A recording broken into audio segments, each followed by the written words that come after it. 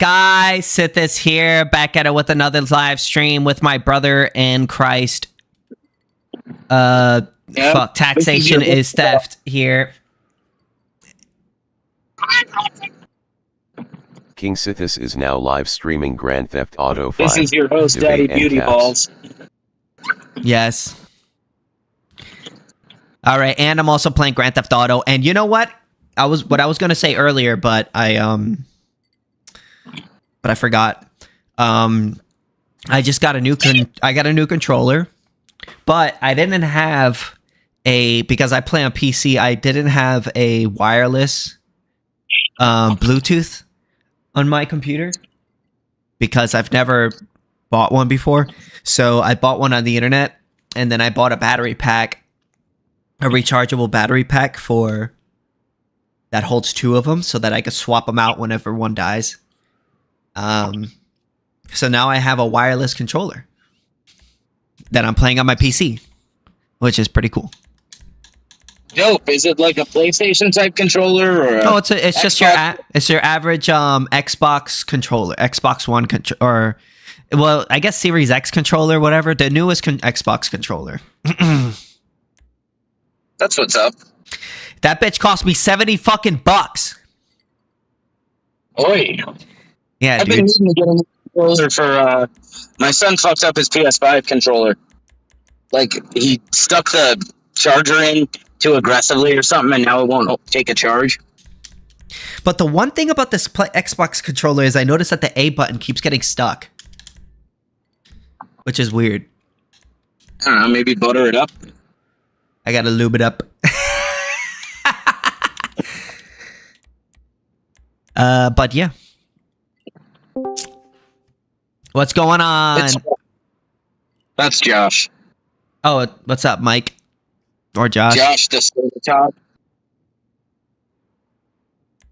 Josh the silent Stater-Tot.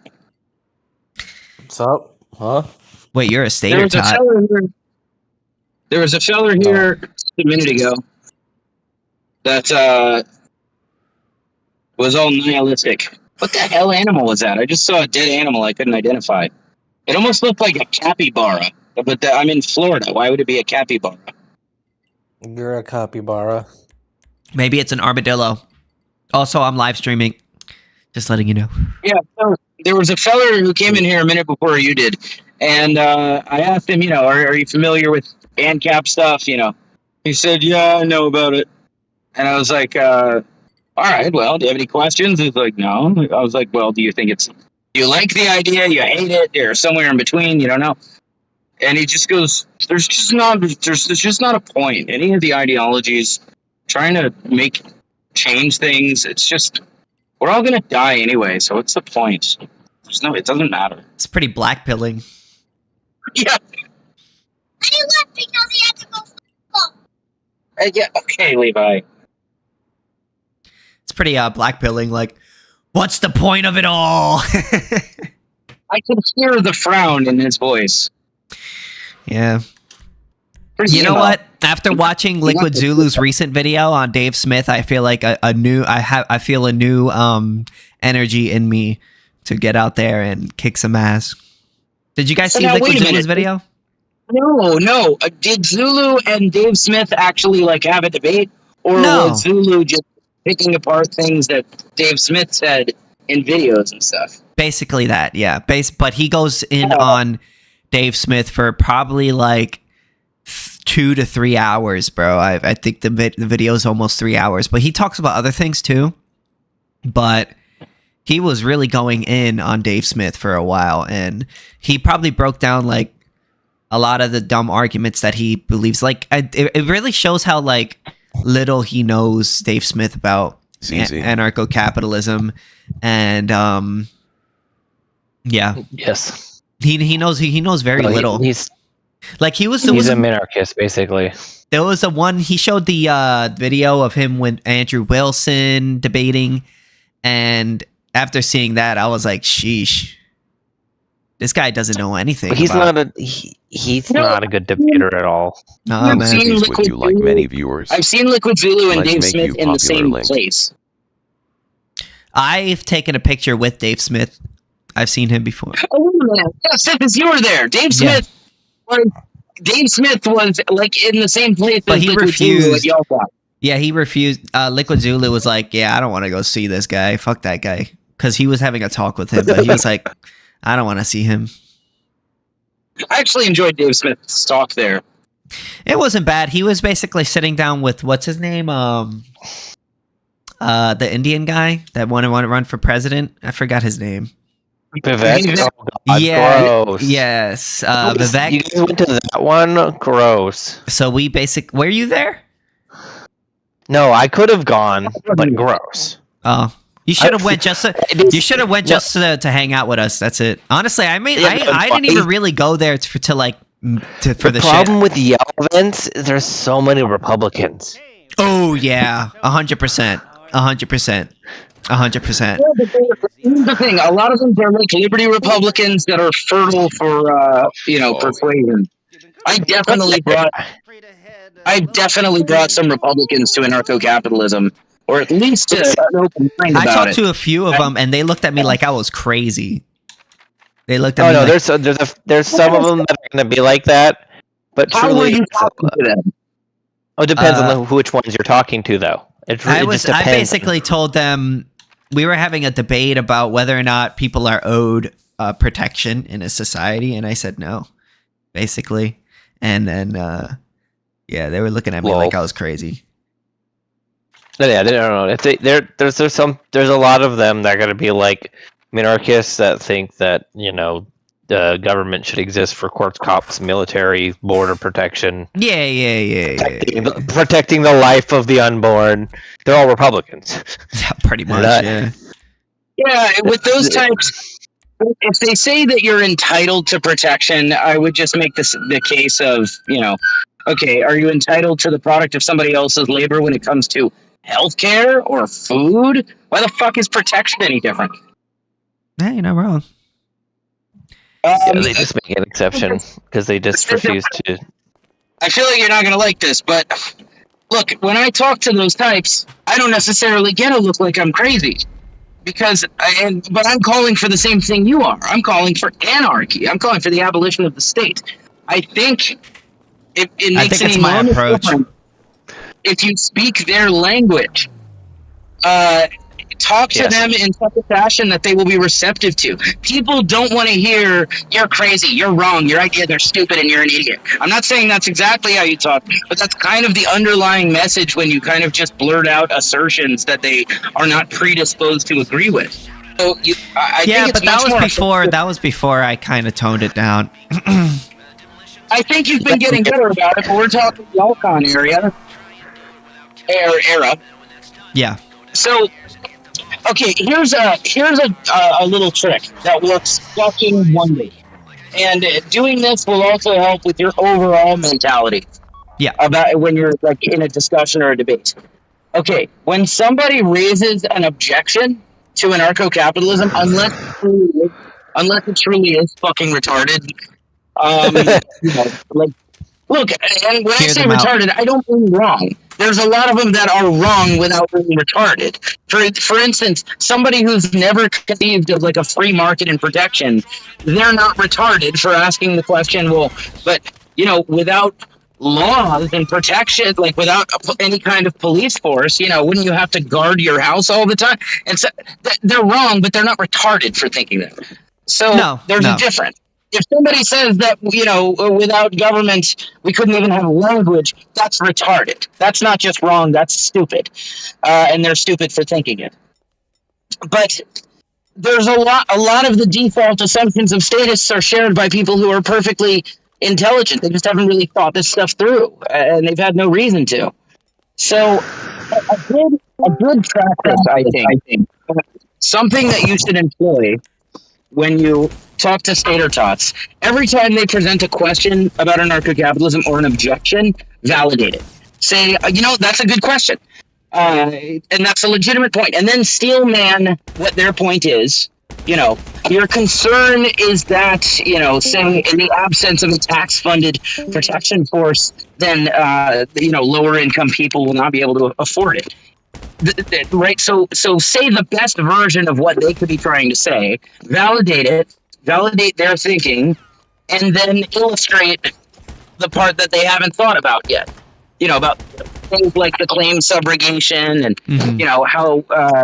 how pricing would be competitive and how costs of the service itself would be far lower because they wouldn't be enforcing drug laws and shit. It would just be the much cheaper enterprise protecting people. Usually, though, you want to ask them a bit more questions, though, as just before you start laying on new ideas. You get them to like agree. You agree with like 5 or 6 things, but you try to be like fundamentals, and then you go into things where they're like on the fence about. It's just sales, basically. That works in the case that they're not predisposed to like trying to disagree. People will modify or sense what's coming next and they're going to disagree with the endpoint. They'll their answer on they sense what's coming next and they're predisposed, disagreeable. All right, hold on then. Mm-hmm.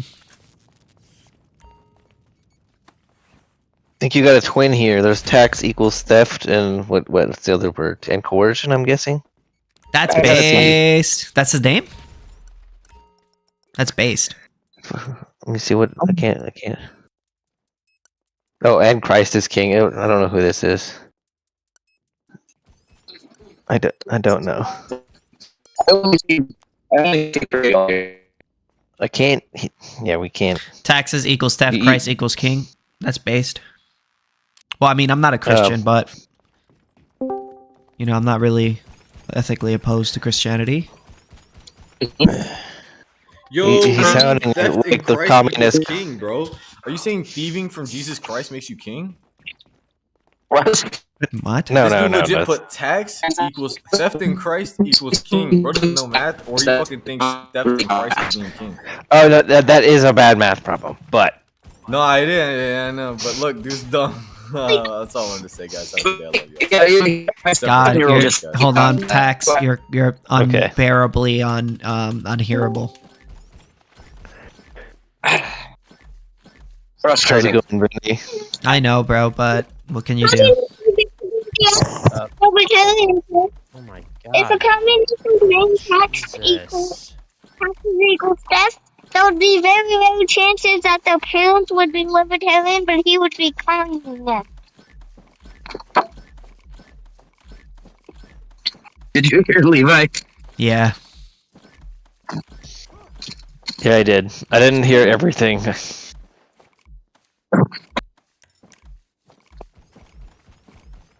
Well, we're driving away. And then something I heard. Yeah, we're now going away from where the audio was terrible. Yeah, we can hear you much better now. Oh, I can hear you much better. I don't know about That's that. weird. It was just in the convenience store. Yeah, We stopped at a convenience I was store. just letting you know. I wanted to get a Gatorade and a Snickers. Can't go wrong with that. No, it's In shit. the hospital. The Snickers will, not the Gatorade. What? Well, it'll put you in the hospital? Yeah, I had a bite-sized Snickers. If I had a whole Snickers, like I got sick sugar. from eating just one bite-sized one. I'd be hypoglycemic. How does it feel? How does it feel to be so weak you are harmed by mere candy? Candy is not something that we've had, but for the past 100 years in its form, even less than that in its current form. So it is natural that our bodies would respond with, what's it called? Insulin and adrenaline with that high of a blood sugar spike, because we did not have sugar that prevalent in our societies, especially such things as high fructose corn syrup. So sorry for me to be wholly technical, but you want to call me weak, I will flatly say I am much stronger than you. Ooh. What do you got to say about that, boy? Wait, so you guys don't think taxation is theft? Or you do? Of course we do. We do. Yeah, we're No, Ancaps. it was that. Okay. We hate taxes. Taxation Yeah, is- we're Ancaps. Fuck taxes. It's rape. It's financial It's the equivalent of rape. Yes, it's the financial equivalent to rape and What sexual else is assault. it? Thank you. So, No, what do you guys think is better, anarcho-capitalism or anarcho-socialism, and why? Anarcho-capitalism. Anarcho-capitalism because I believe in private property rights. I like to own what I like to keep the fruits of my labor that I work for. I don't want somebody at the top telling me where to eat, where to go. You know, when the commune. I don't want to live in no commune. I want to be on my own.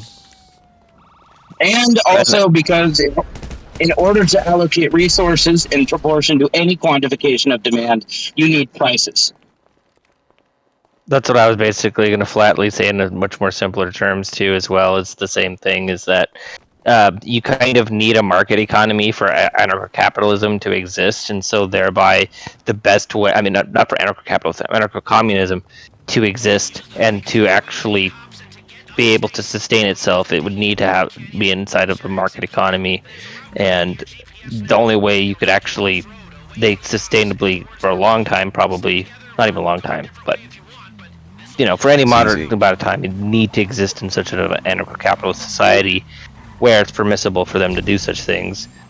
Otherwise, the state would try to regulate what the fuck they're doing, and they would have a hard time. So let's say there's a group of 10 guys that want to all invest in this one company. Like, they want to build a company. They're 10 guys, and they're like, all right, we're gonna have like a workers like society where we're all of it. A cooperative? Nobody has a problem. Yeah, every Ancaps, Ancaps. yeah, we're good with that. As long as it's voluntary, we don't have a problem. Right. Now, Ancaps don't want to prohibit the practice of anarcho-socialism as long as we are free to practice anarcho-capitalism. Usually the reverse is often not true. Many anarcho-socialists are completely unwilling to tolerate capitalism. They want to seize the means of production and so forth and, prohibit private property. Whereas generally Ancaps are perfectly tolerant of, communes and co-ops and similar collectivist arrangements within Ancap societies. Personally, I'm a panarchist. I would like to see free model play out, and then whatever makes people the happiest will tend to be the most popular. And my hunch and suspicion is that will overwhelmingly be, market-driven, private property-based models. But if I'm wrong, I want to know it. I'd say that most people are probably in that same, if they were in a, co-op, if they were unable to withdraw their capital from the co-op, if they no longer see it as something that's suiting them, I think the co-op will probably fail. So if people don't have means to opt to actually pull out from it, that's often what the old same thing as being voluntary. Your capital needs to be able to follow you as well. And so I know the communists probably would have a hard time, they probably get a little bit mad about it, but that's the only way I think that they would be successful. I think that's the one thing that makes Ancaps... Oh, sorry, I was just going to say one small point. I think that's the one thing that makes Ancaps a lot better than Ancoms is that, under Ancap, you could be an Ancom, but under Ancom, you can't be an Ancap. It would be, illegal. So, even among anarchists, I see often the same kind of master plan mentality that one would expect from statists, which is essentially the idea of, okay, so we're going to get rid of the state, and then here's how we're going to have society work. Yeah, I want it to work this way. It's kind of as if you get rid of the state and then decide, here's what everybody's values are going to be, here's how people are going to structure things. In reality, we don't get to say that. That is to say, once people are free, they will do what they will do. The most we can do, if we're being realistic, is make predictions about what they will do. And if history is any indicator, my prediction is that people will tend toward market-driven economies. In the absence of a state, market-driven economies are what usually reign supreme. Although there are exceptions. And when I say exceptions, I don't just mean socialistic societies like Catalonia and Aragon, but even within market-driven economies, such as those of the Old West or Zambia or medieval Somalia. There's one thing that tends to be socialized, even on a fully voluntary, stateless basis, and that is water. Specifically, like Oxygen. getting water to your house. No, water. Mm-hmm. Getting water to your house and to your farm and so on. Irrigation type stuff.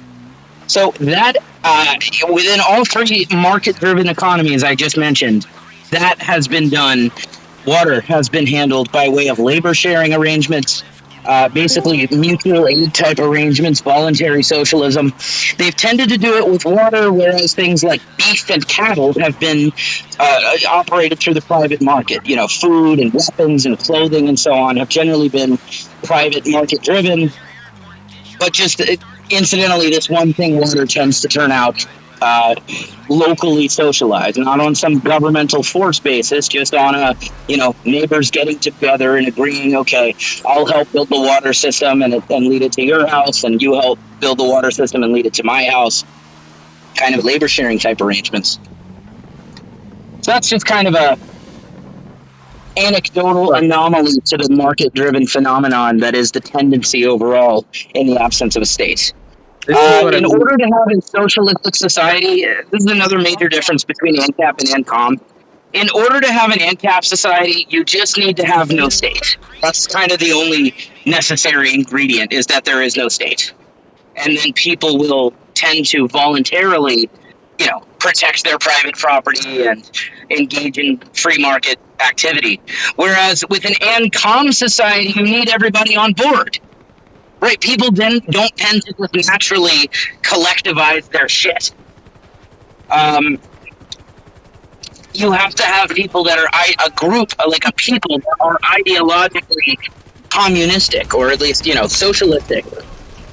And Yes. believe that private property is bad and so on, in order to get that. And I think it's far more likely and realistic that we get rid of the state than it is that we get rid of the state and then see a massive ideological paradigm shift where everyone's a communist now.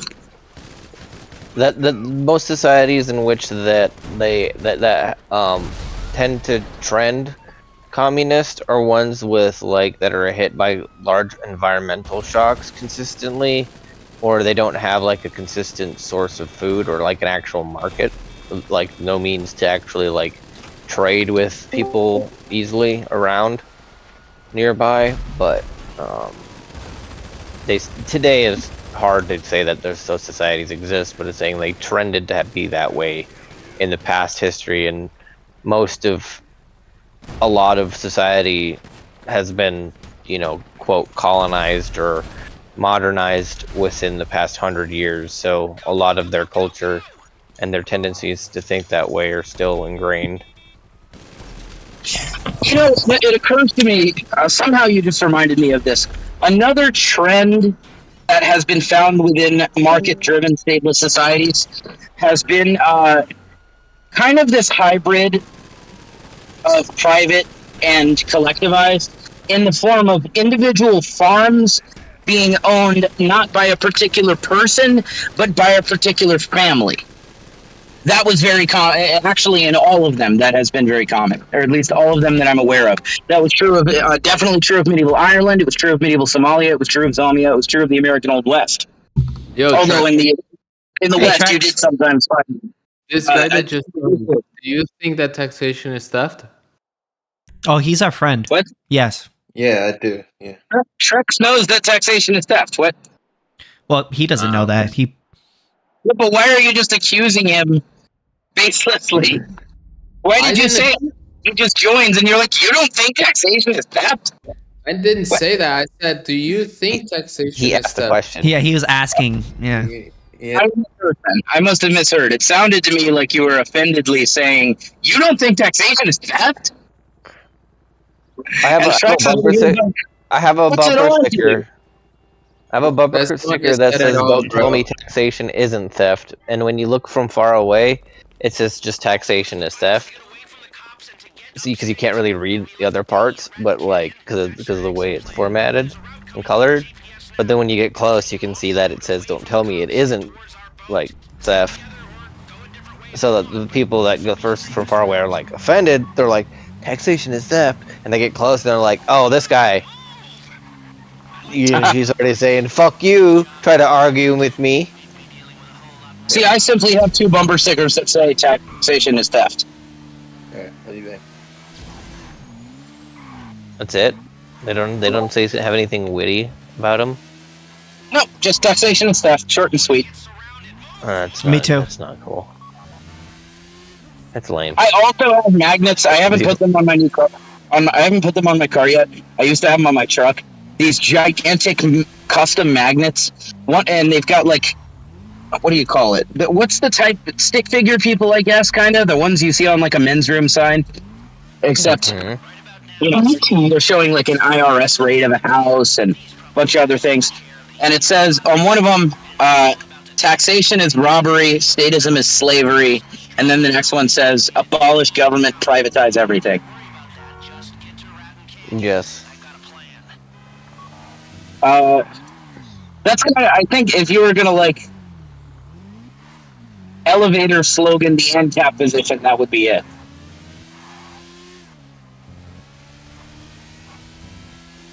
Or elevator pitch, you know. Unfortunately, just I think drive I'm around gonna have, for for my years. job, I'm gonna have to like take off all my bumper stickers. Just because I'm gonna be like, no, just because I'm gonna be driving like even more around people's neighborhoods, like specifically talking to them. If I'm canvassing, I gotta make sure that people are like not offended by my bumper stickers.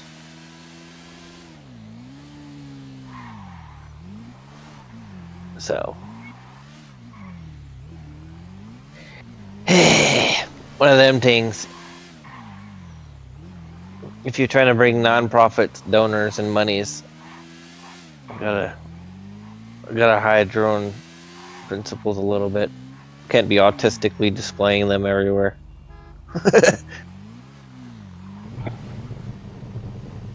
Nothing I see wrong with it, but I can't.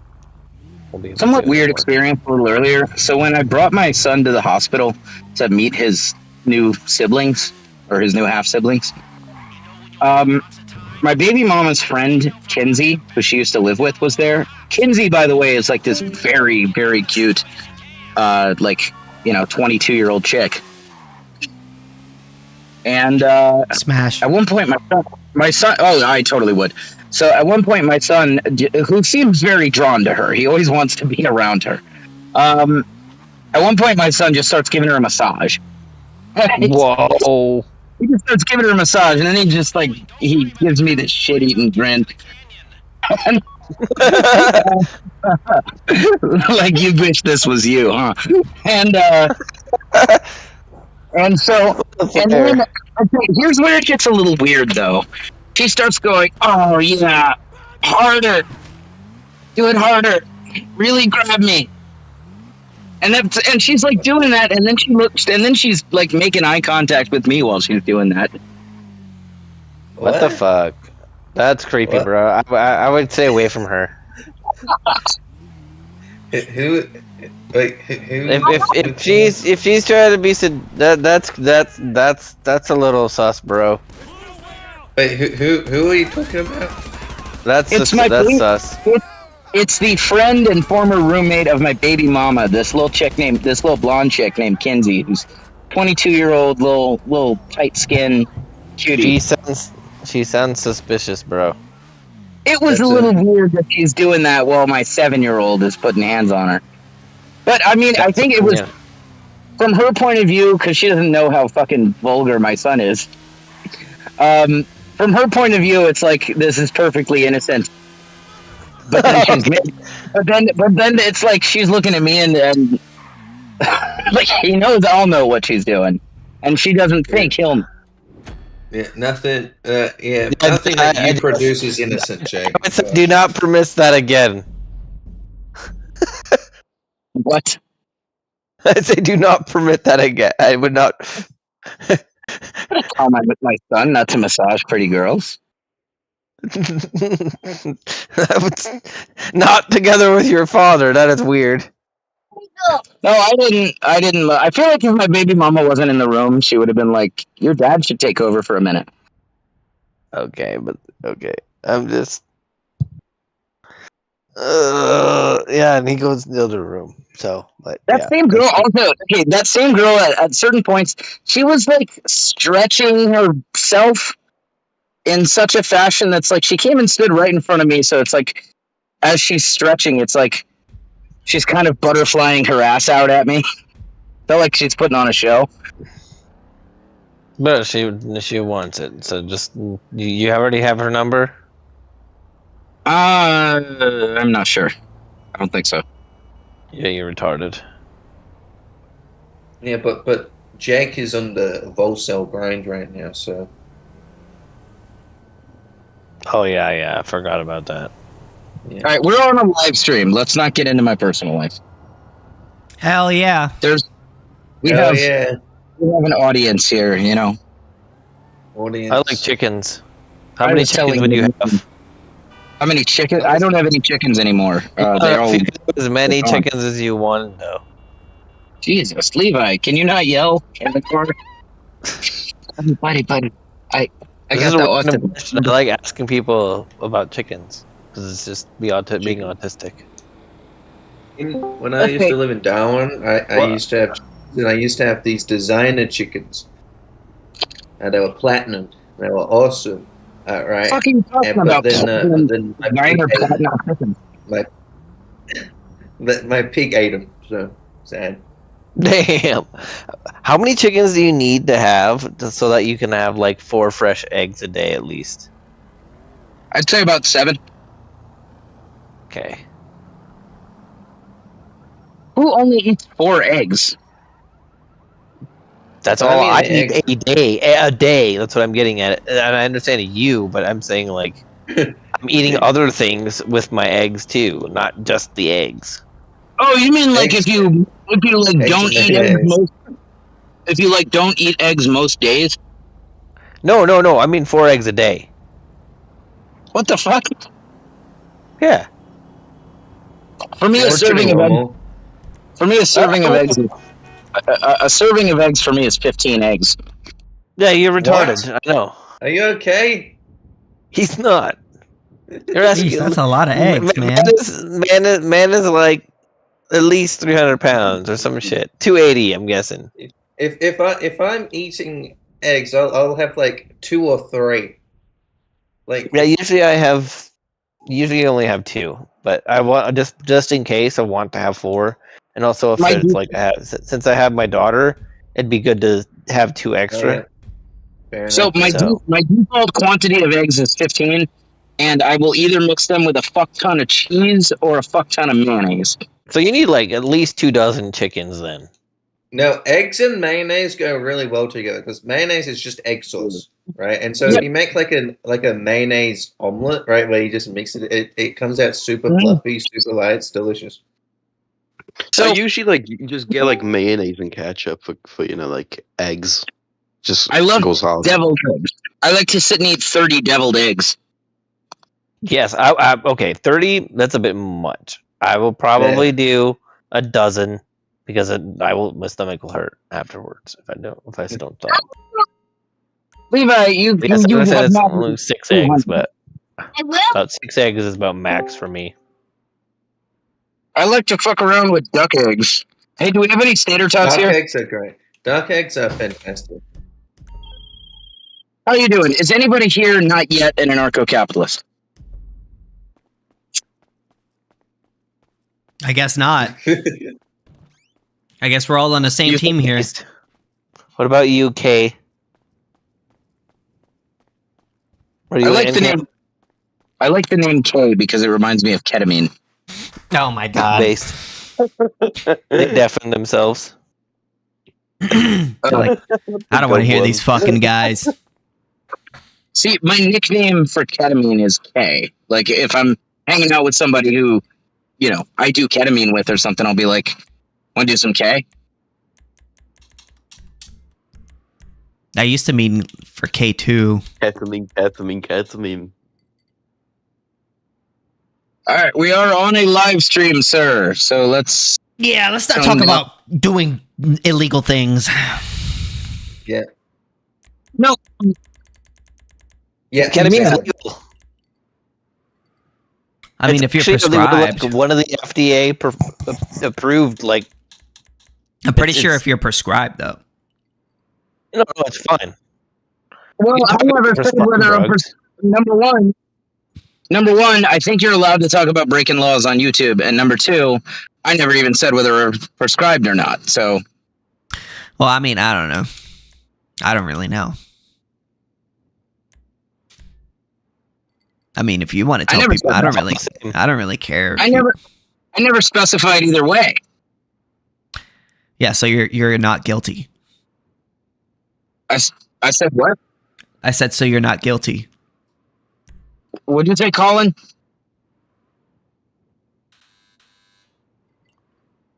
Wait. I never said illegally.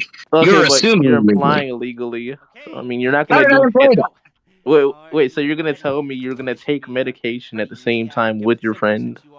I never said that. I said nothing about. People do that. Have you People can have do you ever that. seen Breaking Bad? How they have like Nobody take does all that. take radiation together Oh, and it's, all of that have you ever stuff? heard of like psychedelic therapies? Like where they So do like how are group y'all allowed therapy? to talk about using drugs illegally, but I can't Yeah. say that word? It's the rules of YouTube. We didn't make the rules. You don't make the rules. Okay. We just follow them. Okay. Yeah. Am I allowed to say the R word? Yes. What the fuck is the R word? Was that retard? Yeah, you could say Wait, retard? That's not a fucking slur. It is Yeah. though. Yeah, no, it's I mean, I to think some it may people be it is. against Some people TOS, take but really fucking butthurt about that shit. Not is Are you technically a I slur. just simply say people are highly regarded instead. People That's like fine. I Jay, don't care. You know? Okay. I mean, I the can thing make about fun It just YouTube, still sounds like retarded, but you can I say mean, like, retarded. the I thing have a about- one word, question. one the letter. thing about YouTube is currently you I'm could doing- talk about pretty much 90% of what you would normally talk about, but the thing is there are certain words and certain subjects that you would probably want to avoid. Can I talk about Hitler? No. I It can't. depends. Well, wait a minute. What? Yeah, We can't no. say that. I can't No. say that like, Hitler was murdering. He's a horrible man. There's Yeah, so I mean, many. you could say And that. You just can't say anything good about him. You can't. Well, Okay. wait a minute. What if somebody said he was handsome? So that's No, that's against, Oh. It's- He had you're interesting fashion choices. you're crossing the line on that one. I don't know. I think you might be crossing the line on So that one. I'm not allowed to use my freedom of speech. No, saying that. Look, I'm not saying the man was handsome. I don't think he was. I think he was funny looking. But if somebody did say he was handsome, that's not them being a Nazi. That's just they're saying a Yeah, particular. like a girl. I don't see why we're being autistic about this. I don't think I need to explain every individual detail. Well, you do though. You do since you're the YouTuber. What? So No. you need to explain each and every TOS in the handbook. You should have this already known. I mean, if you guys can't handle not saying things that go against TOS, I could just go to a different room if that's fine. Uber once again, Eats TOS, for we need to go over the whole Jacob and handbook. Bill. But currently I'm running an experiment, right? On black people currently. Am I allowed to talk about that? No, It depends. It depends on the Well, I kind can. of I don't want to. not I don't want to. anything bad. I don't want to hear about it. Well, I don't care if you don't want to hear about it. I just want to see like everybody else. Like we need to vote on this. He's the one with the live stream. No, Colin. He's the one with the live stream. Lame. But Yeah, y'all are the KingSithis takes audience. I am the Like, king. are we- I am the king. If we have one person, it must be unanimous. If we have one person whose rights are being violated, stop. Wait, so I'm supposed to stop talking about things because we have a live streamer here? Yes. Yeah, And if we you don't will like talk it, you can about- leave. No, If you no, don't like being specific part of a things. live stream, you're more than welcome to leave this room. I actually, let me just look really quick. Just let me If do you my don't research. like being part of a live stream, you're more than welcome to hit the road. Right, you only have one viewer, bro. You're chilling. I can talk about it. It doesn't It's matter. gonna be Okay, like how many recorded. times do we have to tell you the same thing over and over again? If you can't get that you can't talk about certain things, then I got Ubers then- for Jacob and Bill. You're fine, bro. There's nobody here. I don't care. I don't care. You're fine, bro. Like, All right, come I'm about to just leave, honestly, because this guy's just pissing me off.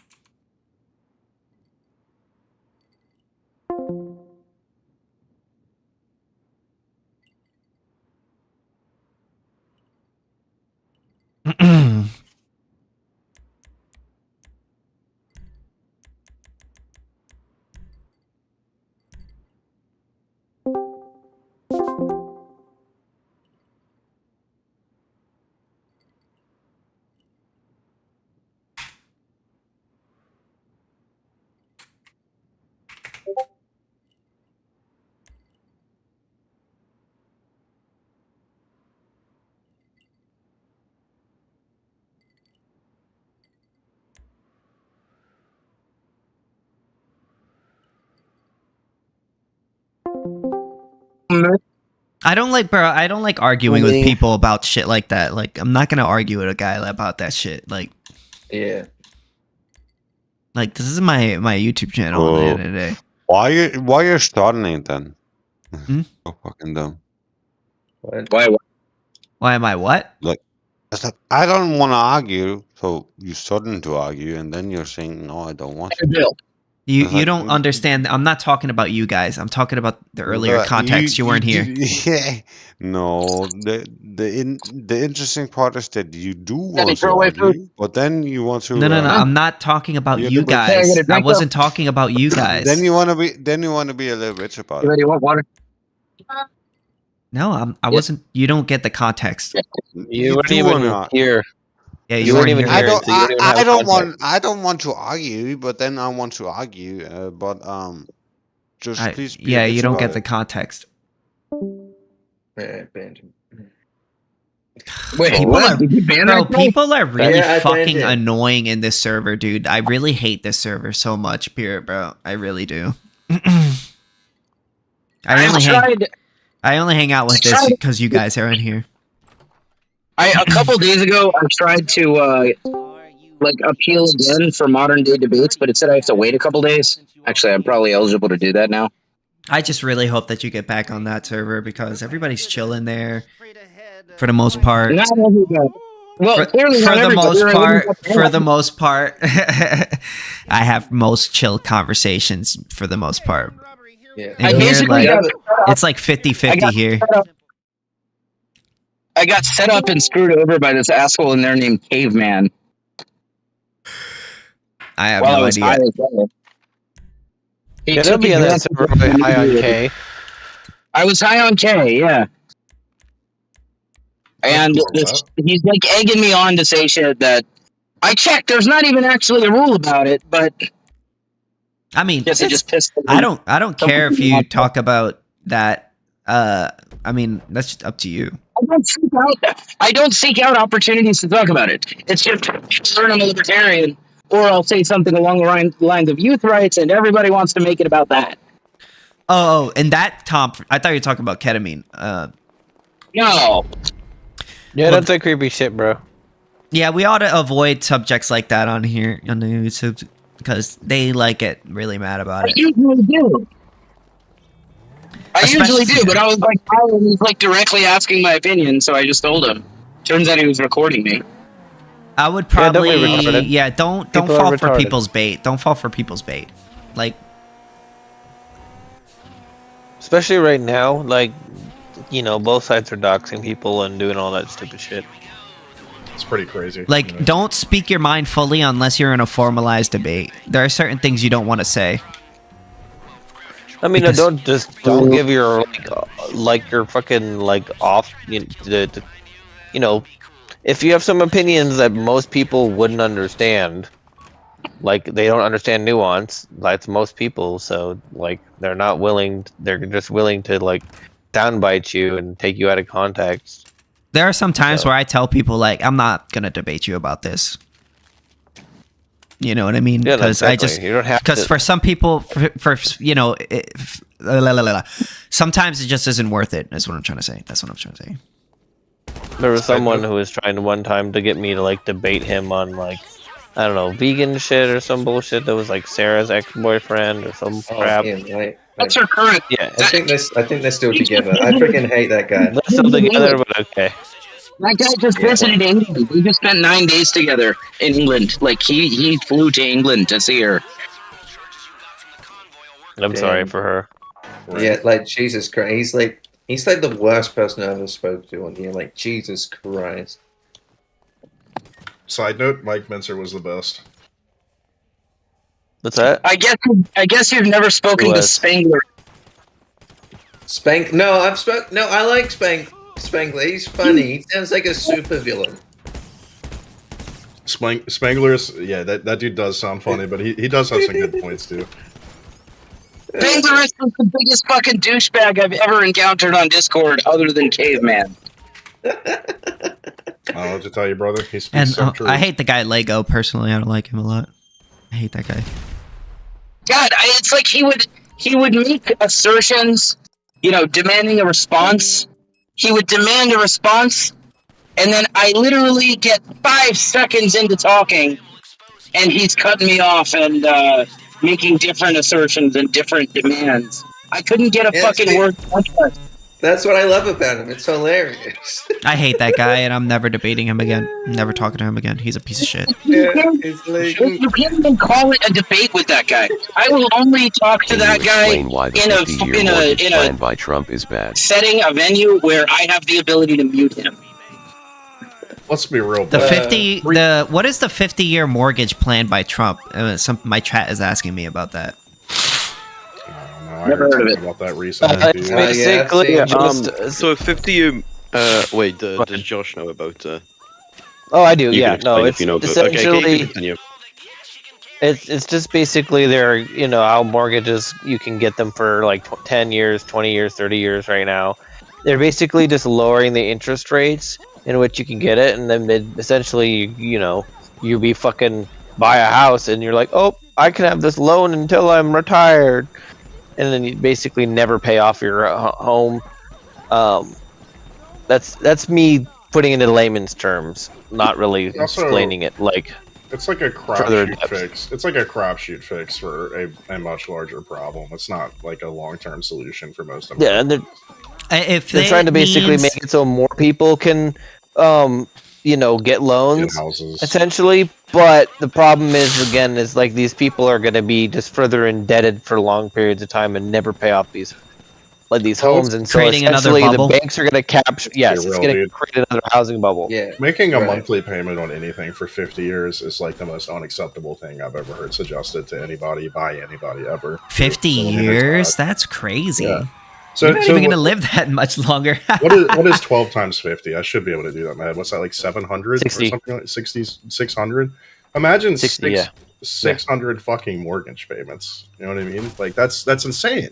That's so impossible to even imagine, right? Sheesh. Yeah, I don't. That doesn't sound very sustainable.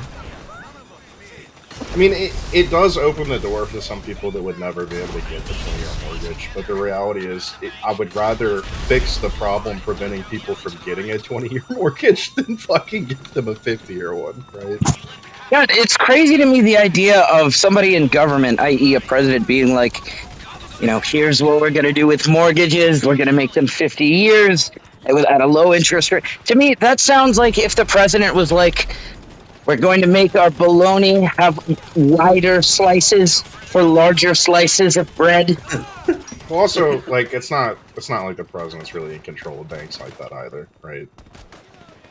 That's the Well, it's basically the FDIC backing those loans. That's the whole where the federal government comes into play. You're absolutely right. Yeah. Abolish. So, yeah, no, the FDIC needs to go away too. I mean, let's be real. People I don't hate that idea. Should be backed anyways. And the Fed. Yeah. And the Fed. And the Fed. Yeah, Federal Reserve going away with the Abolish federal everything. Yeah, abolish the federal government in general. No, but like the Fed is like the big thing. The Fed is the fuck big the military. Thing. When you get rid of the Fed, right, pretty much everything flows from that. That's like the first thing that we need to get. That's why they need the Fed. That's the whole institute. Why they created it was to fund the military. Yeah, but somebody has to be in charge of the military too, man. Could you imagine if Gavin Newsom or Mitch McConnell was in charge of our military? Like, could you actually imagine how privatize it? They already have their National Guard, which they can direct, but they can't really call they can only defend their own state. Yeah, but could you imagine China invading us and having Gavin Newsom be in charge of your defense? Like, please no, thank you, dude. I'm not interested in that. California would love it. California would love it. All right. Yeah, they would love it, but they're like, please liberate us. Like, all the migrants to join the village or something. Well, you know, it's ironic because joining the military is a path to citizenship that doesn't get brought up enough. My grandfather did that back in the Korean War, but you know, it literally is a path to citizenship. That's what I was just bringing up too. Yeah, I was just like, yeah, that people do that all the time. It's still a thing, yeah. Like my girlfriend's father was a Mexican. I guess I don't think he has citizenship. He's Was an Mexican? Well, he Was was. a Mexican. He's an American. I'm getting the joke. It's like he was a Mexican. How he stopped being Mexican? He lost his Spanish card. Well, he gave up his Mexican No, citizenship. I was just making a joke. I understand you're being nationality. I'm being autistic and saying he lost his ethnicity. Yeah. It's like he doesn't speak for that. I'm sorry. I'm gonna write him mad. But I mean, it's still a thing, right? I mean, it still is a way to become a naturalized citizen. So I mean, it should be used more often instead of people being like, oh, the path to citizenship needs to be changed. Like, have all these people join the military, bro. What's the issue? The problem is that we haven't had the per country limits of in-migration from the U.S. changed. Like most of the I forgot what it is. The specific the quotas for most countries has been the same since like the 1940s, if I remember correctly. Probably right. So that's the problem, is why we haven't adjusted any of these things, and like the population has since exploded around the world. Of course there's going to be more people trying to come to the US. It just makes sense. We have free markets, we have more opportunity. Most of the areas that people are coming from don't have economic upward mobility, and the governments are corrupt. So of course, and even though our government's corrupt, it's better than theirs. Yeah. I also think a part of that too, maybe the reason it hasn't been adjusted much, and this isn't really true. I mean, it is true now, but not on the scale you're talking about. It's not proportionate. But from the 40s to the 60s, they were pulling in tons of immigrants that were not even immigrants. They were like top scientists and athletes and things like that. So we did bring in people over that set amount you're referring to. And I'm sure we do it now, but not proportionally to the world's population, like you're saying, right? We should definitely increase like the amount based upon it should be like, that's part of the why we're having issues with the economy right now and they say, oh, we're outsourcing our labor. I'm like, or people their jobs are getting they're saying their wages are getting undercut. I'm like, what's going on? They took our jobs. Yeah, they took our jobs. I'm like, no. Who wants to work in factories? Who wants to go like in the assembly line, and who wants to go, pick strawberries and, all of that stuff. There are people willing to do that. They're just not willing to do it for $12 or $6 an hour, man. No, it's hard labor. Right, but if factories are paying 35, if factories are paying 35 an hour, people will eventually do any form of labor. But you don't want to have to pay $40 for a thing of strawberries. You want cheap labor going nutrition. I quit going electrician. I get to set my own wage, doing that said thing. You're saying maybe that's part of the issue. Set it as high as you can. The people the people that are not willing to work those jobs would also like more control over their wage. That's part of the discussion, right? So you have to factor that in. So my point is being that I choose because it's the reason why I don't do that anymore is because the fact that it is hard on your body. It is one of the and it is also dangerous. I do get to, get paid for it. But guess what? The risk for me is individually, I have a child, and some other people, yes, they're still going to continue doing it. And guess what, brother? Picking strawberries or working in a factory is also hard on your body and potentially dangerous, and those people are not getting that control over their lives. Now, I understand if you're an employee, you're not a self-employer. I understand that. My point is, the argument's being totally ignored by half the aisle that those people would like more wages than they're getting. And a direct comparison is a factory worker in the 70s. So would everybody. Right, but a direct comparison is a factory worker in the 70s in America if you go through inflation statistics, they made basically $35 an hour with benefits in today's terms. And yet a factory worker in America does not make $35 an hour with benefits. So we're getting paid less to be more productive. What type of factory worker are we talking about? Are we talking about I mean, assembly line factory worker, like someone who makes cars, or are we talking someone who makes like knickknacks, makes the widgets? Because there's a difference. I'm talking more heavy industries, so like cars and things. People that are who manufacturing work in heavy industry do get paid more. No, they don't, because those factories have been outsourced to Mexico and Canada. That's the part of the discussion you're missing. That's the entire bitching about them taking our jobs, is that they don't want to pay you $35 an hour benefits. They'd rather outsource. That's the entire other side of the but aisle's outsourcing argument. isn't a bad thing. Comparative advantage. Yeah, what's wrong with outsourcing? America is not a good place for manufacturing. You want to do manufacturing somewhere that they have a comparative advantage in cheap labor. That would be like China, India, Africa. Right. So your way of circumnavigating the argument is just, don't pay him enough, pay some Chinese guy less, right? Right. Hell yeah. Fuck yeah. Do it Chinese. You know why? Chinese guy will do it for way less. It's way more efficient. But you know why we say that? Because if everything that they sell will then become way cheaper, making us richer. Okay, so hold on for a minute. Let's just talk about that. So you guys are saying producing it here means the cost gets passed to the consumer and everything's more expensive. Do you actually think when things are outsourced, do you actually think the cost saved is actually passed to the consumer? Do you really think that? Of course. Yes, look at wait. super If you cheap don't nowadays. think so, then why do you think people are buying from other countries as opposed to here? Because it's 10 to 20% cheaper. Because 80%. Well, then there you go. You've answered your own question. 80, right? But a majority of the cost saved stayed in the pockets of the company owners, the investors. So what? Go to Walmart. It's cheaper nonetheless. And go tell me what the price of a flat screen TV is. The reason it's important to not just say "so what" is because you are not employing people here with wages to buy those. So what? goods. Everything becomes cheaper and we become richer. Right, are you going to let me make a point there, KingSithis, or are you just going to interrupt it? Sorry. At the end of the day, it's important to have things be a working economy. And so it's cool that the top end of the economy is working and the middle class and the upper class are functioning. I think we all agreed that the lower class is not functioning. The country's $38 trillion in debt because we overspent to support the lower class. We have an incredible amount of people that can't even buy their own food. We have 40 million Americans on food stamps because they can't even buy their own food.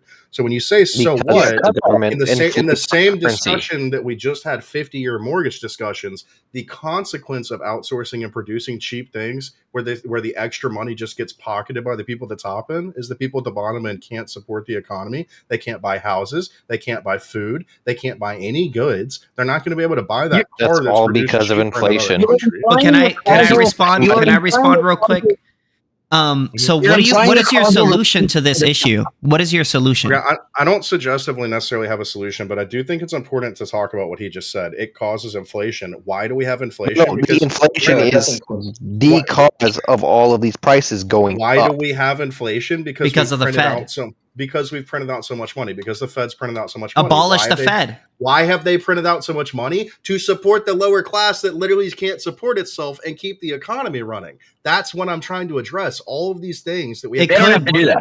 It could be the middle class and lower class would be better off if the Fed wasn't printing all this money because their money would last longer and be more valuable. Whereas when you put restrictions in the place of production, you then create price hikes in the goods that are being produced within that area.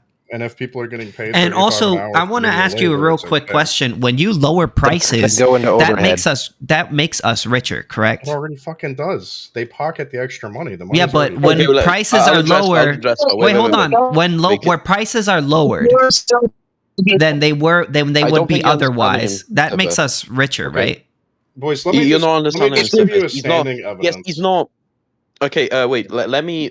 I'm sorry for interrupting. Anthony, go. When you said that you do agree that prices are lower, but a lot of that is pocketed, right? That's what you're saying. Yes. The cost is not as much lower as it should be. You were told misunderstanding him. Okay, so yes, prices are cheaper. Obviously, with higher supply, you're going to have higher wages. But obviously, because you're saying that now they're pocketing more, that those jobs or those wages not coming back to equilibrium, I guess you could say. I think the problem with your argument is that why what is the purpose of pocketing, and what is the purpose of other means of expenditure in a business? Well, with pocketing, you have capital accumulation, and capital accumulation is vital for the formation of new businesses and the formation of new technologies that improve the consumer's life. So, and no, this is a vital thing because some industries require a lot of capital. There's very few industries that don't require that much capital. So I think that's the flaw of your argument. And I guess I'm going to add to that. There's other expenditures, like I said, that kind of links back to that. But anyway, you can talk. Or it's used to create monopolies, which is what's happened to every major industry in America. But that's besides the point.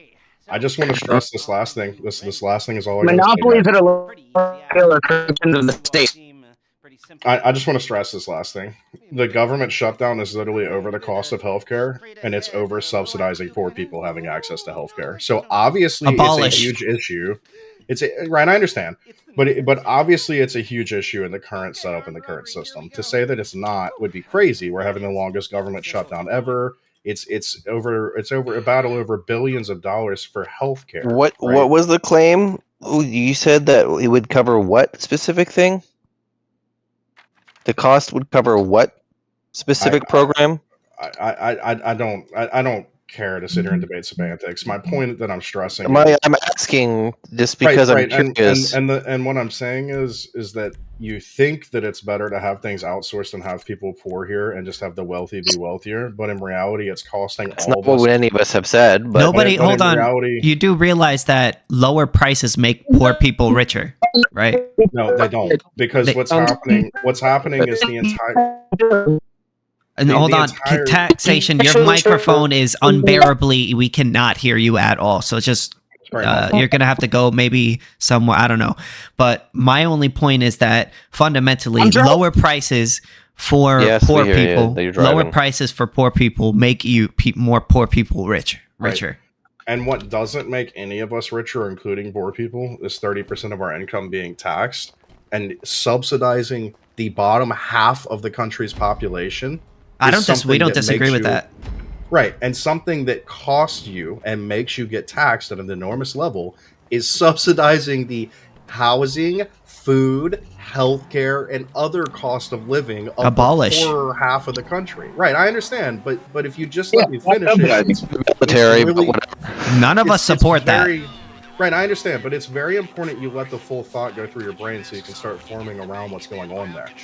You are having to do that because you are allowing everything in the country to be monopolized and outsourced. That is a major part of that. And the reason could you name me which industry is monopolized? Okay, but look at the 1950s and 60s when there was much less monopolization, when the anti-monopoly laws, when the anti-monopoly laws were being applied actively, and when outsourcing was not as much of a major issue. Could you name me one monopoly? Were being used like now.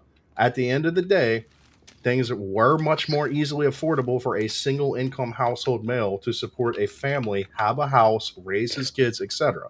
Now we have outsourced, done all these things and allowed monopolies to go crazy. And yes, I will name one for you. How about Walmart, Kroger, buddy? Okay, you want to say that that's not a monopoly? No, they're not a monopoly. Right, you want to say that's not a monopoly? Right, but boys, at the end of the day, it's totally ran by an oligopoly. If you think that food production and distribution it's not even that. You're fucking crazy if you think monopolized. How is it monopolized? Here, look in the side. I'm literally saying it, you're just interrupting over and over. It's monopolized. And I'm literally explaining that to you, and you keep interrupting me. Go look at literally stopped a merger. How? It's very important. FEC just literally. Mike, it only takes one company name: Tyson Chicken. Go look at the industry food production. And as far as I could tell, you could buy chicken from KFC. You could buy chicken from they're the supplier, but you don't have to buy them. There's Heritage Farms. Like, what are you talking about? There are competitors. Hey, did you know that the largest producer for chicken for KFC is Tyson Foods? Like they keep making my point. Hey, you know what? Okay, You know let what me would speak, make let me you speak. know what would make This more doesn't even. companies? This doesn't even. Thank you for Okay, proving my no, point. because I'm But going to use at the an end of the economic day, argument. This is the actually pure industry for economic. food and distribution is totally oligopolized and Look at monopolized. the side chat. I Okay, just you, put a graph in okay, the you side use chat the that shows example. the You use the relationship example between of government Let intervention in MK the speak. economy. Wait, guys, One we're person all at a time, speaking. please. Guys, we're all speaking at once. Hold on. I think taxation. What he was trying to say, but his voice is muffled, is that he put something in the side chat to disprove the claims that were being made. Well, Yeah, and I I wanted to put say as something in the well. side chat that Continue. illustrates the relationship between government intervention in the economy and concentration of industry. Industry concentration is a product of the state. It doesn't happen naturally in the free market. Government intervention is not the solution, it is the cause. Well, I mean, there's certain things that absolutely back up what you're saying. For example, Amazon got a deal where the U.S. Postal Service was delivering packages at lower, like they were charging Amazon lower than what it cost to deliver the packages. That's an inherent advantage they were given by the government that no one else Abolish. got. That was totally fucked, right? There's no way around it. That's fucked. Abolish. That happens in a lot of industries, and unfortunately, a majority of the people that benefit from that corruption tend to be either monopoly, oligopoly, or someone, it's a larger firm already dominating the market, right? So at the end of the day, this kind of supports my circumnavigating back around to our industries are controlled by global dominant titans. And he made a great point right here, bringing up Apple iPhones. What is the central thing that in which that actually allows us to go on? It's the power the state. structure, the institution that in which they, you know. Yeah, I agree. They get tax incentivizations. They get advantages. So the solution to this, right? I think we're asking the wrong questions. Okay, I just want to address my previous point because I did want to say something. So previously you mentioned chicken as like a monopoly or oligopoly. The problem is that even the most Marxist economist would agree that using chicken as an example of like of negative concentration is a completely absurd, and I can explain through economic theory. Right, but I use the food chicken industry, is not highly elastic. Wait, let me finish. Chicken is a very highly elastic. It has very high elastic demand, which means it has a lot of substitutes, like almost infinite amount of substitutes, and has very low barriers to entry, which translates to lower economies of scale, which means that in a free market, assuming even neoclassical economics, it would have tremendous competition. So the fact that it doesn't have competition, or at least according to what you said, I'm not sure, I'm not educated. That's not even accurate, man. The government regulates farming so much. The barriers to entry are massive if you were to go That's why but if you were to go be a remove commercial barriers to producer entry. of meat in the U.S., it's a tremendous barrier to entry. That's Can I say totally something? opposite of what you just said. Yeah, that's his That's why entire I point. said. That's why I used. Would you agree? Could I say something real quick? Would you agree that the solution to these issues is to rein in the state and lower the state's power so that there can be more competition and less monopolization in these industries? Well, when you say the state, are you referring to the feds or like a per state basis? Well, when I say state, I mean governments in what you would probably assume, what you would say governments in general. Yeah, well, the whole institution. Like in general. So when we say state, that means like a catch-all term for government, or what would normally people would say governments. I don't know. I don't think reducing state power on a state level would do that. Perhaps reducing Fed power would, and I never argued that it wouldn't. I only simply said that the food industry is heavily oligopolized, if not monopolized. Yeah, but the issue is the state. And would you also agree that if we abolished patent laws, and these laws that basically patent law's fucked, bro. Patent law's fucked. Like, yeah, I agree. I understand protecting like your own income. So if you invent something or come up with a novel concept and it changes things, like I understand you deserve some income off of that. You deserve to make a living. I get that. But the idea that you can be like, well, I put a patent on it, then I extended the patent, then I paid a government official to make sure my patent lasted for 80 years. That shit's fucking evil. Okay, 100%. There's no fucking description for that besides straight up evil, bro. So you think like if we abolish that shit, market advantage. You don't need a monopoly to profit. Just first to market advantage can already secure you massive market share, more than sufficient for an ROI. All of these issues competing with you pay the government to create regulation around it, bro. Yeah, but all of these issues that you're reality. Yeah, but all of these issues that you're pointing out with the market right now are caused by the state.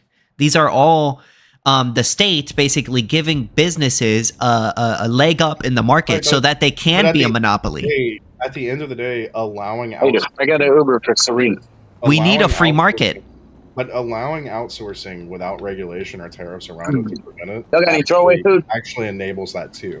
And from one perspective, you may not agree with this, but from my perspective, allowing outsourcing at all is doing exactly what you're saying the government shouldn't do / should be reduced, etc. Because most countries just straight up don't do that. You just don't do that. Like, tariffs are terrible. You don't tariffs are bad for the poor. They're terrible for the poor. Not really, brother. They prevent outsourcing. Incorrect. Incorrect, and I'll Outsourcing explain. I actually made a whole YouTube video. Hold on, guys. I actually made a whole YouTube video about tariffs. So the first problem is that it makes bananas. Okay, let's start from the beginning then. If you're going to lecture us on tariffs, bananas, bro. Where am I getting bananas? If we're going to answer the damn question, where am I getting bananas? They literally are grown in Florida actively and sold in Florida and produced for. They don't have the comparative advantage to produce. They literally do. It's a good wait. Right now we are paying. Hold on, guys. Right now we are paying double the amount for sugar and tons of necessities that poor people rely on a day-to-day basis. And the reason why is because we are putting barriers on businesses that could sell it to us for cheaper. Hold on, guys. Please do not interrupt. So we put in barriers to entry on other businesses, making them more expensive. And when you make things more expensive, you make it much more harder for poorer people to be able to afford their day-to-day goods. If we got rid of all the tariffs, that's not what I argued for. And I know, but imagine if just hear me out. Imagine if we got rid of all the tariffs and we allowed. The important part isn't what you're talking about. The important part is preventing outsourcing through tariffs, not tariffing something. Outsourcing is good. Yeah, but if you tariff, this is really important. This is actually really important, guys. It's never a good idea to force inefficiency by requiring businesses to hire expensive labor here rather than cheap labor overseas. All you're doing is forcing inefficiency. And as we said earlier, do you think the poor are better off for an iPhone to cost $3,500? Because that's the outcome of making iPhones have to be manufactured by Americans. Yeah, it wouldn't cost that. Yeah, but we're talking about necessities, though, too. Hold on, boys. This is important for you to actually rectify the difference. I'm not working for $1 a day. There's a difference between tariffing a good produced in another country and tariffing a good that used to be produced in your own and was outsourced intentionally to cut costs. Those are two different discussions entirely. So you need to actually rectify that difference. Yeah, but I could right now. The ethicality of it. In both cases, the outcome is only harmful. So in both cases, when you have a country, so bananas. Okay, so I looked up the numbers for that. So Hawaii is the largest producer of bananas in the United States. They only produce 4.73 million bananas a year, pounds of bananas a year, and the U.S. actually has a demand of 9 billion bananas a year.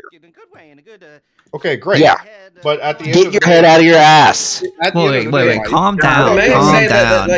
Tariffs don't necessarily stop production moving. But at the end of the day, bananas could be produced in much more large scale in the U.S. We have geographical areas where it can be grown. But it will be more expensive.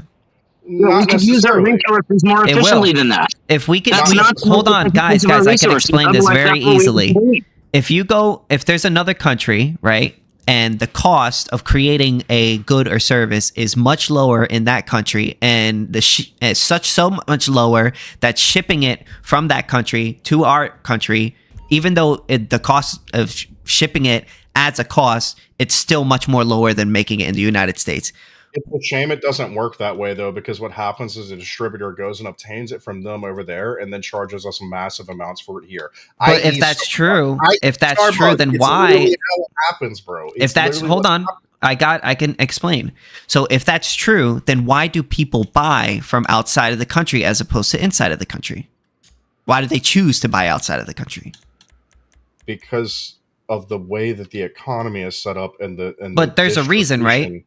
and the distribution of those goods. And that's but what's I've been the reason? stressing for 10 minutes now. It's the distributors. No. But what's the reason? Right, and I'm answering your question. The distributors pocket the extra fucking money saved. Bro. But it's because it's cheaper, right? But it is because it's cheaper. You No. war about this. Wait. We had a war about this in the 1860s. Why do people buy things outside of the country? There's a specific reason. Just let me say one sentence and you'll understand. No. I just want a quick answer to this. All right, and I'm giving you a one-sentence answer. You've interrupted me 7 times. But you have an answer, but go ahead. Okay, here's how this works. The company goes to South America, buys the good in mass for super cheap, and then does not give it to you for super cheap.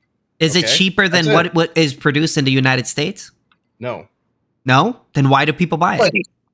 Wait, you said people working for a buck an hour, it's not cheaper to Hold on, manufacture than people taxation, that- please. You gotta hold on for 1 second, man. I explained this to you multiple times, Sithis. The people No. in control of distribution. Why are people choosing to buy bananas outside of the country? Are they just stupid? No, because the people in control of the distribution centers are greedy and are taking advantage of the government. No. regulation That doesn't explain why they're buying it. Right. Brother, I've explained this to you multiple times. No, you have not. All you're saying is that people are greedy. This guy's greedy. That doesn't explain to me why somebody would buy outside of the country as opposed to inside. It's because the goods are cheaper, correct? No, it's because the people farming them in America. Can you? Whoa, what's up with these girls? They keep laughing. Can you guys get these girls out of here, please? This is also a matter of public record. What the hell? Who is that? I have no idea. So what I was going to say really quickly is there's the obvious reason why people are choosing to buy outside of the country as opposed to inside of the country is because the goods are cheaper, correct? No, it's because the distribution and the way it is distributed in America is controlled by oligopolies.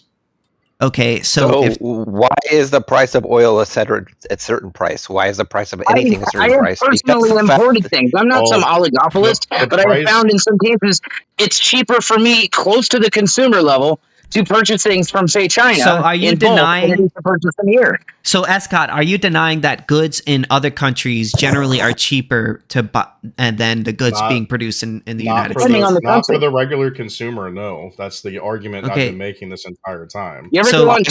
So basically what you're saying is hold on, guys. Let me give a specific example because I have a specific example shortly. One last sentence from me real quick. So I just got to ask you real quick. So are you saying that people are buying outside of the country for more than what it costs to buy it here? Why would they do that? No, because you're arguing something that's semantical, Sithis. Nobody said that can't be done. No. I'm just asking you a very specific question. But I'm literally why are people buying? I'm literally answering it, and you're refusing. A, you're refusing to let me speak, and B, you're refusing to accept what I'm saying. Go ahead. What I'm telling you is that for the common consumer, that typically tends to not be the case. What happens? And why are they buying it? Why are they spending more outside of the country than inside of the country? I'm literally explaining it to you, and you're actually. But you're not answering the question. I'm literally trying to, and you're fucking interrupting me over and over. What happens is a company like Apple takes advantage of either cheap or slave labor in another country, usually through illegal means like child production. Have you ever heard of like sweatshops to make jeans? You're not answering my question. Yes, sweatshops are based. So why are Americans spending more on things outside of the country than opposed to buying cheaper things in the country? Why are they doing that? Because they're getting it through illegal methods, such as taking advantage of slave labor to obtain rare earth minerals to produce your iPhone. Things that are doesn't illegal explain. In this country, You're not explaining. Hold on. Law, you're not explaining why people are doing it. Why are people spending more? What isn't motivating? So there's thing A. It costs. Listen to me. There's thing A.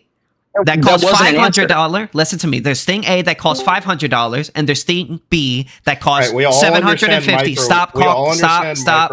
Listen to me. Why, if I'm choosing to buy B, which is more expensive than A, there has to be some sort of explanation for that. So, what do you think the explanation for? The explanation is that cost reduction by getting the good cheaper is not passed on to you as a consumer. Okay, so then why are they buying it for more expensive as opposed to the cheaper product? He just can't grasp it, boys. You're arguing something that's totally semantic. Is he not answering the question, right? He's not answering No the one question. has made the claim that you're the same arguing, dubious dude. Holy allegation fuck. that whatever difference is simply being pocketed by producers, Yeah. rather than utilized for a competitive So basically, advantage. you're basically saying common that consumer is Americans. not- Hold on. We can He's just look basically up, saying. pick a company. Name a company. At that level, we're usually talking about where the financials are a matter of public record. So what's a So well-known ESOT company is that you're basically saying that agree with? Americans are these dumb idiots that choose to somehow, for some reason, because they're just all a bunch of retard dumb idiots, to buy things for more expensive than they would otherwise buy it in America. They're just choosing to be idiots. Is that what you're saying? No, you're choosing to ignore everything I've said. What I said is the people in charge of the distribution are causing things to be fucked and keeping the extra savings. You're not actually. No, they're not. No, they literally you're are not not explaining. You're not explaining why the person is I choosing. literally fucking am, dude. Like, no, I don't you're know. not. I don't know what is the? No, why is individual? Shut the fuck up if you want an answer. First off, dude, don't just scream no. You're they're not answering the question. Dude, are you just going to scream no, they're not, and you're not answering the question instead of listening to what I have to say? Until you answer the question, I will. When you answer the question, I will. Go ahead. Am I debating a fucking Nazi? Like, holy fuck, man! I've literally. No, I'm an Ancap. I've literally. We're all Ancaps here. We're about as far from Nazis as it gets. Not this guy. This guy's full on fascist, brother. The way he communicates with people is fucking no, he's not. crazy. He's literally an anarchist. All I'm doing is questioning your beliefs, and you're incapable of answering a simple question. You're not questioning my beliefs because I've told you my beliefs, and then you're going on a semantical tirade about something that's not part of my belief system. Yeah. So basically, what you're saying is Americans are dumb idiots that choose to pay for things at more expensive rates than when they could buy something cheaper in America. That's what you're saying. No, and that's literally the opposite. Okay, so of then what are you saying? That's literally the opposite of what I've said multiple times. Sit this. You asked me what I'm saying, and then you interrupted me twice now. All right. Are we going to start? I'm going to shut up for 5 minutes. Go ahead. Okay, good. The people in charge of the distribution, acquiring those resources, do not pass on that savings to you.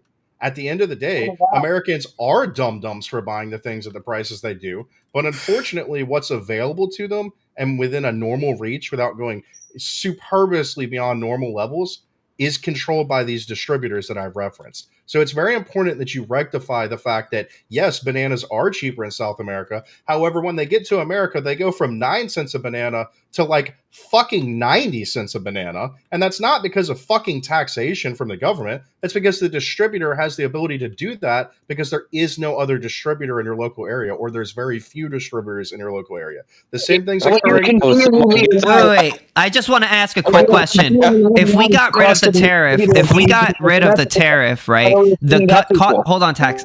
If we got rid of that tariff, the cost of what is being imported would be lower, right? No. It would be higher? It would not be lower because the people in control of distribution. So do you think it would be higher? Are you going to let me So wait, answer? if we got rid of a tariff, wait, are we just going to interrupt each other and scream and act excited and scream and scream and scream? I'm just reiterating the question. Sit this. I'm going to treat you like you're treating me. I'm just asking you a question. See how fun just that is? Reiterating the question. But sit this. That's not very fun to communicate with somebody. Serena? Is it? You're spazzing out. Answer the question. No, you're spazzing out, buddy. Don't talk over him. Just don't talk over each other now. Just continue now. Okay, at the end of the day, Sithis, what happened is people gained control of distribution and have oligopolies set up because the government supported them and allowed them to do that. And so when you say if the tariff disappeared, would the cost be drastically cheaper for me? The cost of the banana is not 90 cents because of tariffs. The cost of the banana is 90 cents because the person distributing it has a fucking monopoly over the local distribution, which is the point I've been trying to make for 30 You didn't minutes. answer. Respectfully, you didn't answer my question. What I asked you was very okay. Stop. Listen. Oh, you got so upset when I interrupted you, and now you're not letting me to go. Verbatim said that it would not be cheaper. Okay. So let me know when I can. Let me know when I can respond. Right, but I'm not going to allow you to respond with semantics that are incorrect. I verbatim said it would not. Okay, so you got all upset when I interrupted you, and now you're not letting me respond. You interrupted me 100 fucking times, man. So don't. Now don't get upset I stopped, and now you're getting all upset. No, I'm actually upset. Can I respond or no? Me. Or are you not going to let me? I literally waited for a pause there before I started talking this time. More importantly, I actually am upset that you're misquoting me and misrepresenting what I'm saying and calling me a dum-dum for it, brother. I never called you a dum-dum. I never called you a dum-dum. That's not what I said, brother. You need to actually have a conversation and not just think you know what somebody else is saying. Okay, so just quick question. My question to you was very simple.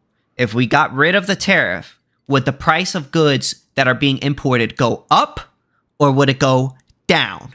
Probably not change much at all because the average consumer has no control over it because distribution of these goods and services is controlled by monopoly, oligopoly, industry overlords, such as somebody bringing up you can buy KFC chicken and Popeyes and this and that. Go Google who owns those fast food restaurants. It all comes back to like one fucking family on one side and the other ones are owned by the other fucking family. So again, they're monopolized.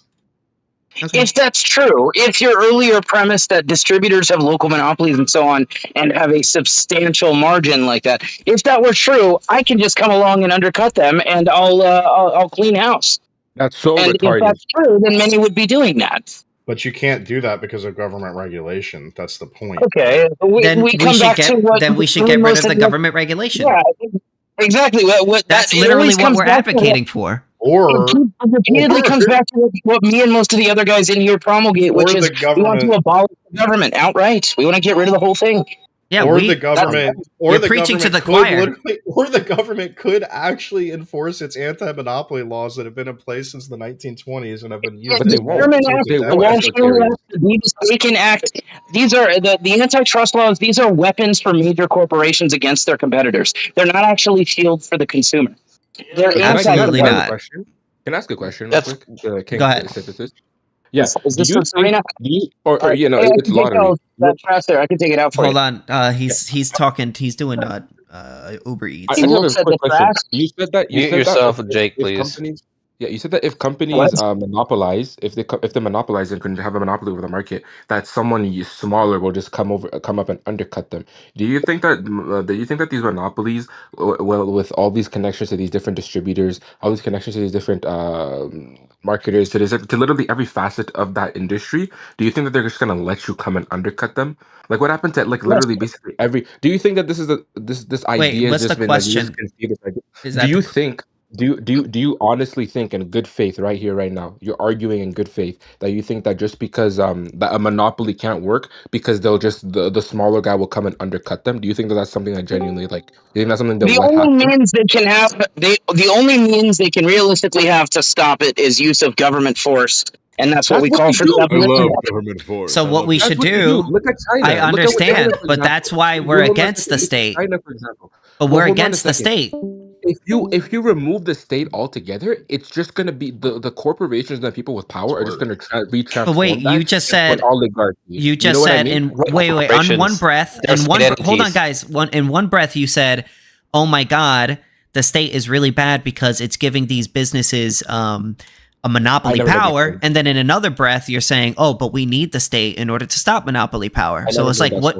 Wait, what is it? First and foremost, the claim I made specifically was, or the question I made was a critique to what you were saying, which was that a monopoly doesn't really work because you can undercut them. I was saying that doesn't really make any sense because undercutting. And our response was that fundamentally the only thing that could stop another business from coming up and competing with a quote unquote monopoly is a state. That's why we don't support a state. That's why we want a free market. We want to reduce the barriers to entry so that the market can allow for competitors and there won't be monopolies. But when you have a state overseeing the market and putting in regulations and laws in favor of certain businesses, favoring certain businesses over another, that increases the likelihood drastically of there being more monopolies. That's not really how monopoly forms, though, by the state. That it forms because companies get so large to the point where they start acquisition, right? They start buying other companies out, or they start buying. That's not true. That's a myth. Well, here's the issue. That's what they How call. was a myth? Hey, how was that a myth? That's what you're. Theory of monopoly, where you buy out all your. Let Jake speak. Yeah, go ahead, Jake. One man who everyone here has probably heard of that actually tried that strategy of trying to establish a monopoly by buying out his competitors. I know a couple of y'all know about this. Was David D. Rockefeller. So. I was going to bring this up too. John D. Rockefeller with Standard Oil. He tried to get a monopoly with Standard Oil, and one of his strategies to try to do so was he was going to buy out all competitors. Anyone who creates a competing refinery as a policy, he would buy it. So this one guy who was named David P. Rygard, built 3 consecutive oil refineries for the sole purpose of selling them to Rockefeller at outlandish prices. He made a fortune doing it by exploiting Rockefeller's desire for monopoly. And do you think that's what stopped Rockefeller? Right, Rockefeller never had a monopoly. Ultimately, Rockefeller was ultimately Standard Oil was broken up by antitrust, which I think was a terrible thing. They shouldn't have done that. But by your description, the government's the reason they have a monopoly. It's literally government regulation that prevented it. So I don't know what you're arguing. That's not what happened. Actually, weren't going to have a monopoly. They were never going to have a monopoly. They never did. Antitrust laws used to break up his companies. It wasn't. That's not what happened. Actually, when they broke up, when the lawsuit came around. Hey. Huh? I was just going to say one quick thing. Sorry, go ahead. No, I've been trying to get in for this specific point because people bring up this, so I've been trying to say the whole thing with Rockefellers. In Alaska, the Rockefellers specifically cut out a bunch of oil producers and mineral producers was fucking the Guggenheims and I'm trying to remember the other person. But this is all connected directly to the institution of the Federal Reserve even. Sorry to be the tangent, but saying it's connected. And so they cut out Howard Taft used trying to remember fucking the other Roosevelt. Teddy Roosevelt, Howard Taft and Teddy Roosevelt used the antitrust laws to specifically push out and deny Rockefeller's competitors in the oil markets and even in mineral production. And at the same time, these are all people that were opposing the institution of the Federal Reserve. Did you say Taft and Roosevelt? Yes, Ted. Wait, hold on. I have a question. You know they broke apart Standard Oil in 1911, right? No, I'm saying this was prior to that. This is things that they were doing, before Standard Oil even existed. I'm saying this is. Right, yeah. They were only using these laws. I think they were only using these laws to quote break up monopolies, but no, they were using them to picking winners and losers. Right, I think all of us agree with you, Mike, that the government helps monopolies sometimes too in a bad way. I think all of us universally agree upon that. That's not controversial at all. Can I ask a question to Mike? I would take it a step further and say that in the absence of government, the only monopolies you would find would be A, small market monopolies, such as the small town grocery store, where the market is not large enough to prop up multiple competitors, and B, young market monopolies, like where you have a new technology, it's something just entering the scene. That will also be a monopoly for some time period. Hold on a second. Establish competitors. When I was talking about Rockefeller, not Rockefeller, when you guys brought up the example of Rockefeller saying that, Rockefeller tried to buy out his competitors and they just made a bunch of different consecutive companies so that they could just get rich off of him buying them all the time. Rockefeller didn't just use that tactic. There was a multifaceted tactic that he used, right? Another tactic that they use is because you're a bigger company, you're such a large-scale corporation or company, you can sustain loss. You can slash your prices, sustain loss. If you know the business model that your competitor is using, you can understand how much you have to slash your prices in order to beat them, sustain loss, and then just run them out of business. This is also another tactic that they use. That's Rockefeller. Can I respond to this real quick? Walmart does it all the time. In regard to predatory pricing, there was a research paper done that proved that Standard Oil didn't really do any predatory pricing, at least not to a large scale. And the problem with predatory pricing is that it's a very silly tactic. Even if you have a lot of capital saved up, a lot of resources saved up, there's many means towards avoiding, the the consequences of predatory pricing when your competitor does that. For example, a lot of your competitors, when you do predatory pricing, you can just temporarily shut your business. You can also, even if it were to somehow work, new competitors can always enter the market. It's not something you can always do.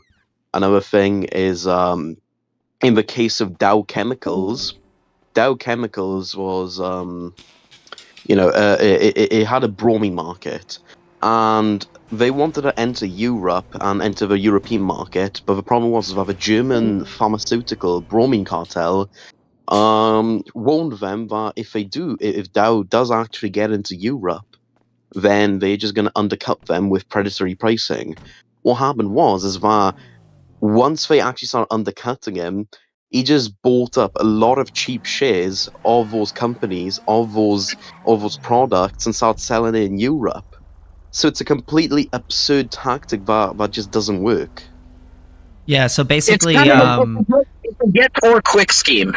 Yeah, so basically, to explain it very quickly and easily, what he was the Europe, the cartel there was basically selling at a loss at a lower price than what it would be normally sold in America to undercut them, that person. So what he did is he bought up a whole bunch of that bromine and then started selling it in Europe at a lower price than they were selling it because they were undercutting him.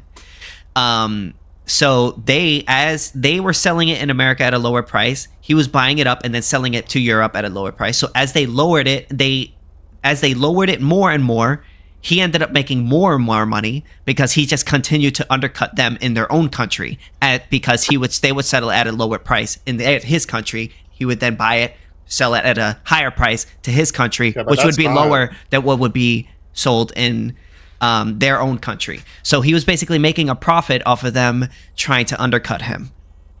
But also, that's not an example of what Lottery argued, and y'all counter-proving him. That's literally one monopoly and another monopoly from two giant areas, the richest monopoly in the world. No, it was there was two competitors. They were competing with each other. Right, Mike. And the guy please actually listen. Hold on, sit this. It was my turn to talk, please. Okay? At the end of the day, you're talking about one monopoly and another monopoly from the two richest continents in the world competing. We're not talking about a small-scale business getting into the industry and beating the monopoly. Okay? That literally was the story. That the business that was competing with the cartel in Europe but Dow was not a small company at that point. They were smaller than the cartel in Europe. And they still had a majority control over it in the U.S., man. You're not talking about someone starting a mom-and-pop business. You're talking about a major industrial giant competing with another one. Yeah, but you're not actually... But his point was... His point no competitors. Right, I'm still trying to read because they testing you was that small mom-and-pop people can't get into a dominated industry. So, again, I couldn't counter because I'm trying to read the example that they're bringing. I'm trying to find the example. Liquid Zulu has it on his YouTube channel. I don't know. There was I don't know. Anthony, do you know where that comes from? The exact example? I really don't. Yeah, because I really don't understand the economics of what you're saying right now. So if I could explain it, I could explain it really, I don't know. It's kind of hard to understand, but if I could explain it in a basic way. No. But wait, hold on. It's like a small startup. Because again, you're saying that if there is a monopoly, then a company will emerge to undercut them, meaning that it isn't a pre-existing company, right? No, there was basically I think you're misunderstanding just a little bit. So basically, what happened was there was a cartel in Europe, right? And there was it was a company in America that wanted to sell the same product that they were selling in Europe. So the cartel was like, "Oh my God, these guys are coming in and they're cutting into our market share. So what we're going to do is we are going to reduce our prices and sell it in his country, in their country, because they wanted to take over the market in America. So what they did is they undercut his prices so that he wouldn't have a market share in America. So what he did is he bought up all of their supply that they were selling at a lower price in America and then resold it in Europe at a lower price than what they were selling in Europe. So every single time that they sold things at undercutting him, he just bought it up and then resold it to Europe. And then they went up to him and said, hey, if you continue to sell, we're going to lower it even more. When they lowered it even more, that made it so that he could make even more money, because he would just continue to buy up the stock and then resell it into Europe at a lower price than they were selling it. And the reason why he was able to do that was because they were selling at a loss, right? So that they could sell it at a lower price, but they were selling it at a lower price than what they were selling in their own country. So what he did is just bought it up and sold it at a lower price than what they were selling in their own country. That's not the example I gave, though. The example I gave was like Esoterius was saying. This is an example of two conglomerate, like two huge corporations battling. I was saying specifically when you have a monopoly, right? A monopoly means that you have a overseer or overseeing over the entire market. There's no one competing against you. You're saying that a company will emerge, meaning that it'll start up from nothing and undercut you.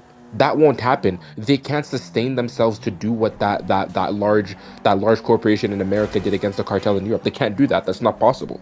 Right? So my question was explain the economics, the viability of a smaller company being able to do that of which you gave as an example of that cartel. Yeah, all they need to do, right, is let's say there's a cartel in another country and they want to buy out the market share within the country that you're with. Talking about a foreign country. A small company. And then there's a small company. I'm trying to answer that hypothetically. Mm-hmm. Right, but we're telling you're talking about the wrong hypothetical. The example we're talking about would be like Dow going into Germany, buying the bromine in Germany, and then undercutting them, right? And that's not the example you gave. You gave an example of them regionally undercutting him and him taking advantage of them, still high pricing it somewhere else. That's why going with another country or a foreign country like that doesn't really work. Well, then you have regional differences. But then Anthony said that another tactic what they could use is to basically shut down their services until the business that is undercutting them eventually loses enough money that they have no choice but to re-raise the prices. How would they lose money? Just shut down your company. Just shut down your company and have no income for 10 years. Eventually, Dow will raise its prices companies, back up. That's not a solution. But the thing is, when you undercut, when a company is undercuts to a point where they're losing money, they can't do that forever. So why would they stay undercut if you're not competing with them anymore? Why would they stay undercut? Well, they can though. They can be making. Well, if they raise the price, so all you need to do is shut down your business for a minute. They would raise the price, and then you could sell it back. Reopen your business, and then sell it under the price that they raised it to. You're just gonna keep selling and businesses, and in fact, businesses do things like this all the time. Well, you're gonna keep opening and closing, opening and closing. Is that what you're gonna keep doing? With zero clientele because you close. Well, this is eventually, how fishing prices work at the market in the market where they actually buy give fish. Me an example of that. Can you give me an example of that, Mike or I just did. I said no. An actual people buy fish. Trident. I'm trying to remember I'm trying to remember all the companies. So there's Copper River Seafoods, Trident Seafoods, Icicle Seafoods. I'm trying to remember all of the names, but they buy fish out in Alaska at a price, but they constantly saying, okay, we're gonna, they're trying to undercut each other. All these things, they announce their prices. They do this all the time. Yeah, and it's not a monopoly. They do what all the time. They close and open again. They close and open, close and open, close and open. That's what they do specifically. Companies, there are a lot of we're not buying fish right now. There are plenty of seasonal companies. Then go to the other people.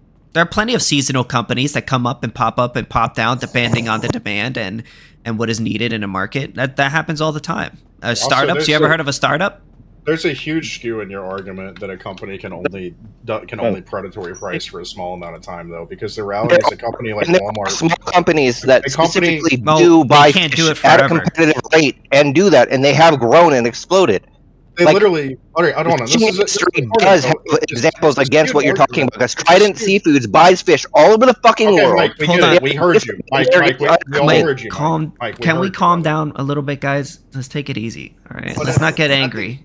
We're just hanging out. At the end of the day, a company like Walmart can predatorily price endlessly because they're still making profits off of other goods and services. Just because you're losing on one service doesn't mean you're overall in the net negative. So when you say that a giant corporation can't do that permanently, you're fucking wrong. Well, there is also the concept of diseconomies of scale, if you've ever heard of that. So basically, everybody knows, I'm sure, about economies of scale. That as you supply more of expand your capital in a business, and you become less efficient over time. Sure. But the thing is, the reason why a lot of these large corporations are able to continue, despite the fact that they have to deal with diseconomies of scale. The reason why is because they have a lot of these government regulations that sort of prop them up and make it illegal. They keep them an advantage, absolutely. So that's why a lot of us Ancaps, we say we should get rid of these regulations. We should get rid of a lot of these things that make it so that there are more monopolies in the industry. But you don't have to exclusively put them in the same camp. You can get rid of some of those regulations to support the global giants or the corporation giants and still also have anti-monopoly laws. Yeah, well, the thing is, I would argue, and a lot of us would argue, and if you guys could jump in after that, my last statement is that a lot of these anti-monopoly laws end up actually creating or helping monopolies become monopolies more often. Yeah, I was starting to say this earlier. Antitrust laws are weaponized by major corporations against their competitors. The other day, I was able to actually produce 30 examples of this very quickly using AI. Actually, there's some. You can empirically. Wait. Sorry, go ahead. What can I type in? It's a government response to a government-created problem in the first place. No. Taxation, I hear you. Markets, it will be vastly competitive. It's completely pointless to have antitrust laws if you have free markets such that you're not going to have monopolies. So I could give you the. This is really important. What can I type in ChatGPT to give me examples of that? And I don't mean that in like a source check. I mean, like I want to see what you're talking about. Right? Can I give you while you're looking that up? Could I give you the theoretical argument? Yeah. Go ahead. Wait, he asked me a question. Sithis, chill. He asked me a question. Sorry, I didn't hear that. ChatGPT, list 20 examples or 30 of major corporations weaponizing antitrust laws against their competitors. Okay, thanks. So while you're looking that up, I just want to give you the theoretical arguments and there are empirical studies that do show this. So the thing is, when you put a regulation in the market, and this is just regulations in general, this isn't just antitrust, but any regulation that you put in is a cost that is being put on private businesses that would otherwise not be there.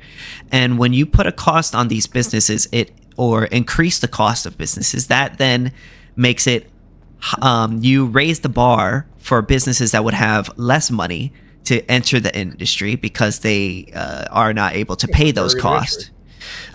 So when the more regulation that you have, the more the higher that bar goes, basically, and the people who are under that bar are basically shut out the market. They're unable to afford to enter the market, thus leaving the only competitors in that industry to be these large corporations that are able to have these large economies of scale in which they can sort of take advantage of the fact that they're larger and pay for these regulations.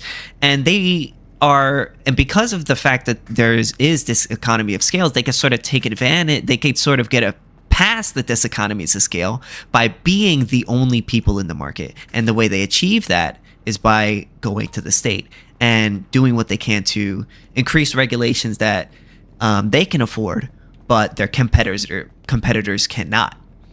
Okay, often subsidizing their own inefficiency. Let's not forget corporate welfare. They can subsidize their own inefficiency because they're operating well past their diseconomy of scale point in the case of many of these megacorps. But they can make the taxpayer cover their inefficiency. That's true, and that shouldn't happen. But you said that antitrust laws can be used to create regulation that is a barrier to entry. Can you give us an example of an antitrust law being used in that way? Because I do agree barrier to entry can be created, but I don't think it comes from that. Well, I don't think that's what you think. Sorry, go ahead. You're in a better position to respond. I believe it was addressed at you. I was saying I don't think that's what you're saying. What I was saying that, well, an antitrust law is a regulation. I mean, it is the government coming in and arbitrarily saying, hey, you have too much of a market share in this industry, and none of this is. And a lot of businesses, like, what they'll do is they'll be like, hey, you have too much of a market share in this industry. But a lot of companies, what they'll do is they will be like, let's say you're in a small state where there's only a few grocery stores because it's a very small population. It's Idaho, right? Yeah, something like that, right? So what they'll be like, oh, there's only two shoe stores in there. Oh, well, they take up 70% of the market share of that area, so therefore they're a monopoly. But it's just like, wait a minute, they're not really a monopoly. It's just a monopoly, but whatever. I know. I'm just saying that like the government will say, or their competitors who are trying to get them out of business, they will say, hey, this company is a monopoly, so we need to break this company up. We need to do something to put these guys out of business and make it so that there's more competition.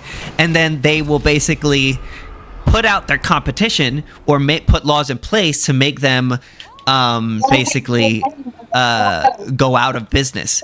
That is ways in which antitrust laws actually do harm smaller businesses.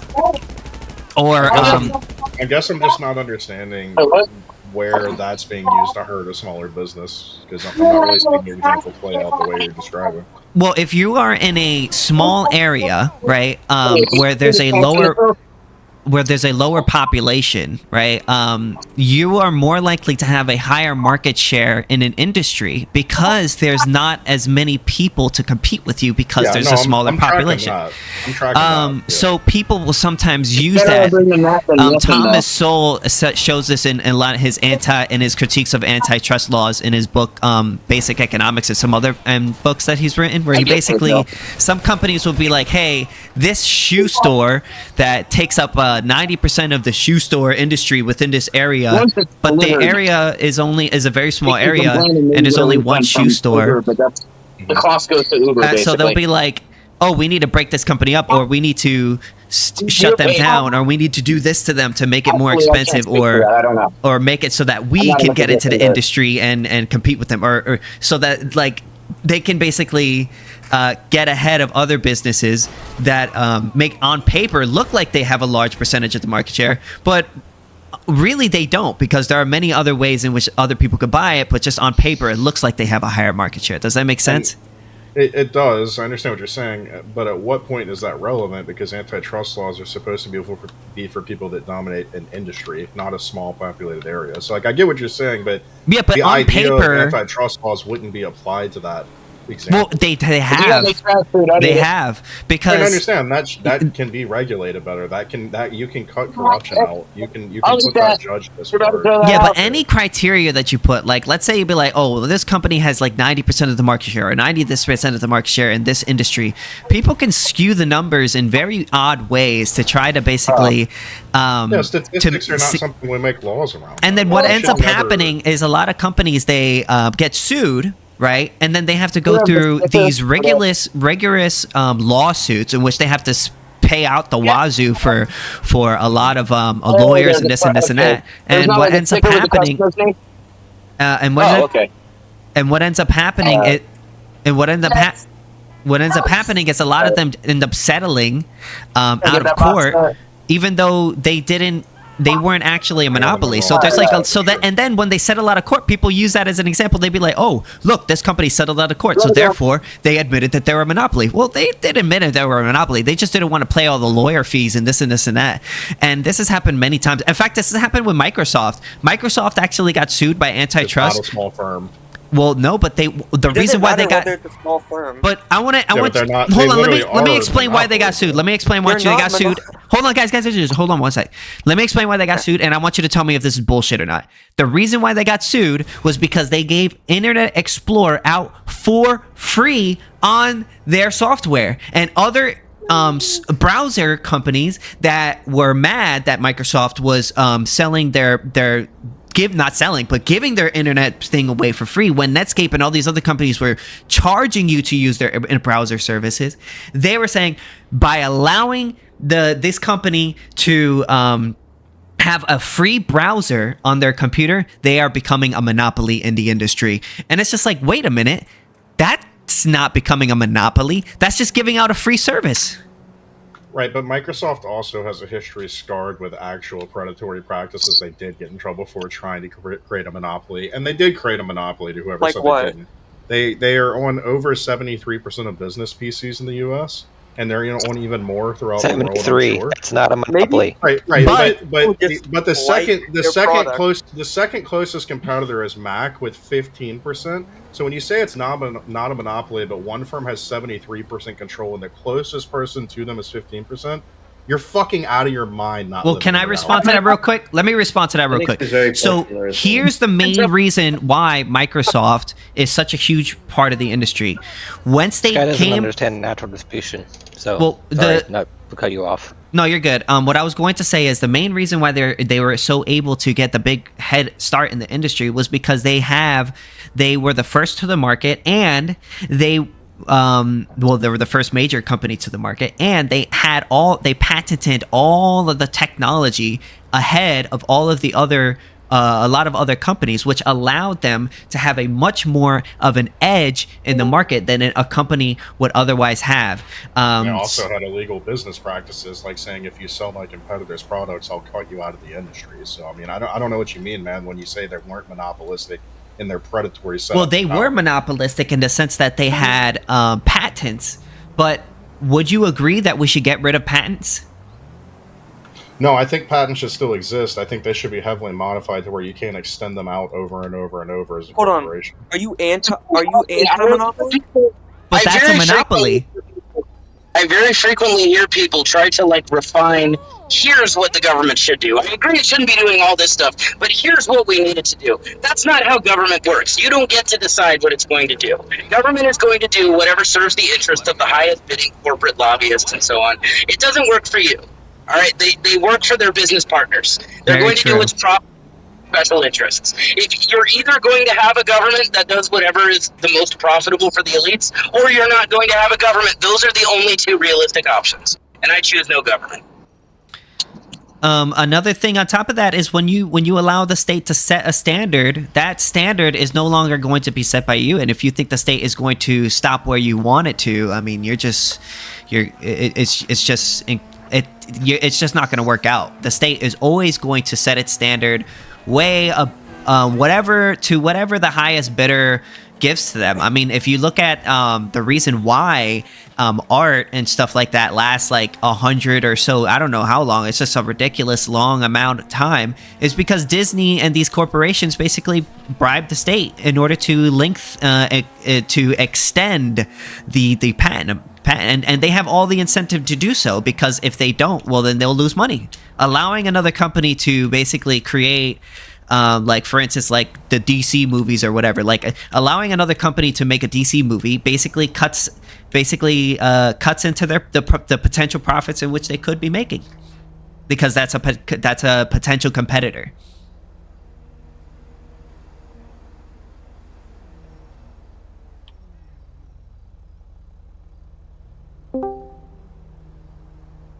I could go more deeper in that, or do you guys want to? Does anyone want to respond to that, or? This is totally kind of an aside, but anybody who objects to monopolies should not be a proponent of the state, which is in itself not only the promulgator of private monopolies, but is in itself a giant monopoly. Further, not only is the state itself a monopoly, it is the most insidious form of monopoly, as it is a monopoly whose customers have no choice. It's a monopoly that can force you to pay it. If there is hypothetically a private monopoly, and suppose hypothetically this private monopoly, or maybe even just a very large business with majority market share like Standard Oil, not quite a monopoly but very large, that means that they're doing it very efficiently, and people are voluntarily paying them for the good they produce. Contrast that with the state. They don't have to do a good job to get your money, and they don't have to do a good job to have a monopoly. They have violence. You're right by definition, brother. A government is literally a monopoly on violence, and they will inflict violence on you if you don't pay your taxes. They'll put you in prison. In other areas, they kill you. In the past, they would kill you or beat you in front of other people, right? So I mean, without a doubt, you got to join us, man.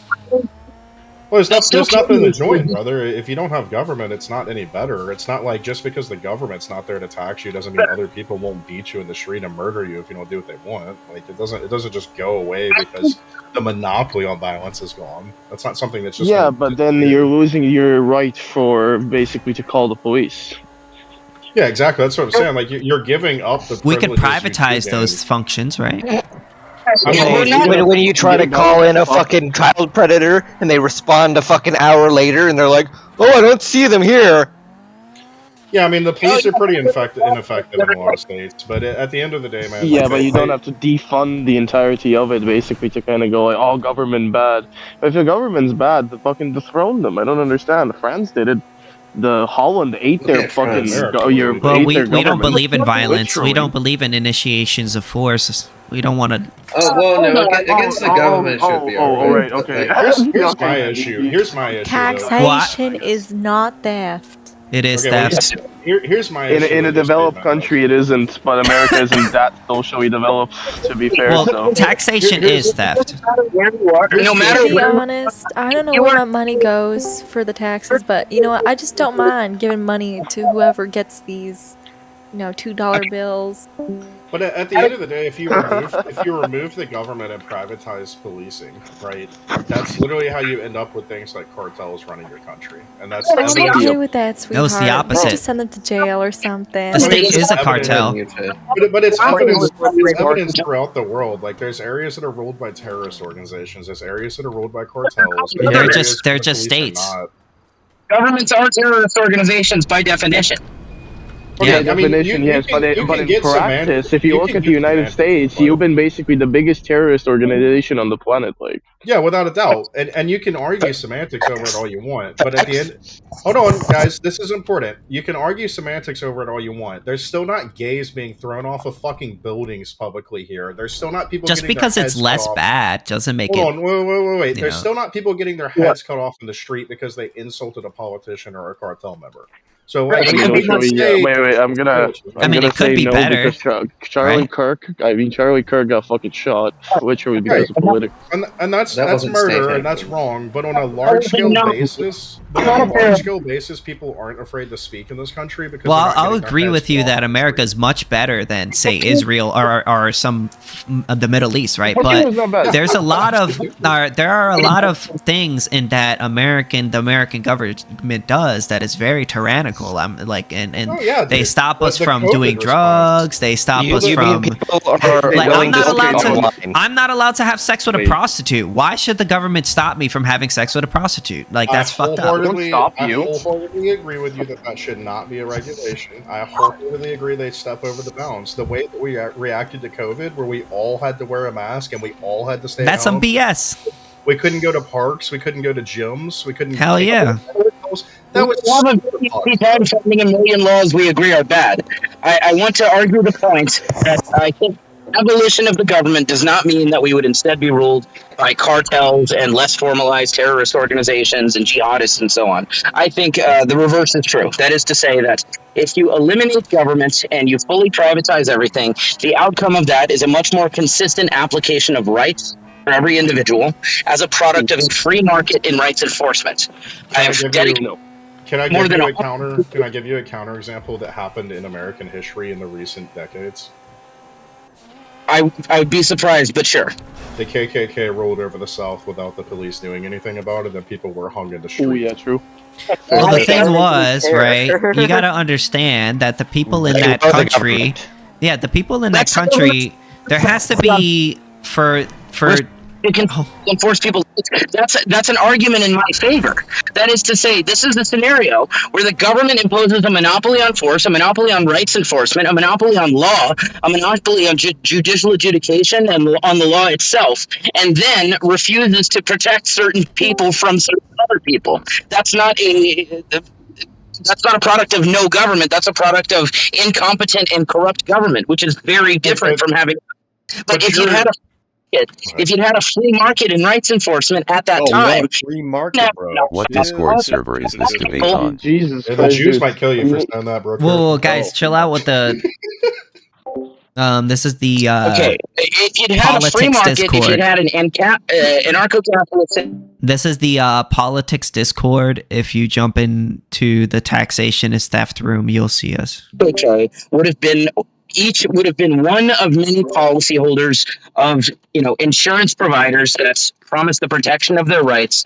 Any who fail to satisfy this demand are actuarially punished in the sense of losses. They would have to pay out claims, and it's zero-A business.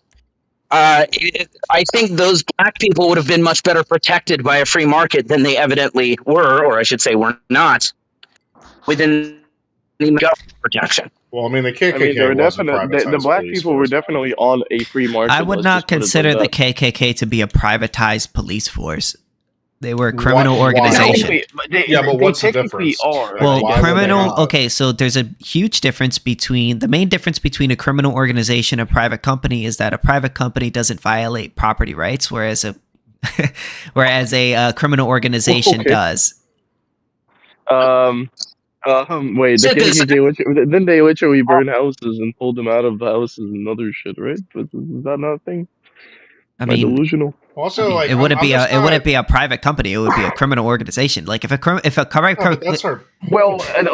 a company? Define me a company. It is an organization. I would say it's an organization or a group of people who are, invest in some sort of capital as a group of people, and they try to use that capital in order to gain some sort of profit or goal. They can be also a non-profit organization or not. But the idea generally is that it's a hold on. The idea of it is that it's consensual. It's not nobody's forcing you to buy their services. Whereas with a criminal organization, it's not quite the same. I mean, they're not forcing you. You can join them or not join them. It's up to yourself. Yeah, but the KKK weren't going around, hey, we're here to protect you. They were going around lynching people and murdering people. They were lynching, murdering. They weren't killing anybody. They weren't doing criminal acts. They weren't murdering innocent black people. They actively went around and said, "We're here to protect." Yeah, I understand that they said that, but they were violating people's rights. Correct? They were killing people. Correct? And that's our point. I'm gonna go. Okay, so they were. So wait. So they were a criminal. Can we all agree? Can we all agree that the KKK was a criminal organization? Can we all agree on that or no? We'll say middle. You mean is, but yes. Well, they are and is a criminal. It is. You know what I'm trying to say. They are a criminal. They're bad, right? They're criminal, right? Kind of our point, though. They killed. And no. Like, can we all agree that the KKK they were criminals, right? Yes, subjective. Yeah, but our point is the example of privatized police. Okay, I think it's kind of weird that you guys aren't saying yes. Like, are you guys trying to say that they weren't a criminal? They weren't a criminal organization. Sithis, our point is that when you privatize policing and do not have that monopoly on violence, what happens is private groups will rise to go be violent and seize that control, and they will end up being criminal and terroristic and hurting people. And our examples of that are Iran and Iraq and half the countries in the Middle East and half the countries in South America. Yeah, but those people weren't Ancaps. Imagine. Okay, but neither are Americans. So if you, I know, but that's the idea. Well, we're not trying to. Whoa, we're not trying to force anything. Okay, brother. Whoa, take it easy on that. But if you remove the government, you are forcing us to abide by the laws. We aren't going to just remove the government. We can't just press a button and remove the government. The idea is to change minds. Using our ideas. MK Ultra programs and other. You can't change the minds of people that are willing to do what cartels or the KKK, etc., are doing. Well, you can change enough minds. You can change enough minds to make a difference. Yeah, bro. The communism wasn't a thing until they made it a thing. The idea of communism certainly was a thing before the USSR, brother. Like, what I'm saying, but you know what I'm trying to say, bro. You know what I'm trying to say, bro. Just because Leninism. Just because Leninism and Marxism wasn't defined doesn't mean there wasn't groups of people trying to live. No, what I'm trying to say is it wasn't implemented until it was implemented. But it was there were was. share groups before. Oh my God, bro! You're being semantical. You know what I'm trying to say. You know what I'm trying to say. What? And I didn't even mention Russia. I never mentioned Russia. You mentioned Russia. I said communism in general. Yeah, but then you had what? Fucks me, the entirety. So you're meaning of to that. tell me? Wait, you're meaning to tell me communism was never like tried to be implemented? Is that the argument you guys are trying to make? No, we're telling you it the was opposite. implemented Okay, before. so then yeah. So if it was a relatively new thing to be implemented, right? It wasn't a new concept. Oh my fucking God! I know I don't know how you a new thing to be implemented. At one point of time. No, it was a new wasn't. Holy concept at shit. one point in time. There was a point in time where communism had not been conceived. Yeah, there was a time in which communism wasn't there, and then they thought of the idea, and then they tried it, and then they implemented it, right? But the idea that societies having no private property and sharing their resources under a centralized government being a new idea is like crazy, dude. That's not a new oh idea. my God. We're not saying. I don't think that's what he's saying. We're saying that at one point in time, right, that idea was novel. Right, we're not going back to the at some point in time the word rock was 1860s. fucking novel too, bro. We're talking about 6000 hold BC. on. The whole argument. Hold on, we gotta just let's rewind for a second. The whole argument that you made was like, oh well, not enough people believe it. It's never been implemented, and I was like, well, communism wasn't implemented until it was. But a lack of government no, monopoly has been implemented, and we're telling you what happens is that cartels take over. You're not understanding. You're not understanding what I'm saying. No, he Whatever. understands very well. You're arguing that. No, shut up, please. Like you're basically arguing the privatization of government in the sense of like local governance and basically letting the people govern themselves is not gonna hurt anyone. Homie, have you seen Afghanistan? And I'm not saying that basically because it's Afghanistan. I didn't know that Afghanistan was ANCAP. What? No way. Oh wow, they're so ANCAP. Oh my God. Bro. I'm gonna move there. I'm buying a plane ticket right now. This is what I come back to. This is what I come back to.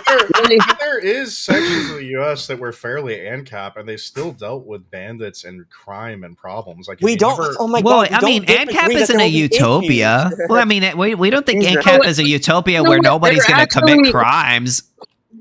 Look, there actually was an area of American history that largely incorporated ANCAP principles, and it was much of, not all of, but much of the American Old West, the frontier societies, various mining encampments and cattle ranching communities of Wyoming and Montana and so on. And within these communities, it didn't look like a Western movie. That's largely Hollywood. There's an interesting book about this called The Not So Wild, Wild West. Within these societies, they incorporated ANCAP institutions along, and not that they were ideologically ANCAP, it's just kind of what the market did naturally. They used, instead of having like government police with like, the sheriff and so on, they had private security companies and range detectives and so on that they would hire to enforce their rights. And then when there was a dispute would arise, say you rustled some of my cattle or something, the dispute would be brought before a private arbitrator. Essentially, this would be a cattlemen's association or a land club or different kinds of arbitration. And so they replicated all of the functions of rights enforcement and law within the context of a society largely disconnected from the rest of American society. This is prior to the days of cell phones and ubiquitous settlement of most of America. They did, in that time and place, by the way, they did manage to establish telegraph rally stations across the West in remarkably kind of deserted places, which was interesting. Look, the people that were going out to the West were generally speaking unwed young men, for the most part, that were going out there in pursuit of their fortune. And they tended to be the wilder kind of men. It's a certain kind of man that goes out into the frontier. It's not that different from men that were going to Alaska in, say, the 1930s or something. It's a special kind of man. Even that said, the vast majority of violence that took place in the American Old West was not between settlers. It was between Native American tribes and settlers, or between Native American tribes, meaning it wasn't intra-societal. It was inter-societal. Yeah. What was the average population of a single town in the Wild West?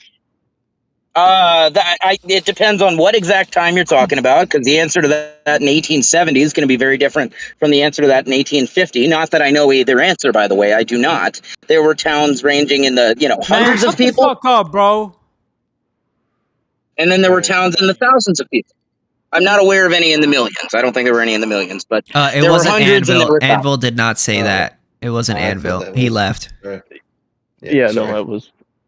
Don't worry, I got your back. We can move fast. Thank you. No, what I'm asking is because what I'm trying to say here is because you have such a small populace, it's easy to govern, because it's very the people that are governing you to some degree, and you know why you paid the money or the But tax. they weren't governing you. At least in that context. You literally They weren't governing you. wait, stop. So basically, you said that they had private arbitration, they had private security, and they had basically the security push their rights or whatever their opinions were back in the day, which are usually mostly common interest because there's so little people that you actually have to function for the common interest or you all die out. And No, that's why they were not large. They were generally not communists. That is to I'm not say, saying that they they're were communists for fuck's sake. I'm not fucking arguing the communist point. God damn it! I don't know why everything's common so interest backlash. sounds commie. Oh shit! You know what else sounds like a terrorist? Personal interest. Bro, what? Like, No, he said not terrorist, communist. I'm telling you, then the personal interest is terrorism. Wait, what are you trying to argue here? The job of a private security company. The job of a private security company is not to enforce communism. Are you calling the ISS communist then? The International Space Station is a communist Yes. station? Is that No, it? they're socialists. No, I would say they're socialists. No. Yeah, That it's means got they're fucking because government they're- funding. Yeah, exactly. By who? The state. Governments. I.e. the institution of Government's correct. socialism. Okay, so is the entirety of the world communist then, if by that definition? Well, I would say Socialist, they're yes. socialists to a certain degree. Yeah. You're spending billions to launch 10 people into orbit to basically get them to do some research about our own planet and the It was funded by external- taxation. Taxation, my fucking ass. There's also what about NASA? That's just a fact. I mean, it was funded by taxation. Yeah, but NASA that means is a that they're socialist they're institution. communists. NASA is a Socialist, yeah, socialist they are institution. Yeah. I mean, they are run by the state. It's a Yeah, state socialism, institution. yeah, government does stuff. When you are in It a is. small Yeah. tribe or a small fucking populace, you're trying to make sure that everyone survives because everyone is necessary. How you doing? Especially, you do. Wait, Like if one of the people on the ISS Looking for died, Serena. any of the cosmonauts die, you have a massive fucking problem. Because what one of address these- is this? This is 3203. Perfect. Mute yourself real quick, Tax. Awesome. You have a good one. I think he just got his. No, I think he Lord might have Ashton. finished it. Yeah, I think he might have finished it. I mean, you can go. You can go ahead. I'm listening. Yes, sorry. No, what I'm trying to argue is that basically because you have such a small community, you only have a few individuals that are actually helpful, doctors or even priests, due to their fucking usual nature of they know how to, help people. Or some people are, I don't know, minors or something of the sort. So you try to hopefully help everyone to do their job correctly, because at some What does stage. that mean? I don't understand the What I'm trying to say- question. Yeah, we There's have a no division of labor, if that's what you're saying. No. Fuck's sake, why is it so hard to explain this shit to you people? When you have a small organization or a small amount of people, easy to govern them, especially when there is no outside law being enforced, and it's a fucking wasteland, which exactly was the Wild West.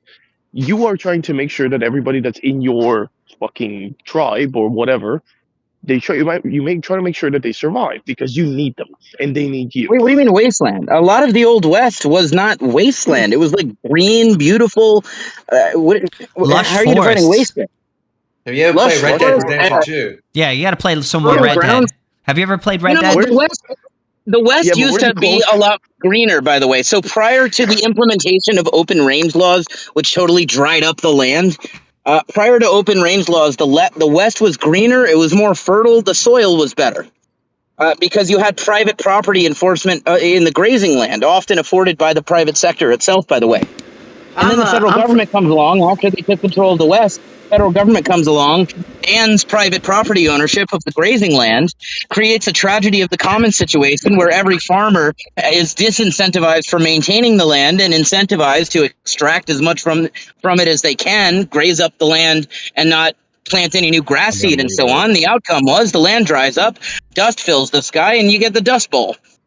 And as a consequence, to this day, the land out west is substantially more arid and less fertile than it used to be.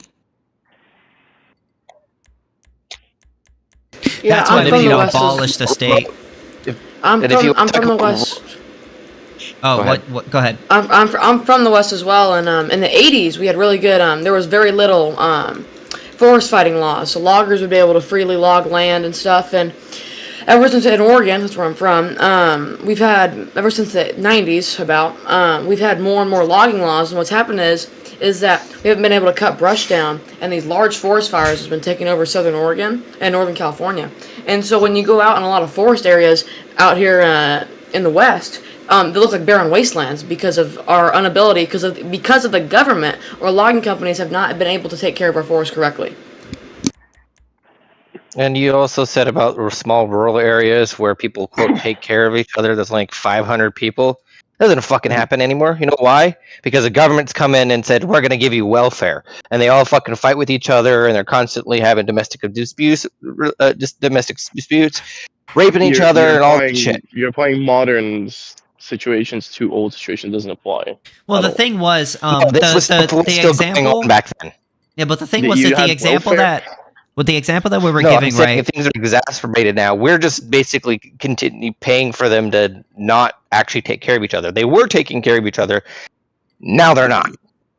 Yeah, but how do you take care of hundreds of millions of people, and especially if tens of millions Mutual of people aid. that will not operate? You don't have to. Nobody is responsible for taking care of millions of people. You let those millions of That is people each literally the take care of government's themselves. job. No, it's not. You can let each of those people take care of themselves. Yeah, people are No, self-sustainable. Obviously not. Well, the thing is, Well, no, when you look at the the example, fact that the government gives welfare is not an argument that they need to give welfare. It's just an argument that they do. And of course, if they're offering it, everyone's going to take it. Well, I will say, as somebody who's not ANCAP, I will say humans certainly used to be a lot better at taking care of themselves before they learned before they learned this like helplessness and the welfare state created. Learned Yeah, helplessness. Yes. With development of technology, you develop comfort, which is then very useful. Like this dude that just ordered DoorDash, you just got food delivered to your fucking door from some X, Y, and Z restaurant. And Like that would you have never develop. happened. Don't feed the squirrels. No, I'm trying to tell you basically that because that is implemented, you don't have the need. Like a lot of my generation, like I'm Gen Z, but like the first generation of Gen Z, right? So I'm mostly millennial. You would learn when you were young to basically that you need to cook for yourself, you need to clean after yourself, you need to, do basic, I don't know, mechanic shit in the sense of like I fix my car. Most of my generation doesn't know what the fuck what is it called? I don't even know what a radiator is, bro. Yeah. Like they don't know shit, and that's pretty expected in my generation, right? Because this is the byproduct of constant technological comfort, and because you're not using technology as a tool but as a way of life, you're gonna have problems all the way to the end.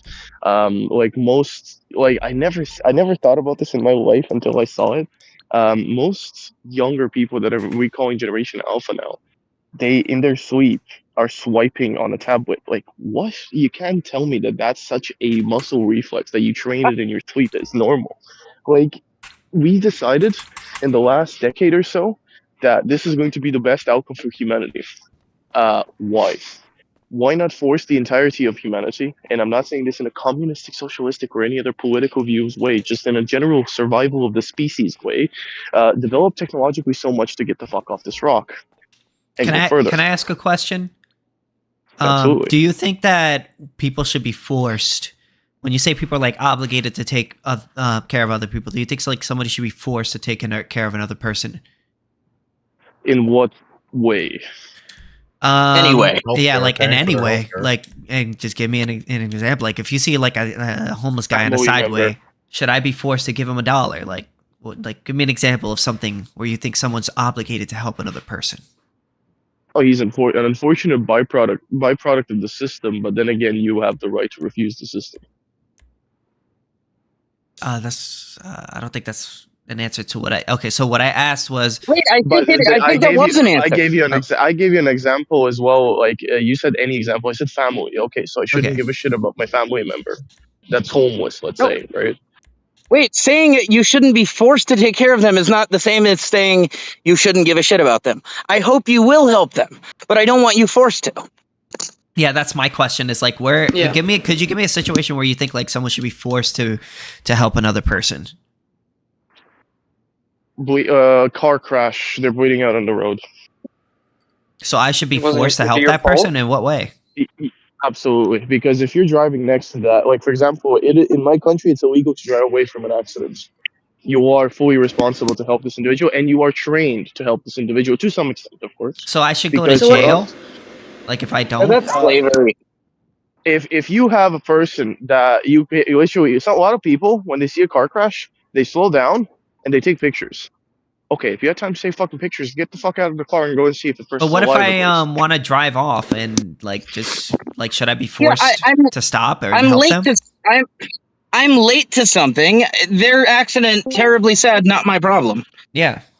Okay then, you don't stop, I guess. But that's Well, on you. okay. The question is. Describe to me why I need to do that. Yeah, the question is like why like should that person be forced to stop or not? Like from your perspective. You know how they define? Do you know how they define a well-operated society, or generally the start of society? The exception, or the basically the understanding and exception of property rights. No. So how we define the beginning organized society? Listen, the way that we started to understand healthy and actual helpful societies is off of broken femurs. Broken femurs are basically impossible to survive on your own. Someone has to take care of you. You have to be a burden. That's why we know that there was an. So like if someone has a broken femur, should like someone be forced to take care of them? Yeah, no, but they love them. They take care. They love them, and they know them, and they know that what they're capable of. And yeah, I know. Listen. Listen. Just hear the question and try to answer the question itself. What is it, buddy? The question is: should I be forced? Right? Should I be forced to help a person whose femur is broken? And then again, you're not giving enough context for the question to be properly answered. Well, what context could you possibly need? Yeah, what more do I need? What do I need to add to this? Is this a random fucking person? Is it? I don't know. Like, what the fuck? Let's assume it's a random person. Would that make any difference? Would it be a? And has this person been in your fucking vicinity for the last unspecified amount of time? What can I just give us the scenario where give us the scenario where you think it is acceptable to hold me at gunpoint and frickin' fix this man's leg. Tell me that exact scenario. Give me a scenario where it's okay to force someone wait to a minute. help another I can just devil's advocate, Trex. I can give you such a scenario. You broke his leg. You broke his leg. That's different. No, that's not what we're saying. That's way different. That's not what we're saying. Taxation. We're trying to make a point. Listen, so Escott, I know. I'm fucking Jewish. I'm being devil's advocate. I know, but it's not helping. Yeah, I know. But we're just saying, okay. So what we're trying to say is like, when is it okay to force somebody? I know that. When is it okay to force? Hold on. I'm not finished. Oh my god, you guys are killing me, bro. Please let me finish. So what I was going to say is, when is it okay to force somebody else to do something that you want, or to help somebody? I got an Uber Eats order for Kerfer. Oh, that's please be right. You can basically force anyone to help anyone at any stage, because if you have the function of force, you can make them do whatever. Not the ability. We're not talking about the ability. How do I justify that? I don't have to. It's force. There's force behind it. You don't technically have to justify it. We're not talking about the ability. We're talking about whether or not somebody has the right, or should have the right to be able to force somebody to do something. Force and right do not have the same value. I understand that. That's why I'm differentiating them. I think Neville's reply basically, for lack of better words. So, like, for instance, should I be forced to help my mother? Yes. Okay, so Why? like Ew. if a person, Fuck my if mother. I'm not helping my mother. So like, Don't- let's don't say touch my your mom, that's mother, not good. like, let's say my mother I needs guess my you can help know with about that. something, and I say I refuse to help you. What do you think should happen to me? Sorry, can you repeat that? I didn't hear it from the. If my mother needed my help with something, and I refuse to help her, what do you think should happen to me? Depending on the context, if it's minor or major. Give I don't me. know. She breaks her leg. Yeah, like she breaks her leg. Yeah, you do. You should be Okay, so forced to what do help you? her. Okay, so what do you think should happen to me if I say I don't want to do it? If we're talking in governmental terms, then you, I guess, shouldn't be punished. But if we're talking in a private way, like in a family way, you will be morally Well, punished. by your okay, family. so let's get to the That's his meat. reputation. Let's get to the meat. Let's get to the meat. Let's Everything get is to the meat. interpretation. So, give me a situation where it would be okay for the state to come in and force you to help somebody. There should major. Let's say major. I'm not going to say apocalyptic shit, but let's say what is the law that you guys have in the States? Is it welfare check? A lot of bad ones. Welfare? What is it? What, the welfare check? So you think we should be forced to help the poor? Basically, what you're saying. No, you misunderstand. Welfare checks can be sent out by the police as well, or someone is just concerned about thy neighbor. You mean a different kind of welfare check? That's the state. Okay. That's the state. I didn't Wait a mean, minute, yeah, but who is being forced? Okay, in the case of a welfare check, in the sense of like police checking on somebody who's believed missing or something, that the only sense in which that's me being forced to help someone else is you could say my taxes pay for the police, but the police are not being forced, and they don't just conscript some random person and make them go check on that person. Respectfully, guys, you guys are not understanding. You guys are moving away from the question that has been asked, which is essentially, when do you think it's okay you're to trying, for the? you're trying to make a point basically by making us. You're forcing us into a corner with this question. Like I'm not forcing you into a corner. You are. No, you are because you're forcing me to answer no. Because Well, I'm not making you do anything. I can't make you answer anything. You're leading me on to answer no, because there's only one answer to that question, and the answer is no. In a way of like, oh, government bad, and they cannot do shit, right? Okay, so you don't think? Okay, then you could just say that. You could just say no. I don't think the government should force you. Yeah. The government should not be able to force you to do, in a sense, good, quote unquote, subjectively for some of their goal or whatever. But like, all right, then you're with us. Then you're with us, yeah. You're with us, man. Actually, I'm actually against you, because governance itself is very helpful for generally people. And So you do it to a good degree. So you do to a degree, at least to a degree, believe that some people should be forced to help others. Correct. The difference between governance and government, as well. What way, you have a prison system, right? Yes. They quote unquote help people by making product for very cheap, right? Because they've done horrible shit. That's like, but that's They don't kind have of that's rights, slavery, though. though. The criminals don't have rights. We don't like the prison. Who took away the rights, right? Who took away the rights? The government state? or the people that made the government? Because Both. laws can only be put into place, especially both. from a They are stopped from advocating for their rights because they have shown that they have no regard for rights. That's why they don't have rights. Which is a human's right violation, which means No, it's that not. It's not. Well, In it a depends sense, on what they did. It depends on what they did. Exactly. Yeah, in a true, sense, true. they consented, right, to being forced into a cage, right, because they have shown no regard for rights. So it is irrational to show them a regard. Assuming that they did not, assuming that they violated someoone's rights and that they didn't, and then they're not in jail. That's not true of most prisoners. Yeah, most prisoners did not violate. Most prisoners are. Most prisoners are not murderers or robbers or burglars or rapists or something. Most prisoners are drug dealers and people that were carrying a gun without a permit and so on. That's why I added the extra caveat at the end, because I didn't want to be too autistic with it. I was just adding the little caveat, which is assuming that the person is not initiating a force against an innocent person. All right. I have a question then. So then when we're talking about the context of a drug dealer, right? Do you think... what's your thoughts on like drug dealers going to prison, like, and their rights? They should not. Nothing should happen to drug dealers. Drug dealers are. I'm asking Anvil. I'm asking Anvil. Oh, okay, got you. Oh right. Well, depends again on sorry, English is too early. It depends how high up they are and what they've done to distribute drugs. Do you think drugs should be Okay, legal? what if you have somebody? Yeah, what just What happened? if you have somebody? I think all drugs should be legal, and I'm taking Portugal as my example. Based. Okay, I will point out.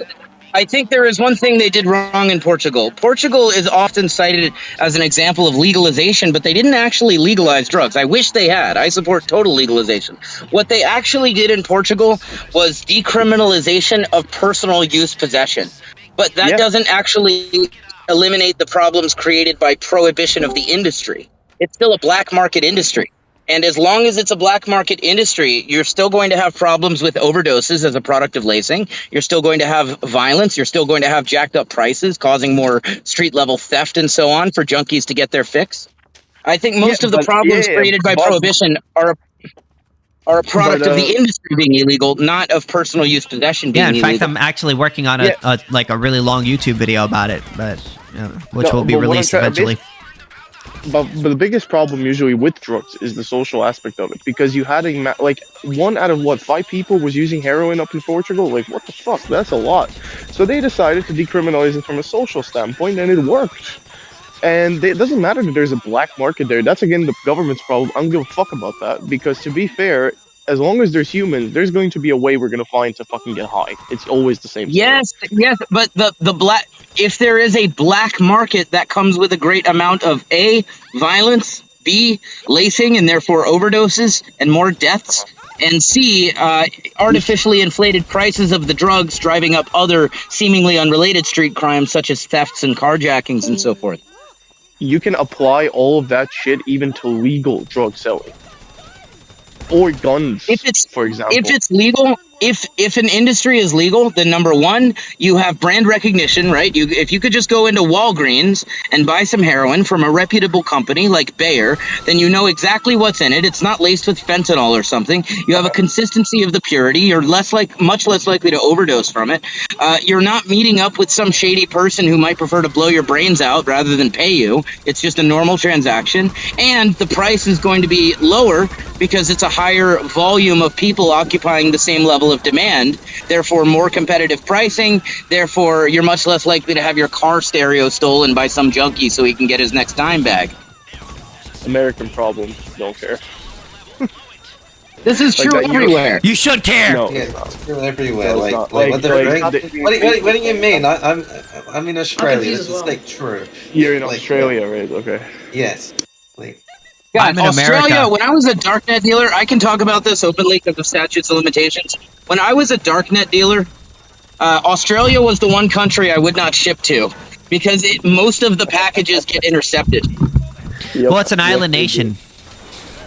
Yeah. What? Yeah, see, we do what Dave Smith does. So it's easier. We put our entire fucking military and put it on that border. Yeah, basically. I don't remember ever having any customers in, say, Ireland, but Ireland is also an island. I would have had no problem shipping to Ireland. I don't think I ever did ship to Ireland. Yeah, they're not as Ireland, strict. They don't have their entire navy on their border. Like, we have like submarines and. When you live on a country that's on an island, it's more easier to control the imports than for a state. I mean, it's not impossible, but it's easier. Surprised. No, I'm not saying it's impossible. I'm not saying it's impossible. I would say it's harder because when you're in it. Because if we're gonna look at the drug imports, for example, you know what? You never probably ship to Ireland because, to be fair, the actual the guys that are running the drugs here, I don't know what their names are anymore, but basically they set up very good routes. Because you had Amsterdam very close, that's close to the UK, and then off the UK you ship to Ireland. Ah, yes, so, thank you. And then also France, very good fucking ports, which basically mostly was importing, I think, in the late 80s, and then they kind of got fucked by the French police and shit. But we're spiraling off. You never ship to Ireland because they don't need it. They have very good chains of supply chains. God, thank you very much. Your one antidote destroys every single hypothetical.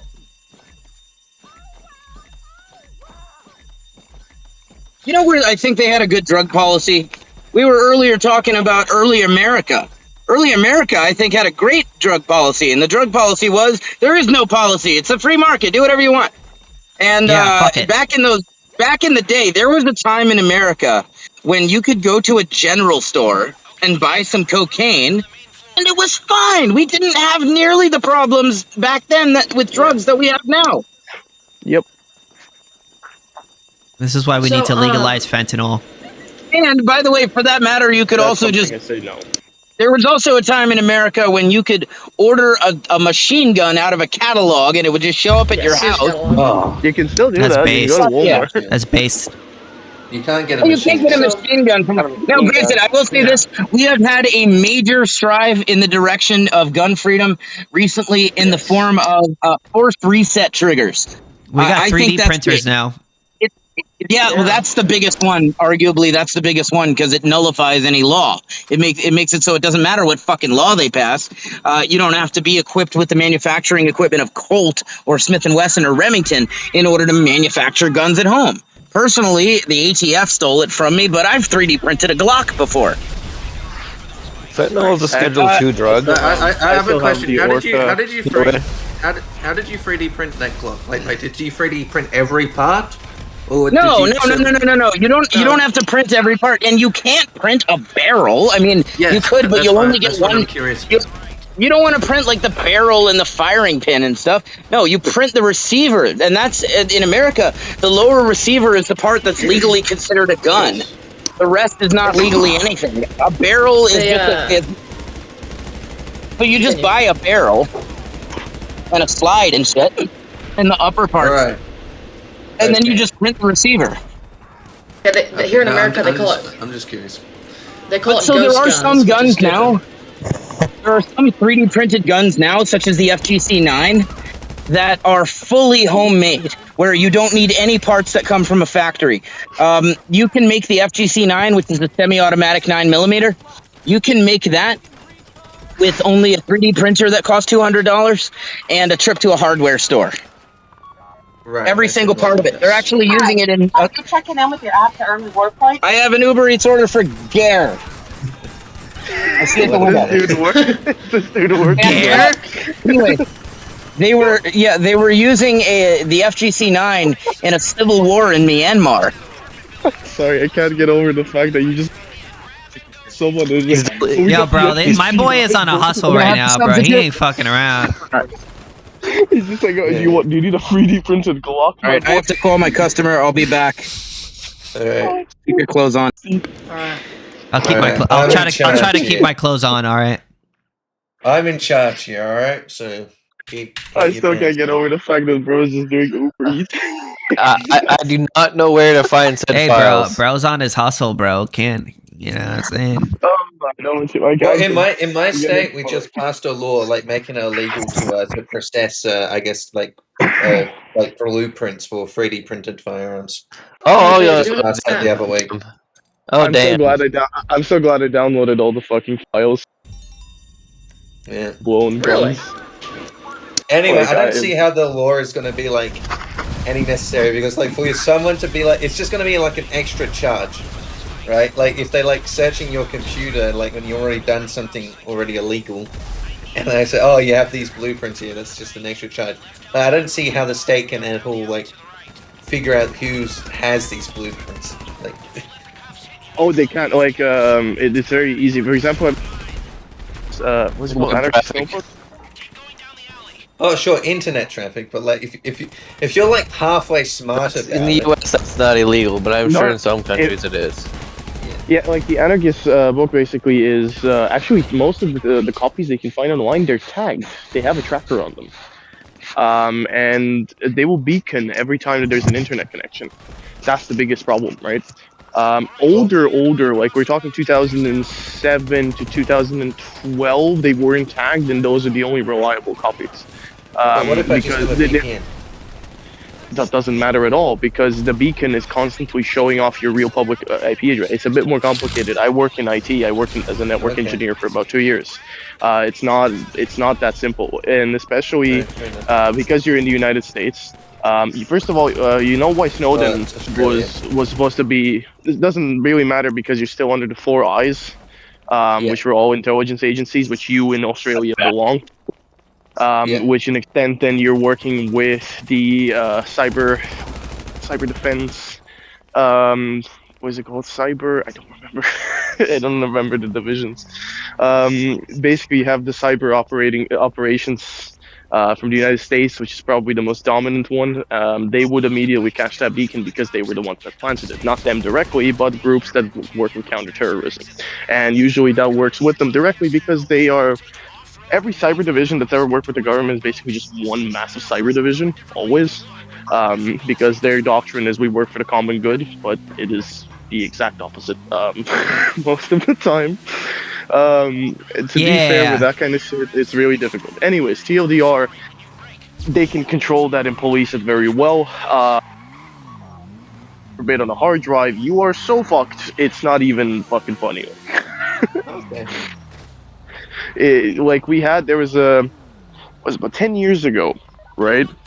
Someone was bragging online that they managed to, which was big back in the day. Now someone eating shit from the Pentagon is like breakfast. All right, just everything. All right. I got any throwaway food? Hey, bro. I can't even. Hey, you got any throwaway food? You can't blame the guy, bro. You know what I'm saying? Are you poor shaming right now? Are you poor shaming right now? Most of what I eat, I get for free from restaurants that were just going to throw it away anyway. I'm an Uber Eats driver. This is part of my hustle. Do you understand? I'm very poor and very fat. Do you know what skill it takes? I can't even argue with that. Very poor and very fat. Only in modern day America can you be extremely poor and also like very fat. No, that's not true. It's actually much easier because you guys have more overproduced food that's cheaper. So you were going to eat that, obviously. Which means that if you don't exercise... you can be fucking... It's not expensive to eat healthy food. People are just fucking lazy and fucking...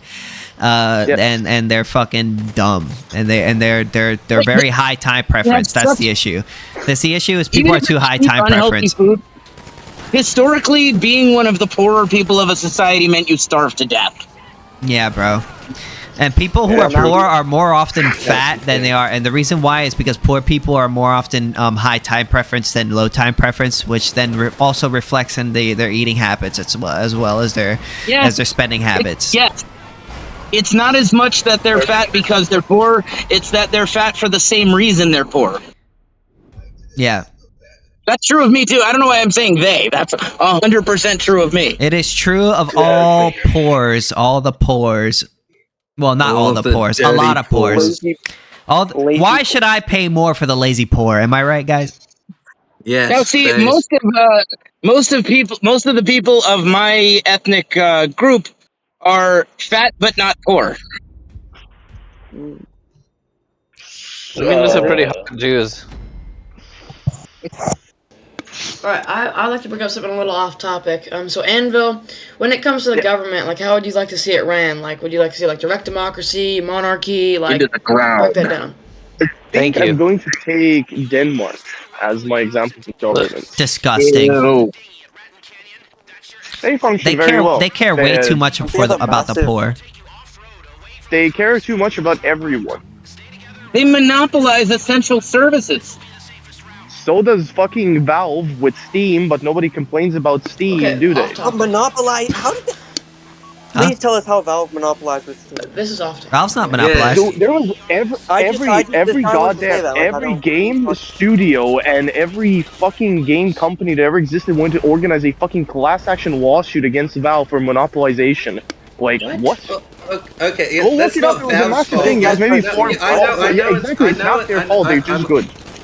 Yeah, they're just good, but it doesn't mean they're a monopoly. Like I had the Minecraft launcher. I had like the Escape from Tarkov. Like I have Escape from Tarkov is on Steam as well. Yes, but it wasn't originally on Steam. It wasn't, because they didn't allow them because you can't put the fucking early access. access game and not release the full Those are game under fucking a year. pointless retards half the time, so it makes sense that they think that way. How do you define a monopoly, Anvil? Monopoly is basically one person or company owning one said brand or product to distribute to the people and not allowing anyone else on the market. But there's competitors. There's GOG. There's Microsoft Store. There's competitors. See, Valve does not have this one big Store, company. are you serious? Yes, people buy from there. Yeah, I mean, so wait, Xbox there are Game Pass. competitors. Xbox Game Pass Like is there very are popular. competitors. There's not just one doesn't- seller. It doesn't matter if the competitors are smaller. Also, they are. Also, you could competitors pirate and video people games. Buy from them. God bless. You can always pirate. Yeah. Yeah, you can always pirate. Morally correct. Always morally correct. I think pirating games is so based. It's actually, I think even Gaben said it best. Privatization is not a problem. People won't pay for a game. It's just more of like they don't have the resources to pay for it, so they were not going to basically buy it. They're going to pirate it. That's basically the biggest thing. Like for example, Brazil, right? Steam in Brazil has special prices for them because fuck me, no one's gonna pay $50-$60 for a game because holy shit, that's almost half of their monthly income sometimes. Whoever's in the in the back, please do not open the door again. A game on Steam in the United States because there's price differences. You can. No, I can't. Why? I because there's just price differences and it's like it's cheaper for me for Steam games. Games are cheaper in Australia or whatever than they are in America. So I can't gift people games. You can. You should be able to give them the product key. No problem. Like this is what I used to do. I can probably give them the. Can't gift them You through could Steam. you could copy the files You and give can, him yeah, you that. absolutely can. You could copy the I've files. tried it. I can't. You can't gift them directly, but you can buy it, ask it to be a gift. You get the key, and then you can unlock it anywhere. That's why you can sell keys online as well. people stuff on Steam. That's how I did it because dude, I was poor. Keys are functional.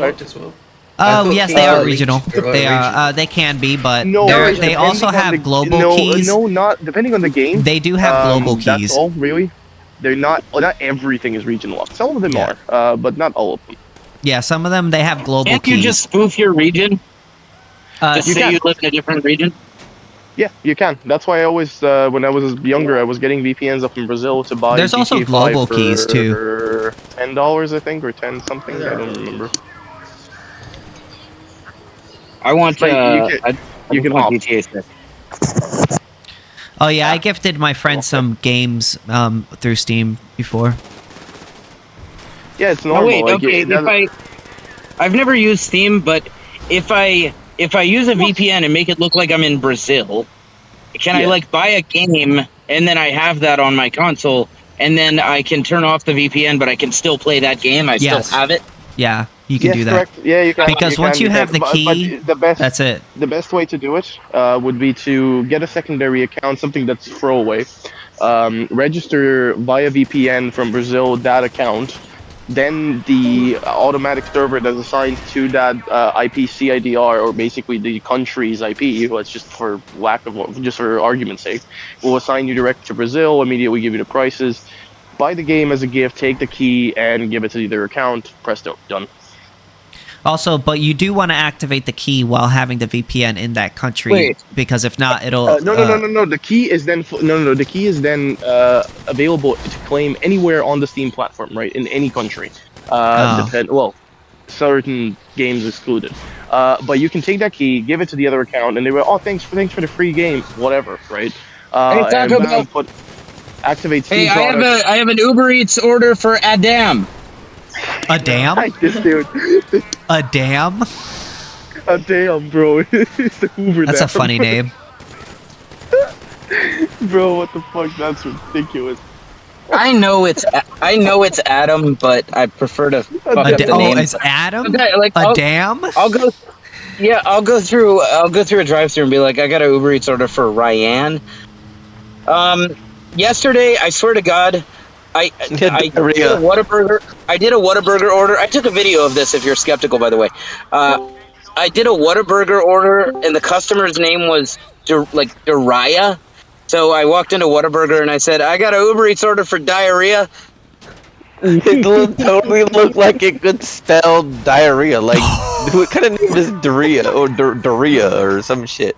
Diarrhea. Like, Who gives their child? Looks at their child and thinks like diarrhea or But Doria? who looks at their child name and was. gives them the name Bob? Like, what the fuck? This, I got some bad news, bro. What's up? I'm a Keynesian now. What? Why? Who said that? Why? He's a what? He's Why? a Keynesian now. That guy like little Well, what boys. So did Michael doing Jackson. We still listen to his fucking. Bro. Why? Why? Why? I disagree with Keynesian. Why have you betrayed us?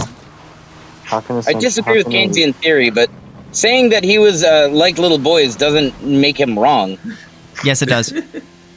He was wrong. Okay, no, if we found out that if we found out Rothbard liked little boys, we wouldn't suddenly say all his economic theories and stuff were wrong. I'm abandoning out everything if I found that out. No, I'm just kidding. This on a real note. I don't think. Okay, I like Subway. I'm not abandoning Subway. Okay, let's Jared. We're just kidding. I was just kidding. How you doing? I was just kidding. The Uber Eats. On this hill, please. This whole conversation gets derailed by the Uber Eats. Man. I know, bro. This guy. Y'all got any throwaway food? You must have something. I'm all kinds of hungry. I'm not gonna die. I just don't think that Maybe what order the never hell, got bro? up. I don't think that. anarchists. Think I get a freezy though? I'm gonna die. Can we let him speak? Can I get a freezy? Speak, man. Okay, respectfully, taxation. Do you mind muting yourself when you do these orders so that we don't have to listen to it and we can continue the conversation? You know. Can I get that? The mango tea? No, he's not even here. I'll just mute him myself.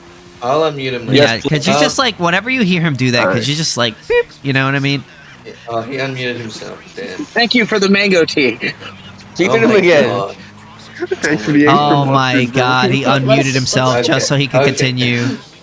All right, Jackman. I want to hear your point. All right. Why Keynes? I don't think that Can I get an extra portion of the John? Can we please let Jerkman speak? Can you please stop? But I don't think an anarchist society can control a stable enough banking system during recessions. Ooh, You I do realize disagree that with the boom and bust Control cycle a is bank. created by the state, right?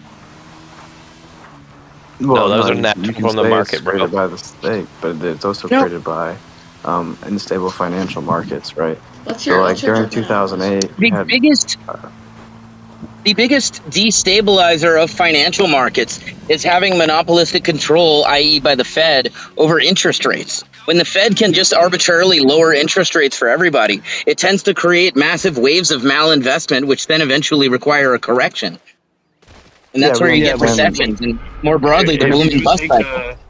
we understand the idea of not to be stupid. Can we please stop talking at the same time? Yes, please. Yes. I want to hear Jackman speak.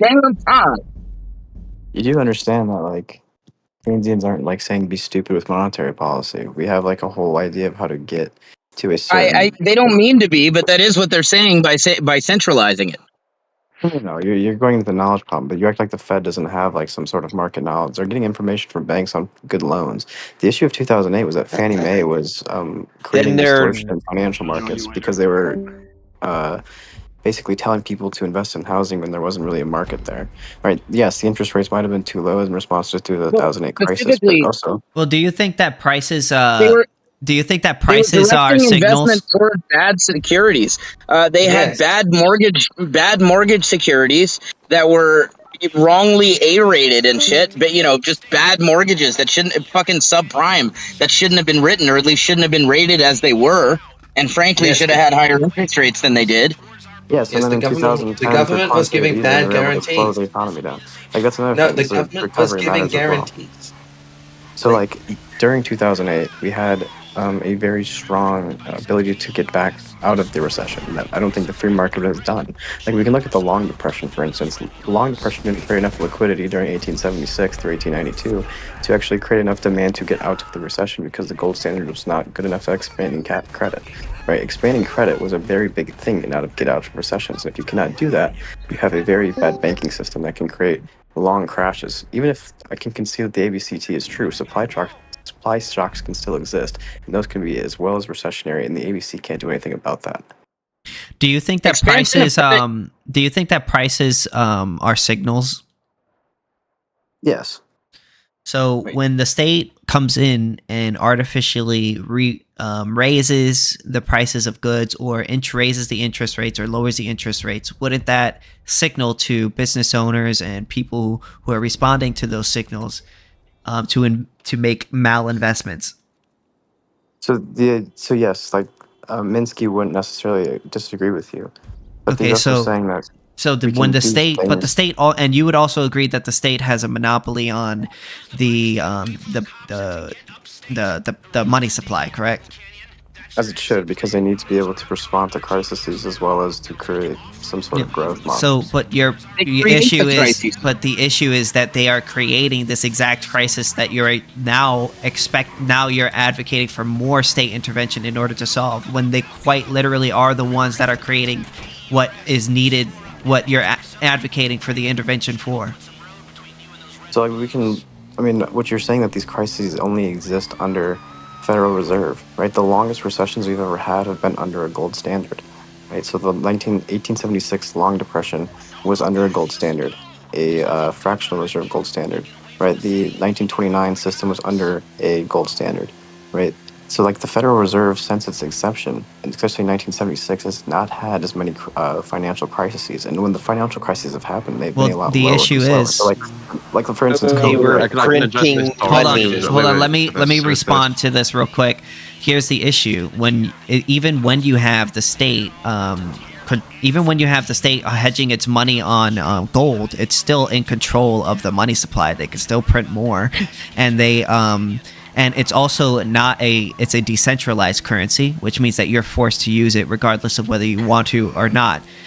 So those issues still are that's still an issue. I mean, although you're better off under a gold standard than you would be otherwise, it still doesn't really solve the issue. It makes the issue much worse. That's why us Ancaps, we believe in a decentralized money supply as opposed to having one monopolistic money supply that will allow for bad money to be weeded out of the market and allow for these price signals to actually mean what they actually are supposed to represent, as opposed to having somebody at the top sort of arbitrarily being like, I think we should raise this rate, I think we should lower this rate based on what I think would help the economy. I want to say something. That's not how the Fed does things. That is what they do. You mentioned wait, I want to address this. So you mentioned under U.S. free banking, or at least what was close to American free banking, there were longer recessions and depressions, which is true. The problem is that you can link those recessions back to an increase in the money supply. So, for example, after the Civil War, there was an increase in the money supply, and there was also another increase in the money supply. Not to mention, a lot of those recessions had, they weren't as bad per se, and a lot of the time. So you're saying the Great Depression wasn't as bad? I'm not talking about the Great Depression, but that was under the Federal Reserve. The state made it a lot worse than it would have otherwise been if it had not intervened. I would say that much. Yeah, burning crops, great idea. Hold up, really quick. So you guys are kind of fighting a few things here, right? So, the Long Depression was not a depression that was due to the money supply. The Long Depression was actually an issue of output outpacing the money supply, right? So, I'm sure you've seen the money velocity. Well, if I'm not mistaken, the Great Depression started because there was an overinvestment in food and things like that, and they created more food than what was. Oh, sorry, then I'm mistaken. My bad. Go ahead, continue. So, I was talking about the Long Depression, which was in 1876 to 1892, right? So, yeah, there was the idea wasn't a credit expansion that caused the crash. what caused the crash is they weren't able to expand enough based on output growth. The issue is when you have a monopolistic monopoly over the money. Non-monopolistic system. I'm talking about the long depression. There wasn't a monopolistic system. So wait, there was no money. Wait, it was a free. Wait, we had a complete. You're saying there was completely free banking, as in every bank could create its own currency. No. That's not what he means. Free banking in a sense, though. Free banking is fractionally reserve banking. That's what they mean. As in, it's completely privatized, and it's not No, it's that these people were fractional reserve banking, right? Meaning, right, that they were giving out more coupons for that than they had gold stores, right? In fact, they were committing fraud. Yes, they were committing fraud. That's what they were saying. That's the cause of it. Well, if there's a difference between someone committing, generally when there's a bank committing fraud, right? What eventually happens is because there's a free market, it only negatively affects the individuals who are investing in that individual bank, whereas when you have one bank or monopolistic system and that one crashes, it affects every single person in the whole country negatively, which is really fucked. Before we go forward, are you a full reserver or a fractional reserver? I'm a full reserver. I would lean more to a full reserve, but I don't really know. Why is it one or the other? Let the market have both. Yeah, I think the market should have both. Fractional reserve banking is fraud. I'm sorry. I'm not sure. No, it's not. I'm not sure it's fraud. It's literally unless if you actively detail to your customers, right, saying, okay, we do not have a full supply of gold at all times, right? I guess that wouldn't be fraud. But in most cases where fractional reserve banking is practiced, that is not done. Our advances on contracts. Our advances on contracts. Hold on, just want to go real quick. I just got a real quick question. Are advances on contracts fraud? Advances on contract, so you're getting paid in advance, before you've given the product. If that's what's agreed to, no. Well, then you could make the same argument with a fractional reserve because, right. This is stupid. What you guys are going on here? You guys are debating each other. You guys agree with each other. Okay, I don't know. I was just asking. Go ahead, Jerkman. Under a free banking system, right? If there is a supply shock, we'll assume that the ABCT is without a doubt unvaluable, right? If there's a supply shock that causes a recession, which I hope you agree is possible, and there's a financial crisis, because there's no lender of last resort, how will these people get paid? If it's a full reserve system, there's another issue, and I will go towards that. If it's a fractional reserve system, they will basically be like Trexanon is saying, they'll be defrauding their customers. They will not be able to pay them back if there's a failure, meaning there will be a liquidity crisis and bank runs will go everywhere, and there'll be a complete distrust of banking in general. But you're assuming that everybody's invested in one monopolistic bank that controls the whole market. So like in 1929, there was literally 9,000 bank crashes, right? Even if they have a free banking system, it is possible a supply shock can cause a financial crisis. But really quick, are you going to observe here, based on this fact, a fractional or full reserve system? I'm not sure. I don't know. I haven't really thought about it that much. Here's your one or two. All right, either you are a fractional reserver, and no one will get their money back if the bank fails, or to a certain degree, whatever their fractionals will hold, it'll still not be as good as a lender of last resort, and there will be a liquidity crisis. Well, can those guys get charged for fraud if they don't repay it back? So now you're a full reserver. Wait a minute. It's not one or the other, though. No, because it's kind of like saying, are you a sourdough breader or a sourdough breadist or a white breadist? Let the market produce both. People can choose to have a free bank account. I think what taxation is. And the market people can choose a bank account that doesn't charge them. The market will overwhelmingly choose a full reserve system. The market, maybe. Well, look. Yeah. Do most people want to pay to have a? I don't think most people want to pay to have a bank account. So then, how? Okay, if we're going to go for a full reserve banking system here, right? How would they create lines of credit as soon as money velocity goes down? If money velocity goes down, the only way to increase it is to increase the money supply. Velocity going down will have long-term demand effects that can create extreme issues, especially if output is skyrocketing. You Right. So seem to be the assuming a monopoly currency. no, I'm not. I mean, this could be based off just value in general. Like money supply has to increase for anything to happen. It could be gold, it could be whatever, right? But we still have the same basic factors, right? The quantity theory of money says that if output grows really fast, right, and the money supply does not grow fast, you're going to have a deflated currency. Deflation is bad because you will not be able to pay back loans in the same way. Right. So you wouldn't use the deflationary commodities as your it's too late. As your credit currency. It's too late. It's like, especially like, for instance, if output grows fast, like it did in 1876 to the second industrial revolution, which caused basically the long depression.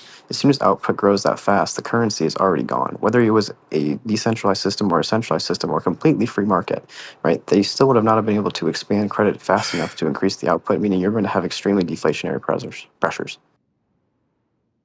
But that can't affect every business if they're using different currencies. Yeah, you should use different currencies for different purposes. There's no reason that your loan currency has to be the same thing as your everyday medium of exchange. I mean, to a sense it does. Like, it can be based on gold, or if you're going to go free market fiat, you can get around this. But free market fiat, for instance, you could use a stable coin for credit, and then use Bitcoin as a as a long-term investment, and then use I personally like warehouse receipt money as an everyday medium of exchange. Warehouse receipt money being it's a note or a digital token redeemable for X amount of steel, Y amount of cocaine, Z amount of lumber, A amount of wheat, B amount of lithium, whatever. Just a bundle of different goods, such that the currency overall is protected from fluctuations in the value of any of its component commodities. I think that can work really well as kind of a natural stable coin, you could say. The issue with commodity reserve in general, though, is they can't expand because it's tied to a commodity, right? So expansion is based off of the expansion is based off of the production of that commodity in itself. And you're right. What I was just describing is not something you would use for credit expansion. It's something that you would use for everyday medium of exchange purposes, and you would use something else for loans. How would you prevent like a world in which the price of lithium went down because we found huge amounts of it, and now it's really expensive to use this currency? The idea here is that you have many different unrelated interdependent commodities where the value of one of them changing doesn't affect the other ones, and I don't know what the best commodities for that are. I just gave random hypothetical examples. But the idea is that the overall currency is not affected too much by the value of any of its component commodities fluctuating because it's backed by so many different commodities. No, you're not understanding. It's almost like the US supply dollar has to expand as fast as output, or you have extreme deflation. Deflation isn't bad. Of that currency, yes. Deflation isn't bad? Is that what you just said? Not inherently. It depends what kind of a currency we're talking about. Not necessarily. I think nonsensical. I think it's nonsensical to say that we should just have one currency for every purpose, because a currency that works well for one purpose, it works poorly for other purposes. For example, when our everyday medium of exchange money is the same money that's being used for credit expansion for loan purposes, that means our everyday medium of exchange money is highly inflationary and we find prices going up and all sorts of other bullshit. Wait, I'm confused. If you say you have these two different currencies, and assumably there would be some sort of exchange rate, you would have a lot. Hundreds. Right. Well, so you'd have a lot, and there would be exchange rates. How which constantly change. Right, exactly. It's like it's the fact that we have currencies all over the fucking world. Like, how is it any different? You could just exchange from one to another. Well, predominantly the currencies all over the world, at least the ones most used, tend to be fiat currencies that are all inflationary.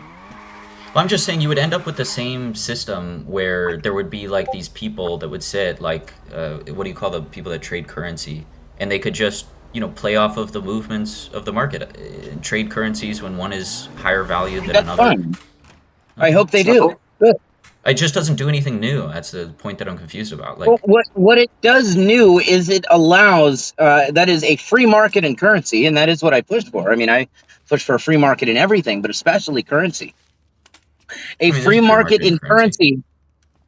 I wouldn't say we have a free market in currency. I mean, you've got legal tender laws. A business is required to accept U.S. dollars and required to, pay taxes, which means you have to acquire U.S. dollars, even if only for property tax and so on. Yeah, but you can take Bitcoin or any of these other coins. And by the way, if I set up a business where I will not accept dollars, then I can get in trouble for that. And if I set up a currency that competes with the dollar, not only can I be locked up for that, I can be locked up for decades for that. That's serious shit. If I set up how do precious metals work? How does Bitcoin work? So if hypothetically Bitcoin is allowed for now, I don't think banning it is going to do anything to stop so there's no reason to say that, like, if you created a competing currency, you would be locked up in jail. I mean, this already exists and people aren't locked up. So I think digital currencies have a bit of an advantage in this.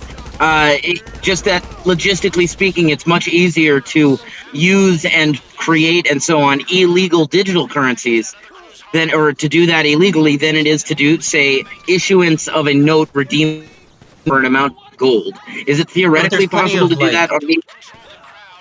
There's plenty of, like, quote-unquote, like, currencies, exchangeable things that exist outside of the US dollar as well. Like, if you go into a lot of these niche communities that are collecting, like, Pokemon cards or whatever, the primary thing that they do is trade, not buy. So it's just easier to compare cards. Like, no, I'll disagree there, Busby, but taxation. I wouldn't call Pokemon cards.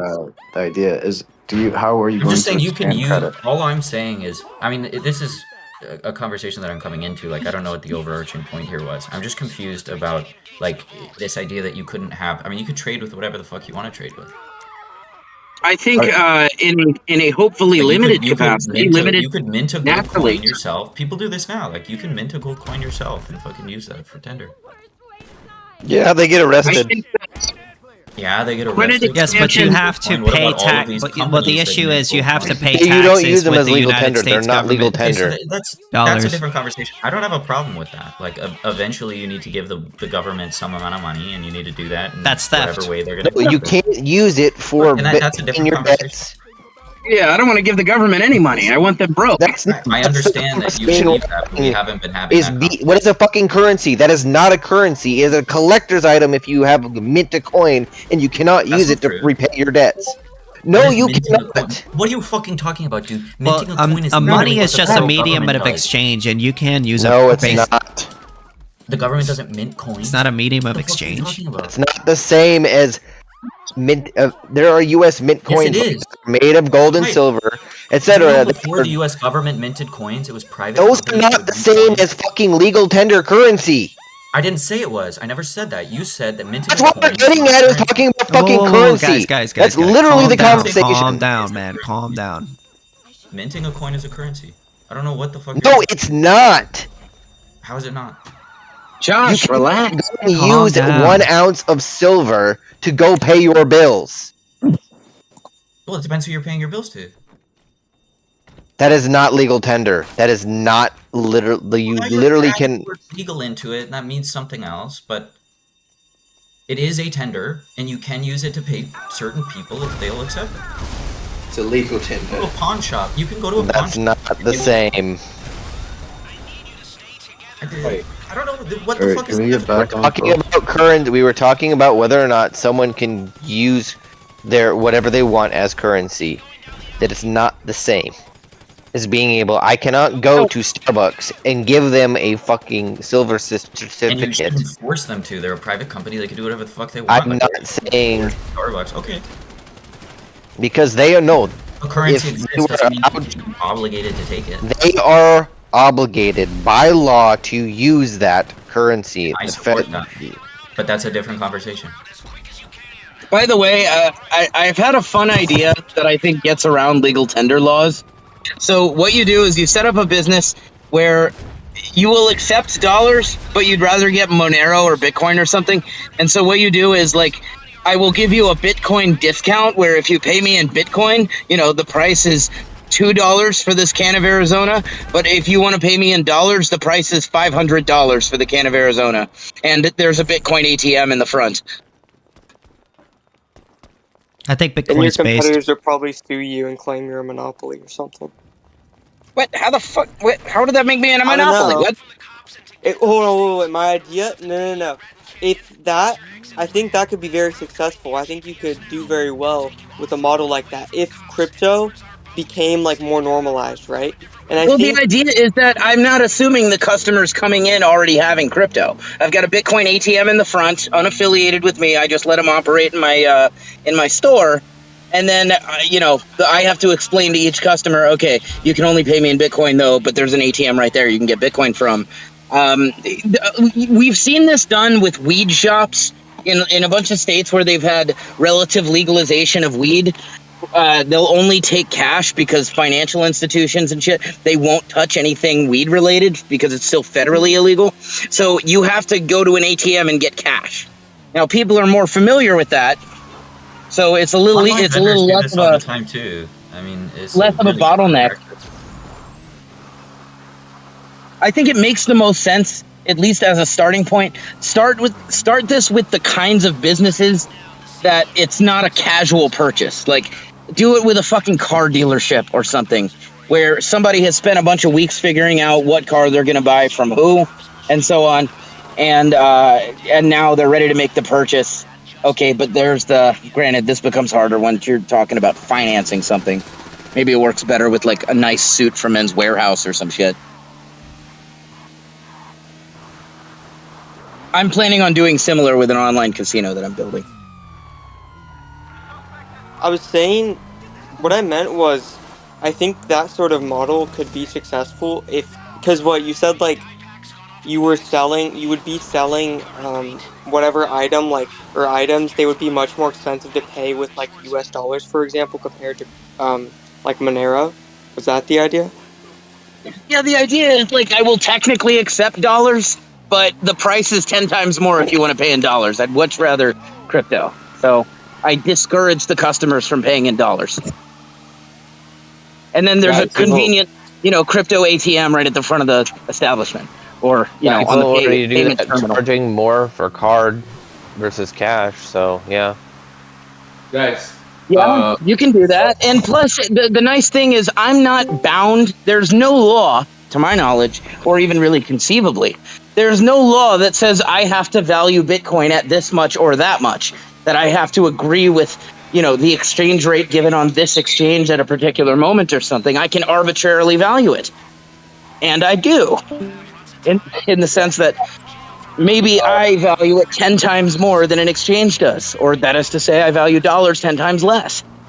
Guys, Busby thinks that taxation is not theft. I brought him in here to have you guys tell him that, or explain to him why it is theft. So I just wanted to throw that out there. I didn't want to cut you off, but I've been trying to say it for a while. So, all right, taxation is theft. Yes. Okay, I mean, this is kind of more of a definitional question than anything. We use the term theft to apply when you are taking an innocent person's property against their will. Well, what is the government doing when they tax you? They're taking an innocent person's property against your will. Yeah. You could say so that... I have a question that helps me a lot with the definitional piece, which is essentially like, say the government gave you an opportunity, they designated a plot of land somewhere that they were not going to enforce at all, other than to say that, our border ends here and this thing starts over here. And then they gave, without having to pay any money, which I know is not currently the system, but they gave everybody the opportunity that if they wanted to walk away from the current system, they can denounce their citizenship and go to wherever this place is. And you don't get, any of the benefits of this society, but you get all of the benefits of not having to pay taxes and follow the laws and stuff like that. Would that change your mind, because then it would become voluntary? That wouldn't make it voluntary, because I reject their claim to all the other land.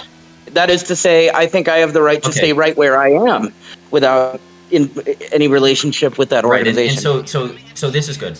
So then, in my opinion, I think that you are voluntary by staying where you are.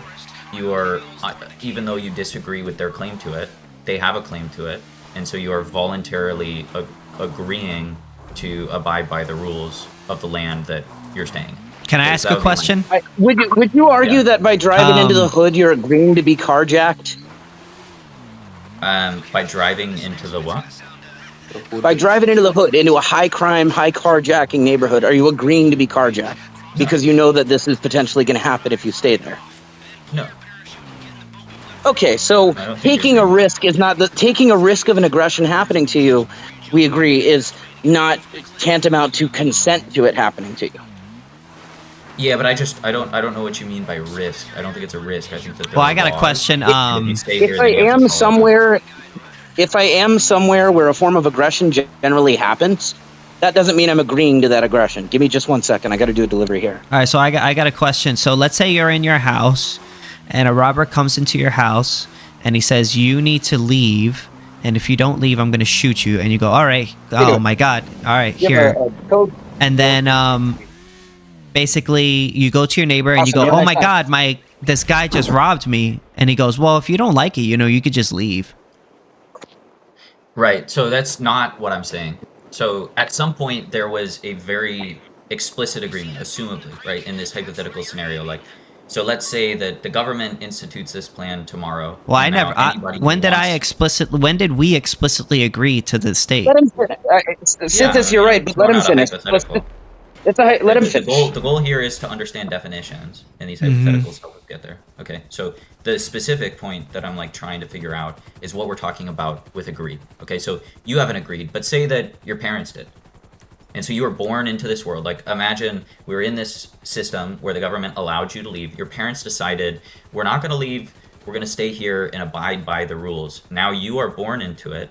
I would say that you don't get to just disagree with the founding of this architect. Like, they all agreed. Your parents, your ancestors, all these other people agreed. You can't just be born here and then decide differently.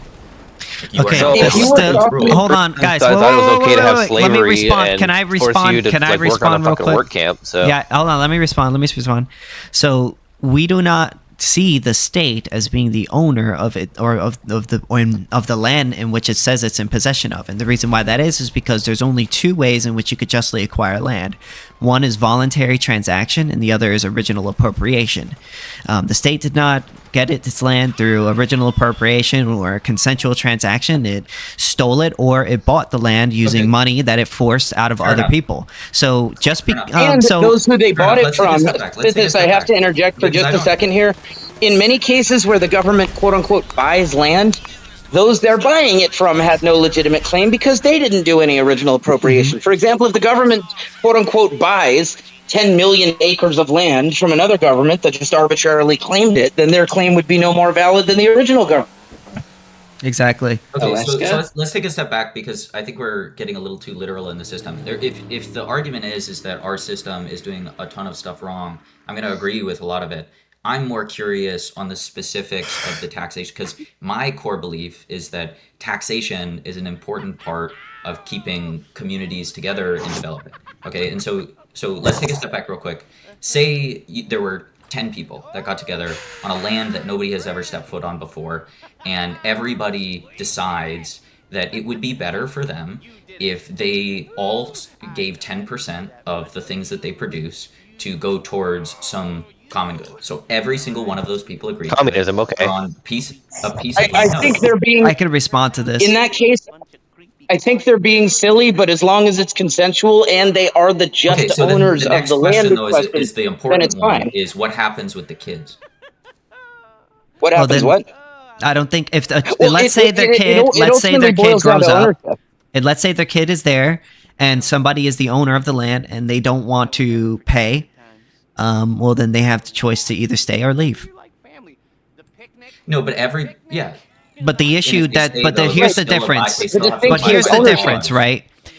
The people who've gotten there originally are the owner of that land, are the owners of that land because they homesteaded it, whereas the state did not homestead it, but we're and the talking state about something differently. Well, let me ask you a question. I just want a quick yes or no to this. Do you think help me though? I know, but I just want a quick yes or no, and you can ask your question.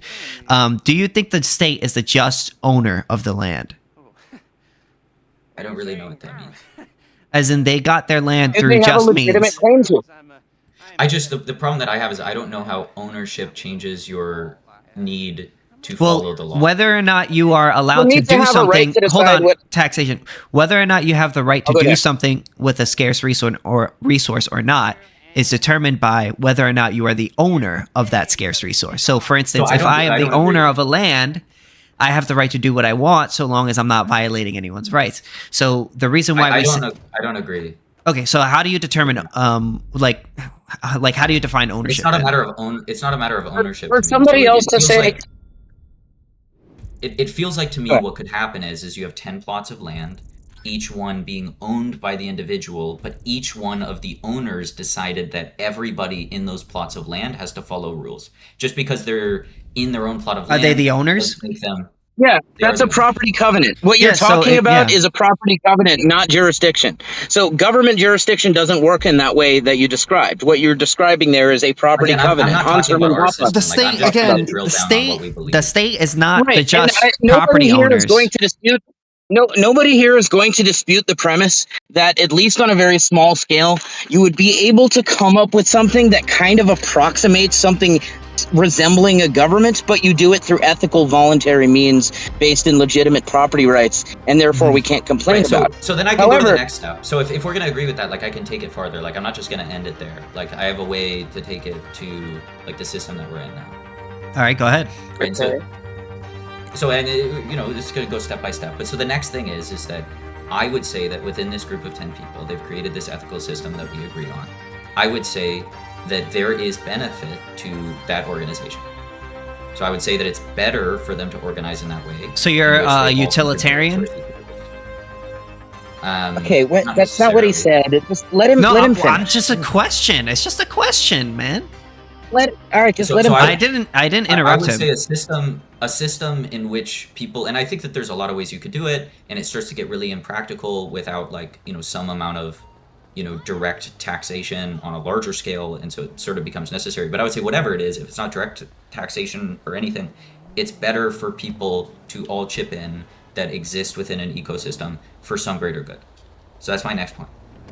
That's way too broad and vague. That sounds very utilitarian to me. Look, I think practically speaking, if you're trying to draw up this kind of quote, this like ethical government scenario, getting agreement beyond getting agreement from property owners beyond the scale of like a little neighborhood of 10 property owners or something is going to be very difficult and impractical. Certainly not to the extent of like millions of different property owners. I agree. And so inevitably it's going to devolve into there are pieces of it that are not going to be ethical. And so probably most So how do you most justify, of it. I mean, when do you think it's okay to violate another person's rights? And how do you justify it? Probably. Sithis, I think that's a loaded look. Sithis, I agree with your conception of rights. We have no reason to assume that he does, so I think we should use more precision of language. Okay, then hold on. Then yeah, let me. I'm just going to ask you more questions if you have. Yeah, that's fine. Then I'll just ask you: when do you think it's okay to initiate force against an innocent person? So again, I think that it would be better if there was a system in which people that did not want to abide by the rules of the country were given a feasible way to leave and go somewhere else and not have to abide by them. So I would say that if you don't take that option and you have violated the rules that the rest of society has deemed to be acceptable, then force gets used against you. I reject the premise wholesale. I reject the premise that either the government or the rest of society, which are distinct things, that either the government or the rest of society has any right whatsoever to decide what gets to what is allowed or not allowed for my land, because so it let me doesn't ask you belong the to same them. It question, belongs to me. because inevitably, even like in an anarchy world, force is going to be required in some circumstances. So when do you Not think it's initiatory acceptable? force. Not the initiatory of force. So us libertarians believe in the non-aggression principle, which is that nobody has the right to initiate. Hold on, taxation. Nobody has the right to initiate force against any person who has not initiated force against another person. And the reason why we're against the state is because they are not the just owners of the land. They don't have a right to tell anyone to get off of it or set rules upon it on you, so long as you are there without violating anyone's rights. Huh? Right, like an obvious example of what you're talking about is Yeah, like murder. That would be or initiated taking their and then- stuff. Right. Right. So You then, can use force against a murderer, and I should point out so then let me that give in you the mind of a libertarian. In the mind of a libertarian, there is no meaningful distinction between, say, millions of Americans supporting the government having a claim to America and instituting its laws over all of America. We don't see any meaningful distinction between that and like me just going, hey, all of North America is my territory, and by living in North America, you agree to my rules and pay me money. Fair enough. And I would say that the reason that you can't do it and the government can is because of power, which is probably the same thing you would say. Yes. Okay, So you believe in? Wait. So is that an endorsement of might makes right? No, he's not saying that. I'm just asking. He said something. If he didn't say might makes right, it was he was making a factual and correct statement that the reason they can do that and I can't is because they have more guns than me. Correct me if I'm wrong. Might makes. Please let me keep going. So the next question is murder's an obvious one. What about fraud? Fraud would be another one because it's a violation of property rights. So fraud, depending on what kind of fraud we're talking about anyway. If I swindle you, for example, I tell you that if you give me $100, I'll come do your plumbing tomorrow, and then you give me $100, and then I don't come do your plumbing, I've stolen $100 from you. Violates your property. Who gets to make this decision about like which fraud is, actionable and which one isn't? It depends on, are you asking how is the ethics decided? Well, how is the ethics decided, or how do you enforce it? Say, for instance, that I'm in this libertarian ecosystem, and somebody does something fraudulent to me. I can't think of a good example, but like, say it's sort of bordering, right? Like some people would say, like, rug you're pull. just an idiot, like you got scammed. Yeah, the rug pull's a good example. So then, but then everybody in my community, like my 5 neighbors or whatever, they all agree that it was bad and they got messed up. We all get together and go rob this dude's house. And like, I wouldn't consider that to be robbing, though. I would consider that to be retaliation. No, wait a minute. You need a third party here. You get a neutral third party. In a libertarian order where there is no government, that doesn't mean that you have to resort to why are you telling me as an individual property owner how I should get to make decisions? Like, if I want to go and rob this dude because I think it's okay, why can't I do that? You may you may or may not be in the right when you do that, but the fact that you may not be in the right means that that property owner is able and likely willing to employ steps to prevent you from just arbitrarily coming and using force with impunity because you said it's okay. That's fine. So, we know he's operating alone, and we have 5 people that got scammed. There's one dude that rug pulled a bunch of victims. Where we all get together and we go rob him. So a core component, at least of an anarcho-capitalist system, kind of the meat of what makes it work, is that you eliminate the problem of disparities in might. It doesn't look like a scenario where you and your 5 neighbors get together, and at least in a modern context, it wouldn't look like that. What it more so looks like seems like a pretty likely thing that could happen. I'm not saying it can't. Look, within a libertarian, in even fully stateless order, you still have legal systems, and if you try to employ this just to me, like, as soon as we get to this, like, we're starting to meddle into the middle territory that I would have ended up if I kept pushing this, what did you call it? I doubt it. I think you would have, I'm guessing you would have gone into some kind of a territorial monopoly scenario. Correct me if I'm wrong. Whereas what I'm about to... Like, you say that there's legal systems, okay? So then why is my property under whatever legal jurisdiction? It's not. That's not how it works. It's not associated with land. It has nothing to do with geography. So none of these legal systems apply to me. Like, I don't understand why I couldn't just say I disagree. Let me just illustrate how the system works, how it has worked historically, or you know what, I'll just give how it is likely to work in a modern world, which is slightly different from historical, but the same principles are at play. So, as Ancaps, we envision a world in which you are not the citizen of a country or of a county or of a state or anything like that. You're not a citizen of anything. There's no taxes. You have no authority over you. And instead, for you to have your rights enforced, you are the customer of an insurance company. There are many, many insurance companies competing for your business in the same geographic area. You happen to choose, let's say, Progressive, right? Progressive is your insurer. They bundle together all different kinds of coverage. They protect you physically. They protect you They indemnify you. They indemnify your property. Now, Progressive, as your insurer, is in a unique position to be able to sell you also direct physical protection of you and your property at a rate lower than anybody else who isn't your insurer could. Because by doing it, they're also cutting into claims they would have to pay out for the things they indemnify. So your insurance company, Progressive, they sell you direct physical protection. That means ambulance, police type service, firefighting type service, and so on. And then let's say I come do something to you. Fraud example? Yes, I am. So let's say that I'm the Red Bull. I don't know what Red Bull did to defraud people, but I'm a fraudulent energy drink. Rug pull. Rug pull. I'm not sure what you mean. I'm a fraudster of some kind, right? Say I'm a fraudster. That's actually one crime I've never done. I've done a lot of crimes. I've never done that one. There's a rug pull, which is when they fucking pull, crypto. Oh, you mean like financial rug pull? I thought this was some kind that's when somebody says like, "Oh, this Bitcoin is going to go really high up," and then they lie. They're not really being honest. Okay, That's why it's a good example because you could just say that they're dumb. Fine. Okay, so say I'm a fraudster of some kind, right?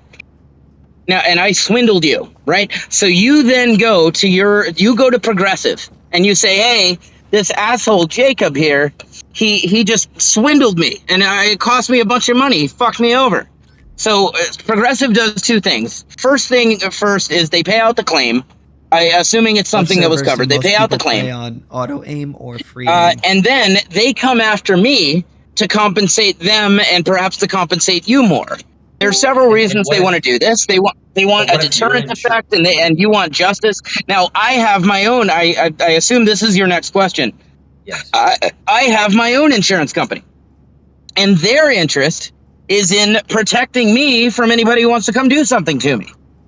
So what those two firms, let's say I have Allstate, right? You have Progressive, I have Allstate. You're the victim, I'm the defendant, right? So in this case, Progressive and Allstate, they have agreed that in the event of a dispute, their first priority is avoiding war at all costs. And there's economic reasons for that I can explain if you want. But suffice to say that they will not go to war. It's the worst thing they can do financially.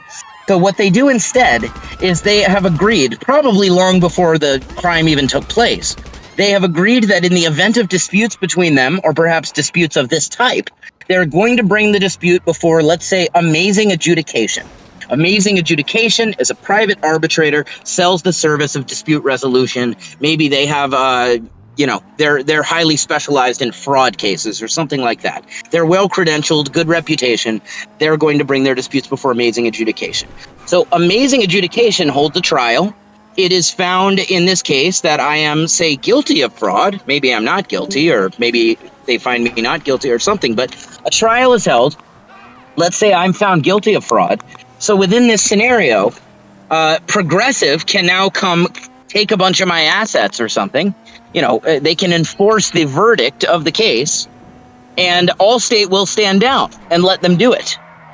Okay, so I think I understand generally, and that sounds good.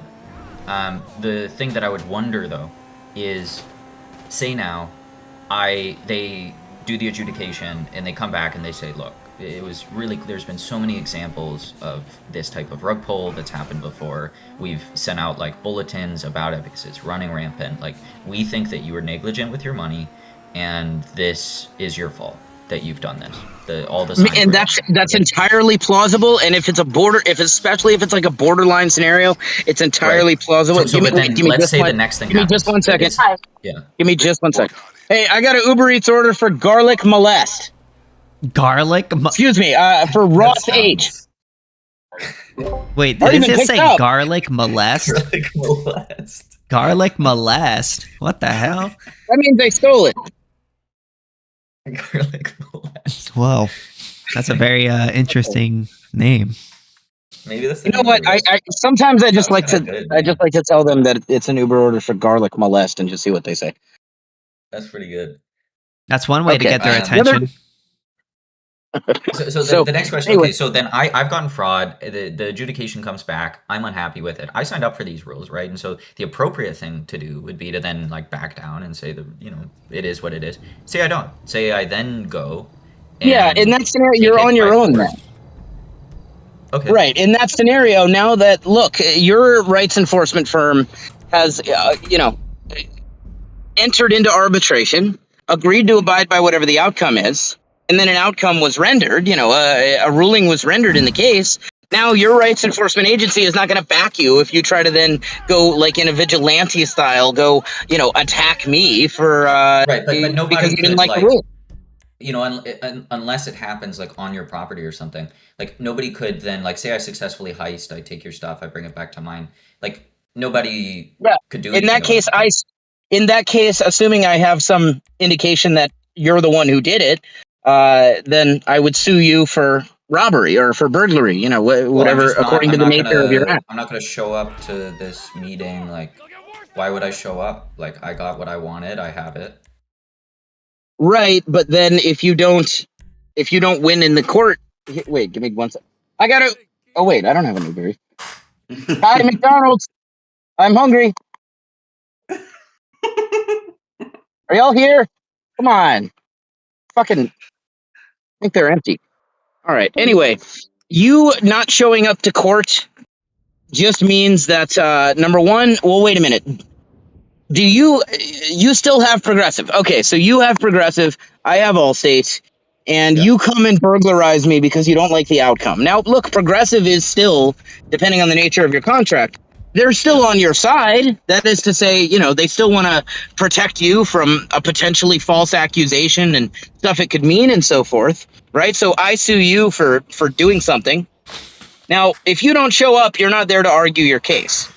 Progressive is going to go along with whatever the ruling is.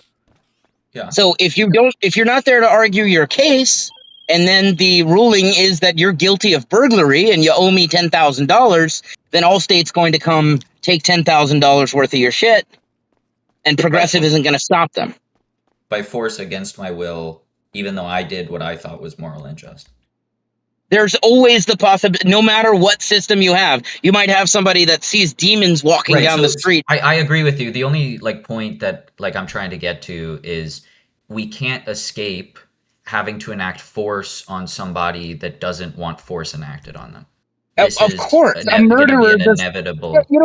You don't even have to get that convoluted for it. A murderer doesn't want force used against them. Yeah, but it feels, I think, more visceral when you can relate to the person that's been swindled. There are many scenarios where I have done things that not only are illegal but could be illegal.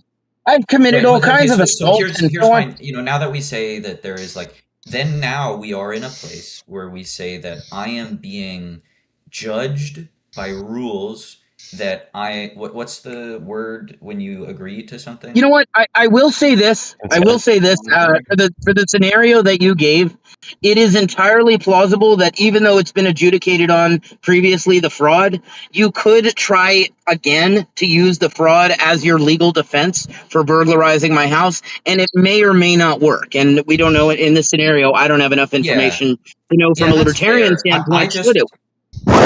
I just worry about the point at which the system is not abided by, and currently in the in the government that we have, if you stop abiding by it, then the government enacts force on you. And so I'm just trying to understand if the same thing would because it would have to at some point. There has to be a person who is not agreeing to a set of rules that are being physically forced upon them, and so then I just Ideally, we want to get as libertarians, we want to get to a world in which anybody who's having force used on them either A, has agreed to this, at least has agreed to whatever is the judgment of this adjudication, or B, has themselves used force against somebody. Ideally, both. But there's going to be some scenarios. Let's say if you have some hermitic wackadoodle, Charles Manson type or something that, he's not subscribing to any insurance company. He just lives way out in the wild and, stockpiles a bunch of machine guns. And then he just goes kills a bunch of people. He hasn't agreed to be under the adjudication policies of any particular court. Most people have. I'll agree with you that I think that in a world in which everybody prescribes to this belief system and this sort of way of organizing people, I think that it would cause less force being used in ways by far. Yeah. So I'll give you that. My only like counter to that. We'll would be also I don't have think guns and prostitution. Yeah, I would just say that I don't think that organization is possible. I mean, you do you. I mean, I would say that it would cause less. So if you can convince enough people to do it and then enact it into the world, like, Hey, that's the that's idea, great. man. That's what we're here Well, for. Yeah. I just the don't nice agree thing with the is, idea that it's possible. I think that the well, system wait of a minute, governance. but look, systems like I've described, while they have not been perfect, anarcho-capitalist legal systems have existed before. The Brehan system was a prime instance of one. Zomia had a similar thing going on. I earlier described, maybe you weren't here at that point, but I earlier described comparable systems, private systems that they had in the American Old West. The Zir system of medieval Somalia embodied these same principles. What generally is the nice thing about anarcho-capitalism is the basic mechanics of it, kind of the under the hood, the mechanisms of rights enforcement and judicial adjudication and so on. It doesn't actually require like everyone comes together and agrees on something. All it requires is individual pursuit of self-interest. That is to say, people left ungoverned, people tend to naturally seek for the security of their own persons and properties and family and so on. And the market provides for that. And then people naturally that are in the service of providing that protection, they're knowing they're going to have disputes and knowing that it's economically catastrophic for them to settle those disputes by violence, they naturally create markets of adjudication, or So it's they interesting. have a demand for it. You say that people like left ungoverned will naturally, make decisions for themselves and their family or whatever. In Very the context similarly, of a market economy. If you have a that's fine. What tribal I would say commie is that society or people something, then left. no. What I would say is people left ungoverned will tend to organize themselves under a strict hierarchy. That's one possibility. That does happen sometimes, absolutely. But that's one that kind of requires not everybody, but many of the society coming together and kind of So this is agreeing on that's my something. point, is like the reason I think that if everybody believed what you believed, I think it would be a good system. The question to me would then be, is that a practical, like, what do we see people do? What do we see depends. people tend towards? So like the stuff with Trump right now, the as far common as I'm theme, concerned, the stuff with Trump right now is such a good argument against what you're talking about. What do people call a fascist? The fact that people like fascism, which they do, is just such an argument against the ability for this sort of self-governance.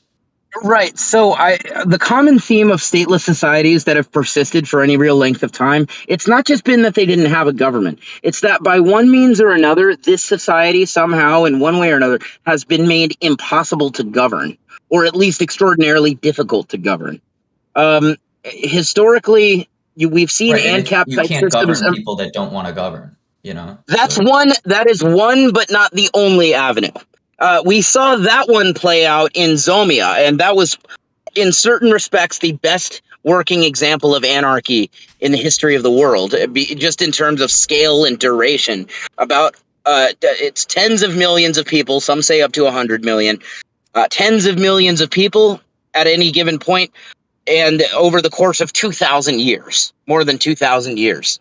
Now, that originated from people that were anarchists. They, of course, they didn't use that term for it, but they intentionally went and created societies in the hills to get away from the lowland states to go be ungoverned.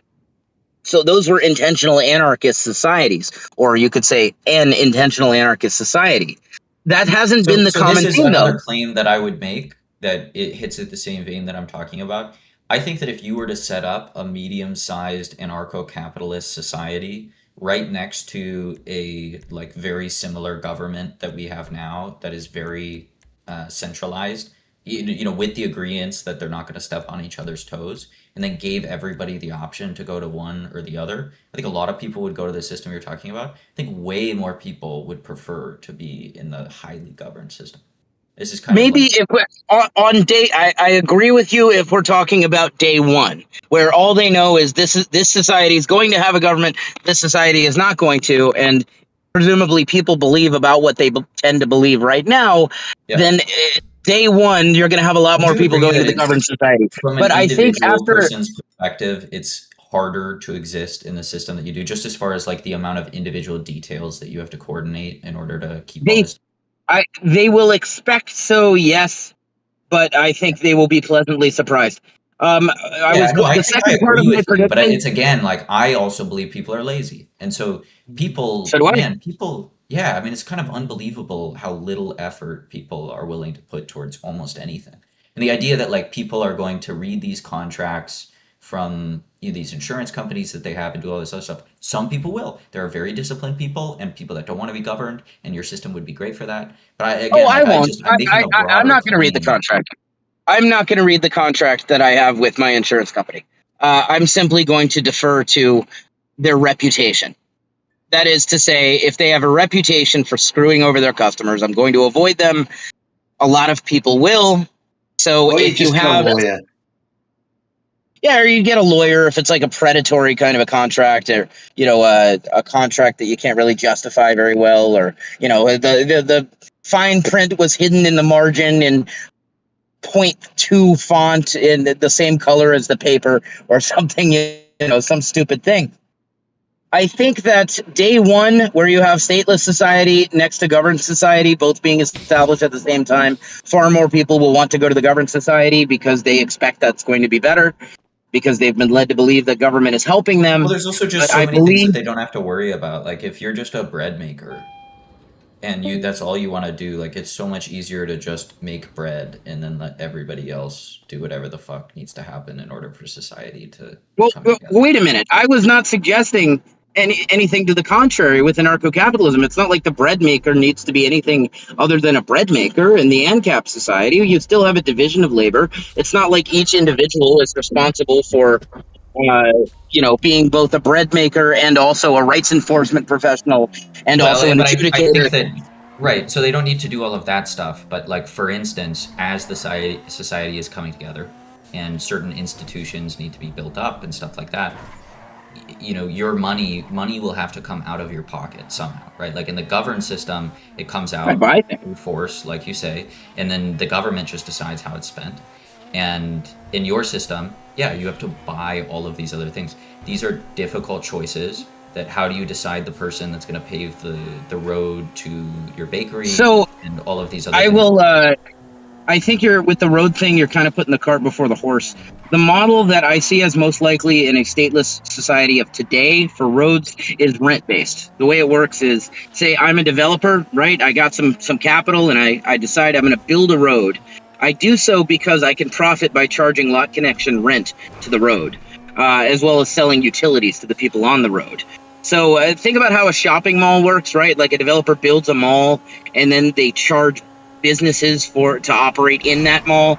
They provide them utilities and an atmosphere that attracts consumers, and really they're kind of selling foot traffic to businesses. So scale it up.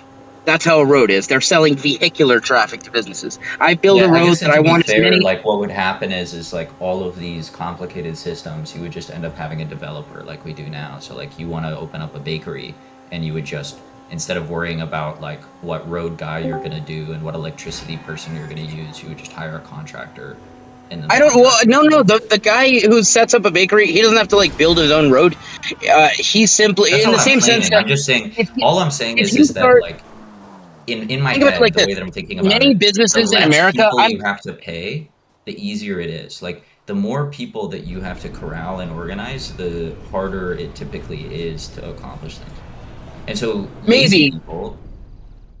So look, if I look to my would left, much if I prefer. look to either my left or my right now, what I'm seeing are strip malls. Now, what strip malls represent are a private development that takes a lot of the complication out of the operation of businesses such as, I don't know, Krispy Kreme or a State Farm office or T-Mobile or whatever. I'm just looking at businesses that I'm passing right now. Moe's, Kiki's, First Florida Credit Group, whatever. So all these businesses, they don't have to worry about building a building. It's certainly not building a road, but they don't have to worry about building a building. They don't have to worry really about even dealing with like utility contractors and so on. They just go pay rent at a strip mall and let the customers come. And I'm kind of thinking along such lines for how a road works as well. You could say a road is its That's what I own was agreeing business. to. So the baker is not If you responsible wanted to for open up building a your own road. store and if you weren't gonna, all I was saying is that if you weren't gonna rent, like if you had a plot of land and you wanted to open up a bakery on it, you would just hire a contractor, and that would solve the problem of having to pay multiple people. Like the claim that I was I making don't was think it's essentially usually going to be very wise financially to go set up a bakery somewhere there's not already a road. I think the road usually comes first. You can, yeah. I'm just saying. I think you're like going to lose money if you go set up a bakery where there's not already a road. Yeah, well, so maybe there's already a road, but I mean, there's like 100 other things that you have to pay for. The only thing that I was saying, I was arguing in your favor, because my original statement was that like there is an ease. It's basically like my grandpa is at an age where he doesn't want to manage his money anymore, and so he just gives all of his money to my dad, and my dad manages it, and that's easier for him, rather than him having to worry about all of these different purchases. Right, but the solution to that, like the government does that. That's what I'm saying. Like we give our money to the government decides what to do with it. The solution to it in the system where you have to pay for all of this other stuff in capitalism is you just hire a contractor, and then you don't have to worry about any of it. We already do this now. Yeah, So you can just you just have some guy that specializes in the coordination of all of these pieces. I'm a baker. I just want to open a bakery. I don't even know where to fucking open it. I don't even know where the fucking roads are. And so you just hire a guy that's good at this shit. And he does. There's an interesting a business comes to mind that we have here in America. It's called Renter's Warehouse, and nowadays there are many businesses like it, but this was the first one I saw ads for. Renter's Warehouse is an all-in-one website for somebody who owns a piece of real estate and wants to be a landlord. You pay them a very low fee, and then they take care of all things associated with being a landlord. They have a digital interface such that you don't have to worry about coordinating the plumber to come. You don't have to worry about coordinating contractors to come fix up the drywall or something. You don't have to worry about collecting the rent. Dealing with the enforcement of stuff and evicting tenants who are delinquent and so on. They just take care of everything for you. All you got to do is own the house and then pay them a nominal fee. Hey, I need to go to bed soon, but sort of where I think I'm at as far as like my sticking point goes is like a bunch of my other questions would go in the direction of like, well, how do you handle broader conflicts? Like, say neighborhoods disagree with neighborhoods or states disagree with states. And, some group of them decide they disagree so much that they are willing to enact violence to go against it. But, that's it's like a very important, tremendously important question. You're waking up for me there. Well, I don't actually need an answer. I just bring it up to say, I think where we're going to end up butting or getting stuck on repeatedly is that if I think I could satisfy you with my answer to that. This system. Okay, then go for it. I would have very similar questions. This guy's working on a book, man. I am writing a book about this. So, what is your book? I write poetry. About this? No. Oh, okay. You said I am too when I said I'm writing a book about this, so I thought it's like no. You said I'm writing a book, and I said I am too. Oh, okay. I'm writing a book specifically about like the economic mechanics of anarcho-capitalism. So, but anyway, hit me up. I got some good poetry. I've been dealing with that for a year and a half. Anyway, so I have an estranged wife. Anyway, so we can cross out states. It's not interstate conflict if it's an ANCAP society. Now, when it comes to neighborhoods, well, yeah, you can have property covenants and so forth, and they might have an HOA that kind of has agency for all of the neighborhood or something. That's fine. That's perfectly allowed. But broadly speaking, all conflicts are to be resolved within adjudication. And if hypothetically you have an agency of some kind, or entity that refuses to defer to adjudication, to defer to, picking a court, agreeing to a court with the other party to the conflict, and then abiding by the outcome, then that agency is relinquishing any backup contracts that they are party to. And I think this mechanism is crucial for anarcho-capitalism, and it is historically precedented in actual systems of decentralized force. So the backup contract network... I think that is a really good idea, but it doesn't hit at the heart. So there's a bunch of other questions that go in the similar direction that I think is where our sticking point actually is. Which is so. Let me at least flesh out the backup contract network to see. I want to see if I just have to go to bed soon, and I don't know that it. I can do it in 30 seconds. I'm probably going to agree with you. is just, I mean, that's, I was trying to recap where we're stuck, and I'm probably going to agree with you. It sounds like a good system. I think this may So, preclude this. do we agree that stuck part, taxation is theft now, or No, I don't agree with that. no? Come on, bro, you got to join us.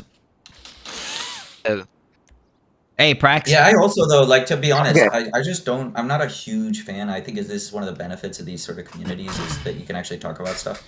And I feel like there are a lot of these, like, phrases that you can say. And I really liked, who have I've been talking to?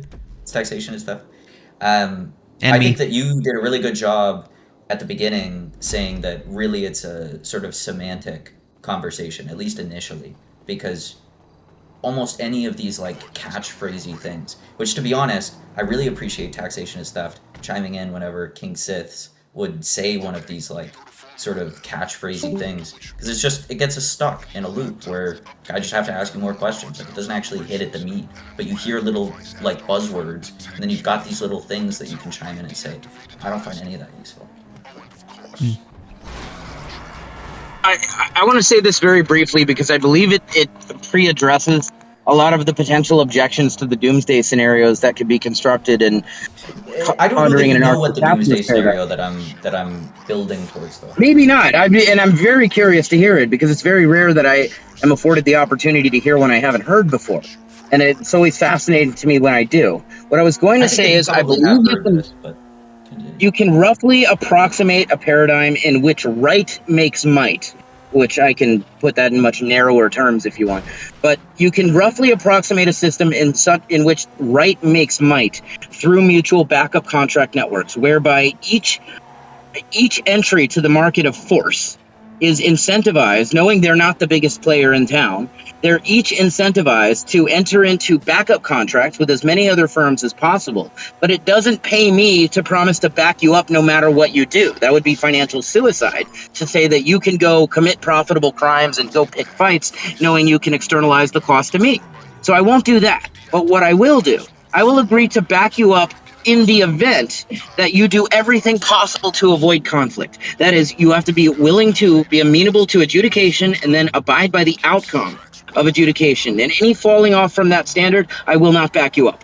But as long as you comply with that, I will. So the outcome of that, you aren't only getting me as a backup contract partner, you have many others, and you get my contract partners and their contract partners. So the outcome is that if you have some malicious, rogue security firm or some gang or something that's just saying, fuck you, we're not going to court, we're not going to abide by the outcomes, we're just going to try to go to war, it would be that one firm or that one gang, whatever it is, up against essentially the entirety of the rest of the market's saturation of the demand for force, which would greatly overwhelm them.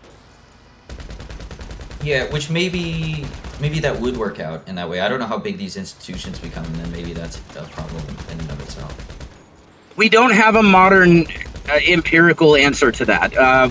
Historically, we have some precedent. They were quite large, pretty much national in scale within the system of alliances. Which honestly, that even sounds sort of inappropriate in a number of ways. Well, so the way it worked, where it worked at kind of a national scale was between the Tuatha of medieval Ireland. Medieval Ireland, they had private military defense, and the military defense firms called the Tuatha, which sold the service of defense to, individuals and families and clans and so on.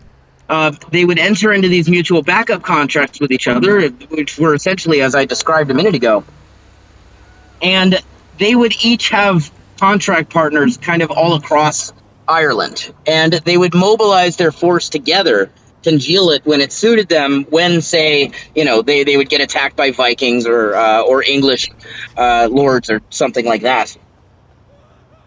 So let me actually point you in the direction that, because I this is fine. I mean, all that's fine, but it's like I said, it doesn't hit. It's one, not the doomsday, which I don't even know is an appropriate term for what I'm talking about. But it's also two, not the sticking point that we're on.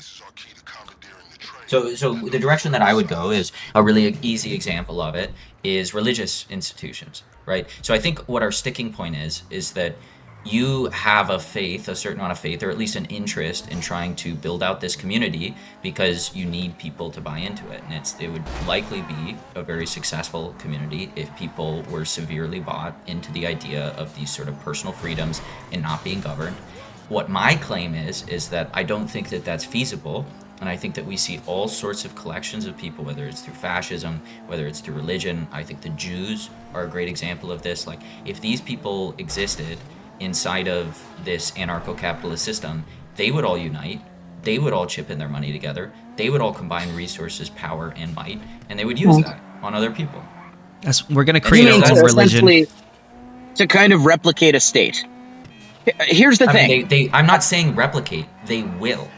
I mean, it's just these types of people. So now, again, this is the sticking point, is because I think if people didn't believe these things and they believed what you believe, it would be fine. You wouldn't have to worry about this. But I'm saying in our current world, whether it's I don't know what Jews would be doing. I'm Jewish. I don't know what. Like, I'm not throwing in with the other Jews, but.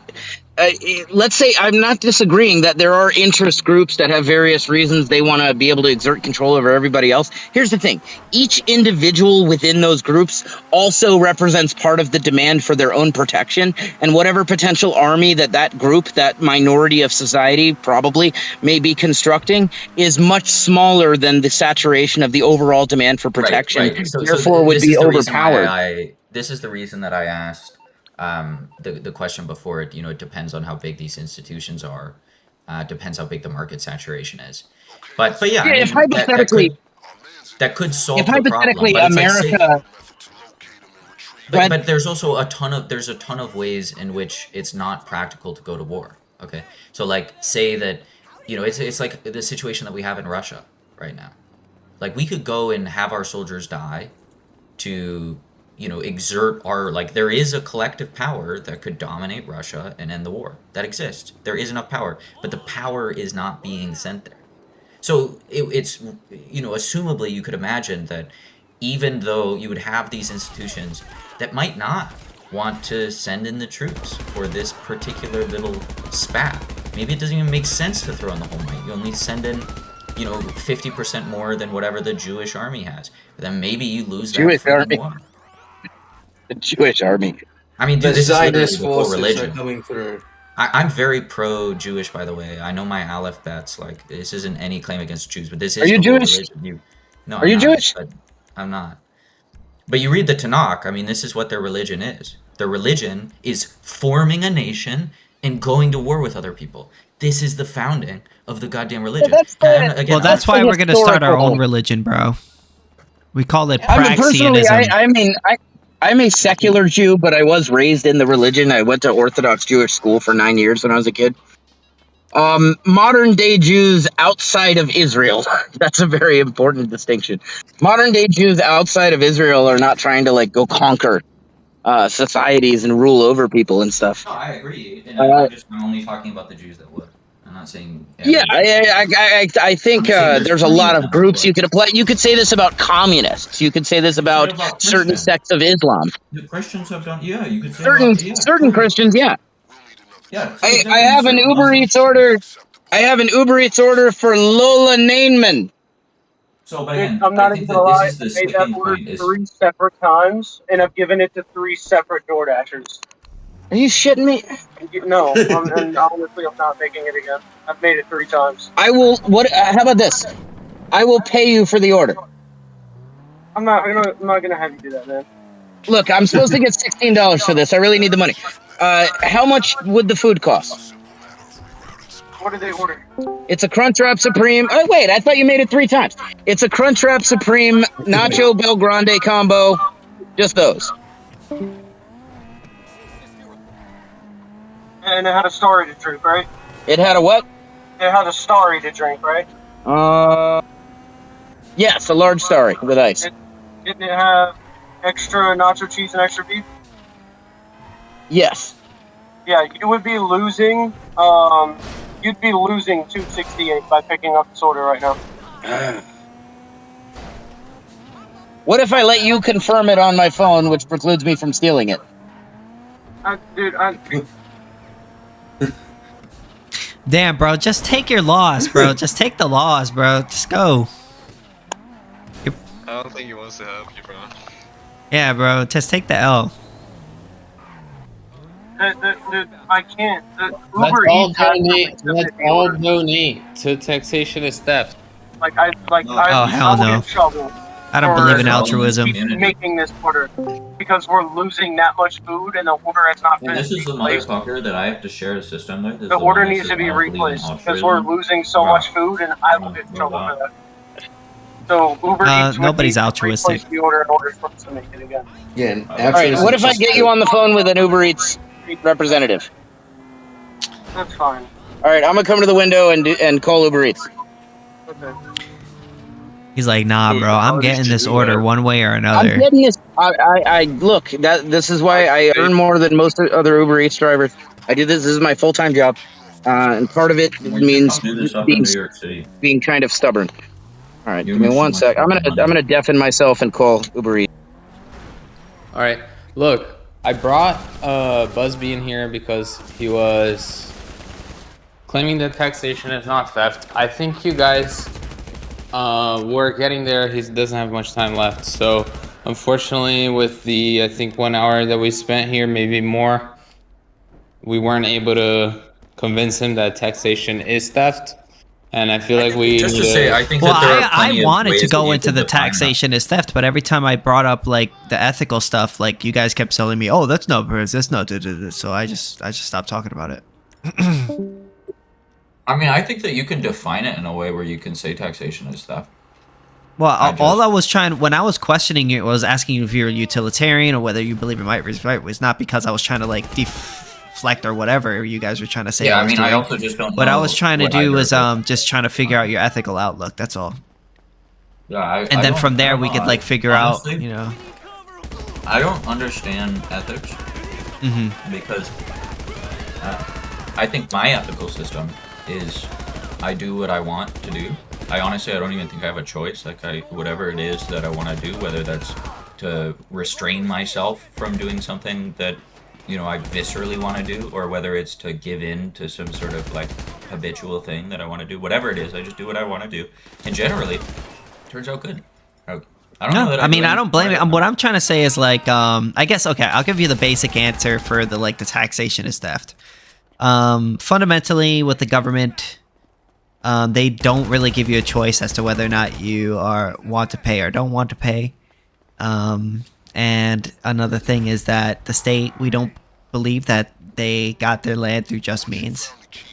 Fundamentally, they either took it from somebody or they bought it using funds in which they forced from another person. That would be considered theft. So, you know, that's just a basic argument for why taxation is theft. Yeah, and I would say that the concessions play a huge role in your obligation societally to pay your taxes. So, sorry, I have something in my mouth. So, like, we are a part of a society, we benefit from it.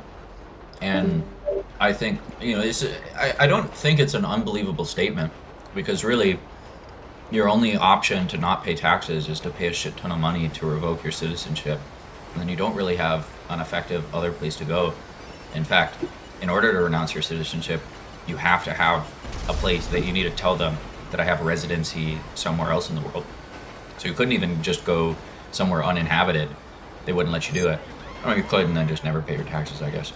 But in that way, it's like it's really difficult in order to renounce your citizenship. And so you are obligated to follow the rules of the United States and pay them taxes, even if you really don't want to. And that's why I opened up the conversation by saying, like, hypothetically, what if we gave a reasonable option for people to get out of it? Would you still call it theft? Yes. Because I think that it's reasonable to say that it is theft in the current situation. I still wouldn't, because I think that there are societal obligations that we are bound to, and I wouldn't call like my obligation to take care of my family theft of time, right? I think that just certain societal obligations exist. And well, I mean, you could believe people have Wait, obligations, right? But I guess it's just how it's enforced. Right, So I would for, say that it's your obligation. just want to point out that the fee that it costs to renounce your citizenship is $2,000, which, if you are paying taxes, make enough to pay taxes. I didn't know that was true. Is less. Well, that's beside the point. Respectfully, that's kind of beside the point. And you can get it, and you can also get that fee waived. But that goes to the point to which it is a choice. It is a choice whether or not you want to be in the U.S. and benefit from all the benefits that come from being a U.S. citizen. Like, there's a global, backlog of people that want to be a U.S. citizen. There's a reason for it, and taxes are the cost of it's a membership obligation. Yeah, it's an obligation. Like, it's if you join someone. Can I respond? Sure. I mean, go ahead. Okay.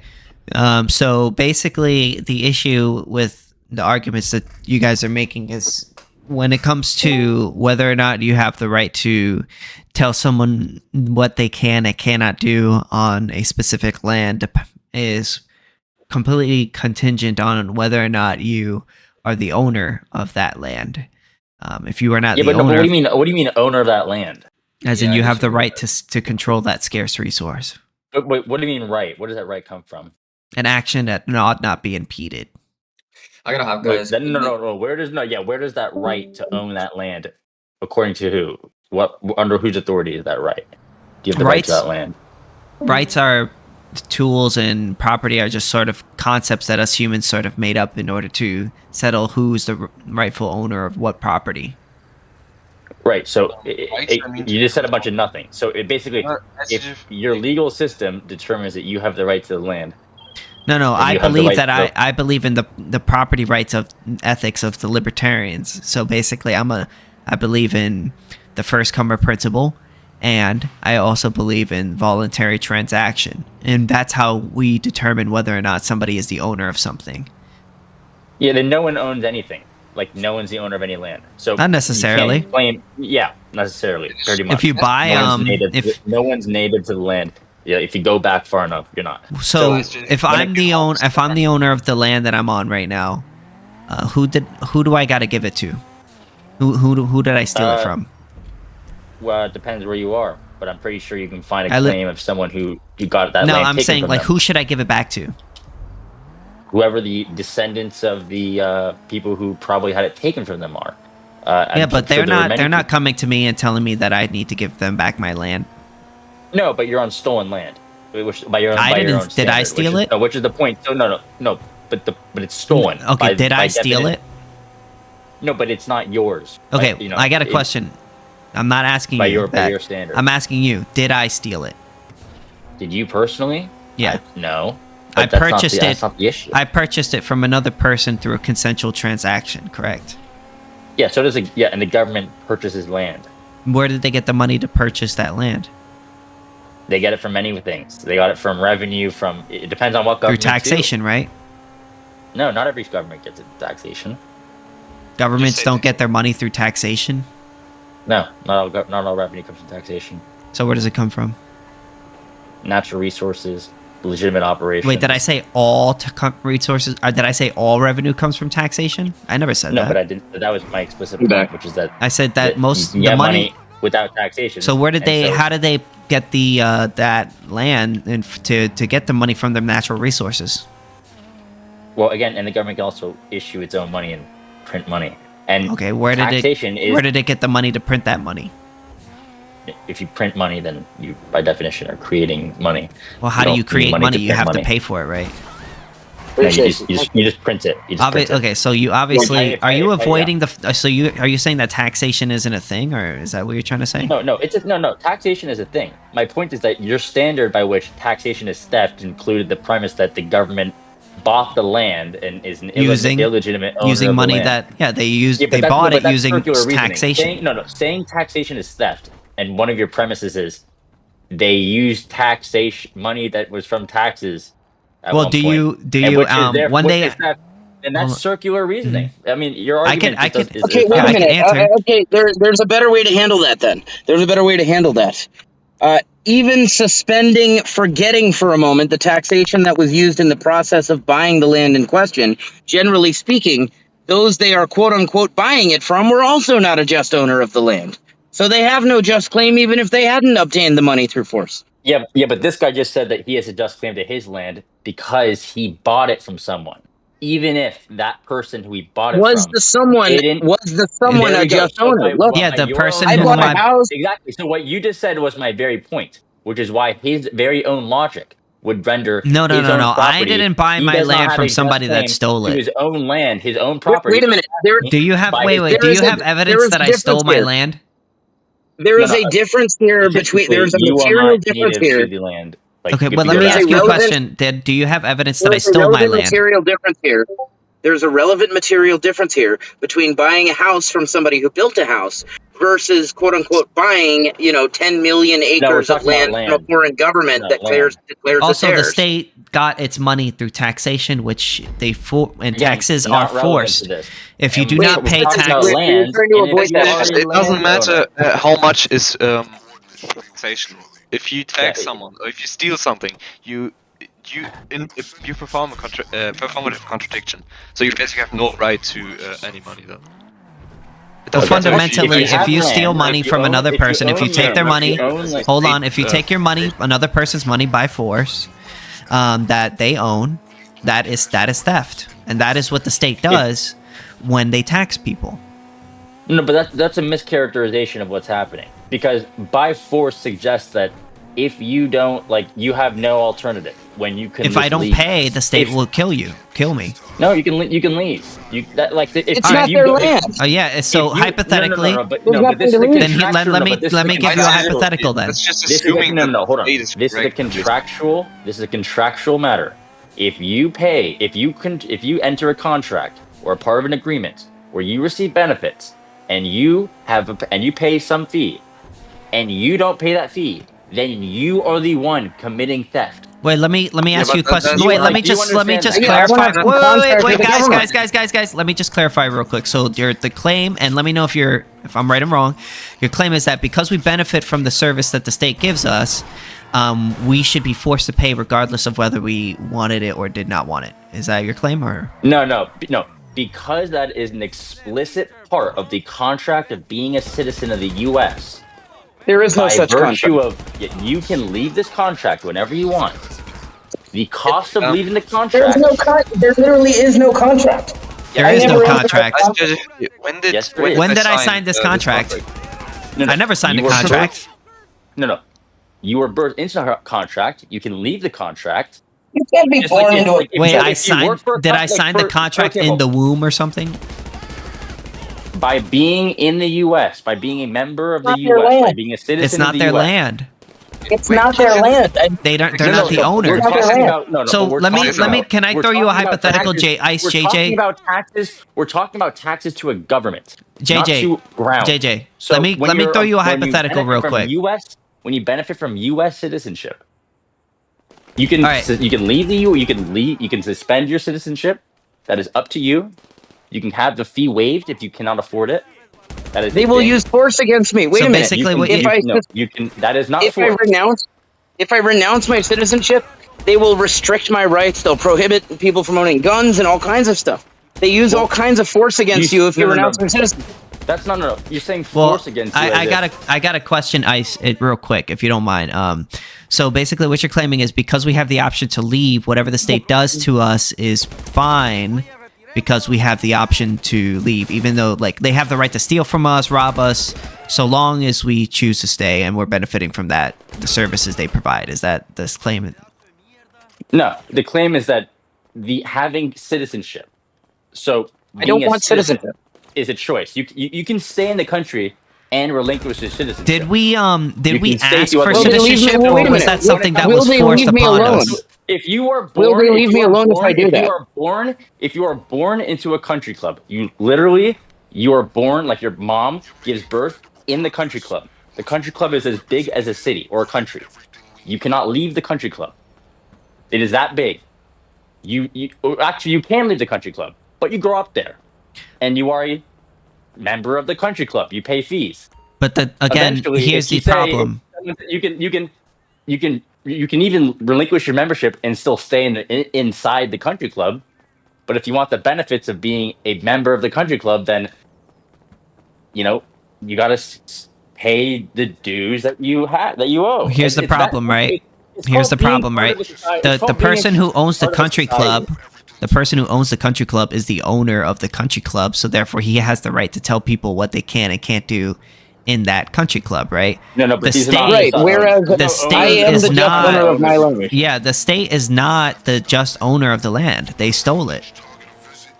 No, but that makes the point even more salient, which is that the choice to tax. Well, can I give you a hypothetical? Let me give you a hypothetical. The actual representation of the country club, actually, if it was analogous, would be a democratic representation. Let's of the say people you're that in were your house. actually on that land. Yeah, so let's say you're in your house. I got you. That makes the point even more salient. Let's say you're in your house, and a robber goes into your house, and he pulls a gun on you, and he says, "Get out of your house." And you go, "Whoa, man. All right." And you leave, and you go to your neighbor. "Oh my God, this guy robbed my house." And he goes, "Well, if you don't like it, you could just leave." No, that's actually. Why is that ridiculous? One, because a robber is breaking into your house. Wait, so like, because wait, but wait a minute, why the is state it arbitrarily? Wait, taxation. Give me 1 sec. Give me, please. Just give me 1 sec. Wait, 1 sec, guys. Here's the reason. The robber is the reason. Hold on. Wait. The reason. Let me explain it more. Whoa. 1 sec. Wait. Hold on. Wait. Quickly. If the robber had legal claim to the stuff in your house and could legally enter, and it turns out that man is actually the repo guy, then that is not theft. Okay, let me ask you a question. Right, So because hold on. So because stop, JJ, Ice. So because the robber isn't the owner of the house, they don't have a right to kick you out. Is that what you're saying? No. If the robber does own the house, if it is, can you stop interrupting, please? If it is a mortgage, taxation. Can you get this guy to shut up, please? If you're not paying your mortgage and then they kick you out of the house, the bank foreclosed, bank. Wait. I'm not talking about a bank. I'm not talking about a bank. But this is the issue. The issue is that if it is legal, you could consider many types of repossession, all things theft. But if they're legal, then I don't consider it theft. No. Listen to me. It's contractual. Listen to me. I didn't ask you that. I asked you a very specific question. I asked you because the robber is not the owner of your house, that means that he doesn't have the right to kick you out of the house, right? It's not because he isn't. So why doesn't he have the right to kick you out of the house? There's many reasons he doesn't have the right. There's many reasons. One is, personal liberty, laws. Is it property rights? There's other. Wait. So you just literally agreed with me. So because you're the owner of your house. Who do we pay? Wait. The issue is property rights are enforced. Excuse me. I'm not okay. I want you to listen very carefully. I want you to listen to my question very carefully. I can't hear you over this guy. Okay. I want you to listen to my question very carefully. I can't hear you over this guy. Mute him. Taxation. I need you to mute Martins, please. Okay, he's done. Okay. So because that guy is not the owner of your house, he does not have the right to take your house, right? I mean, there's many reasons. Yes, that's one of the reasons. Yes. Okay, what other reason? One that would violate physical. I mean, if he uses what violence right on would you, it violate? Assaulting you. If someone assaults you, if to get you out of your house. Okay. If he's threatening actual violence against you. What are you doing today? I could probably list 20 crimes that this man commits in the process of attacking you. But if it's a legitimate, so I'm talking about the specific crime of kicking you out of your house. No, yeah, I already answered your question. So the reason why is because if he kicks you out, yes. If he kicks you out of your house, he can't kick you out of your house. You own your house. He has no legal. And the reason why is because enforced by the U.S. government. No, I didn't. Hold on. No, okay. I'm asking you a quick question. I just want a quick question.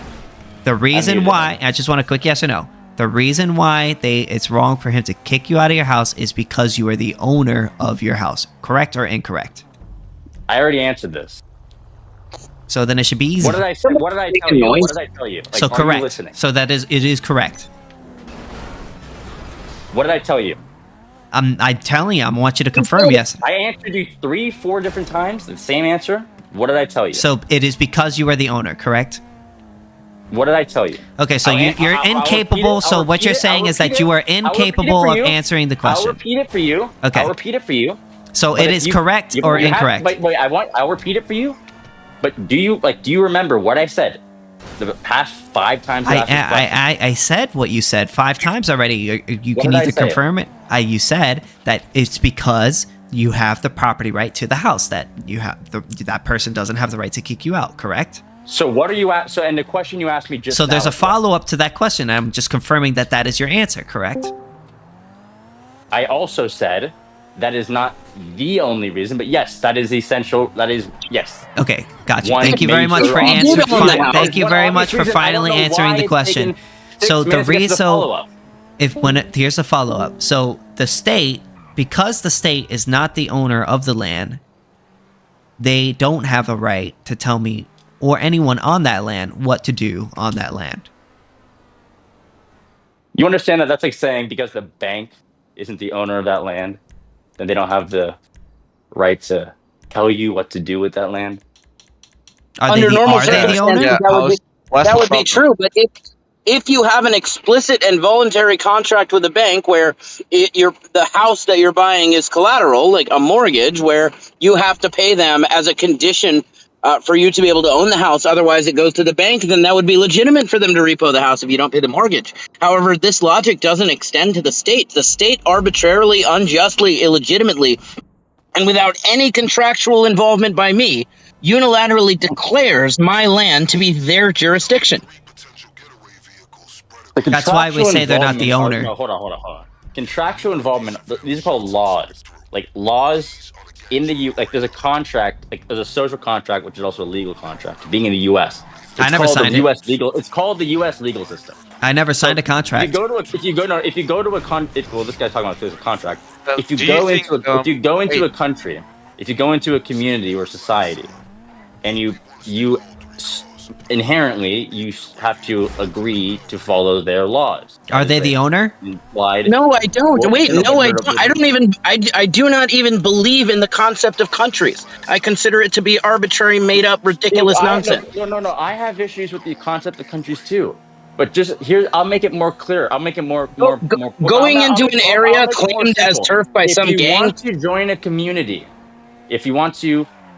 community, or society, and that community or be part of a community or society, and they have any rules, I can answer this question real easy. You should at least respect the rules of the community or society that you're in. If it is much more closely, if it is basic enough. All right, so the only person that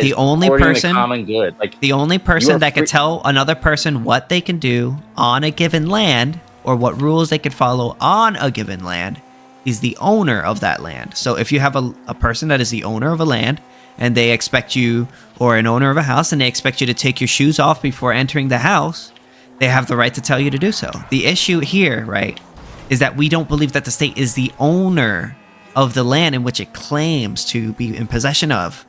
That means that they don't have the right to tell anyone or dictate to anyone what they can and cannot do on that land. Does that make sense? Yeah, but your reasoning for them not being the owner of that land is extra legal. It has nothing to do with the actual law. No, we're not talking about the state. Hold on, we're not talking about the state's law. We're talking about the non-aggression principle. I understand that.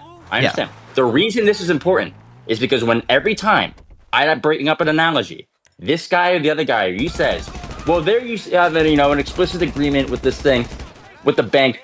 Well, if I think that a bank cannot justly own this land or the other land, if I think that some venture firm or whatever cannot own that, does not have the right to that, then I would, by your logic, it is also theft when they try to take or do anything, and they can't tell me what to do or say. Well, my next question to that would be, how do you determine who's the owner of what land? Well, you can use legal property rights, and if you go by legal property rights. Well, how do you the US determine that? Does have legal rights. Yeah, but how do you determine it? What do you mean? How you determine it? How do you determine who's the owner of what? Where you have property, you have an authority, and a maintainer of property rights, and so this is what societies do because it's important to maintain and protect property rights, which is one of the reasons. Which is one of the reasons it's important to have a government. Which is why we fund the government, which protects government is not compatible with property rights. Tax money we spend goes towards enforcing and protecting our property rights.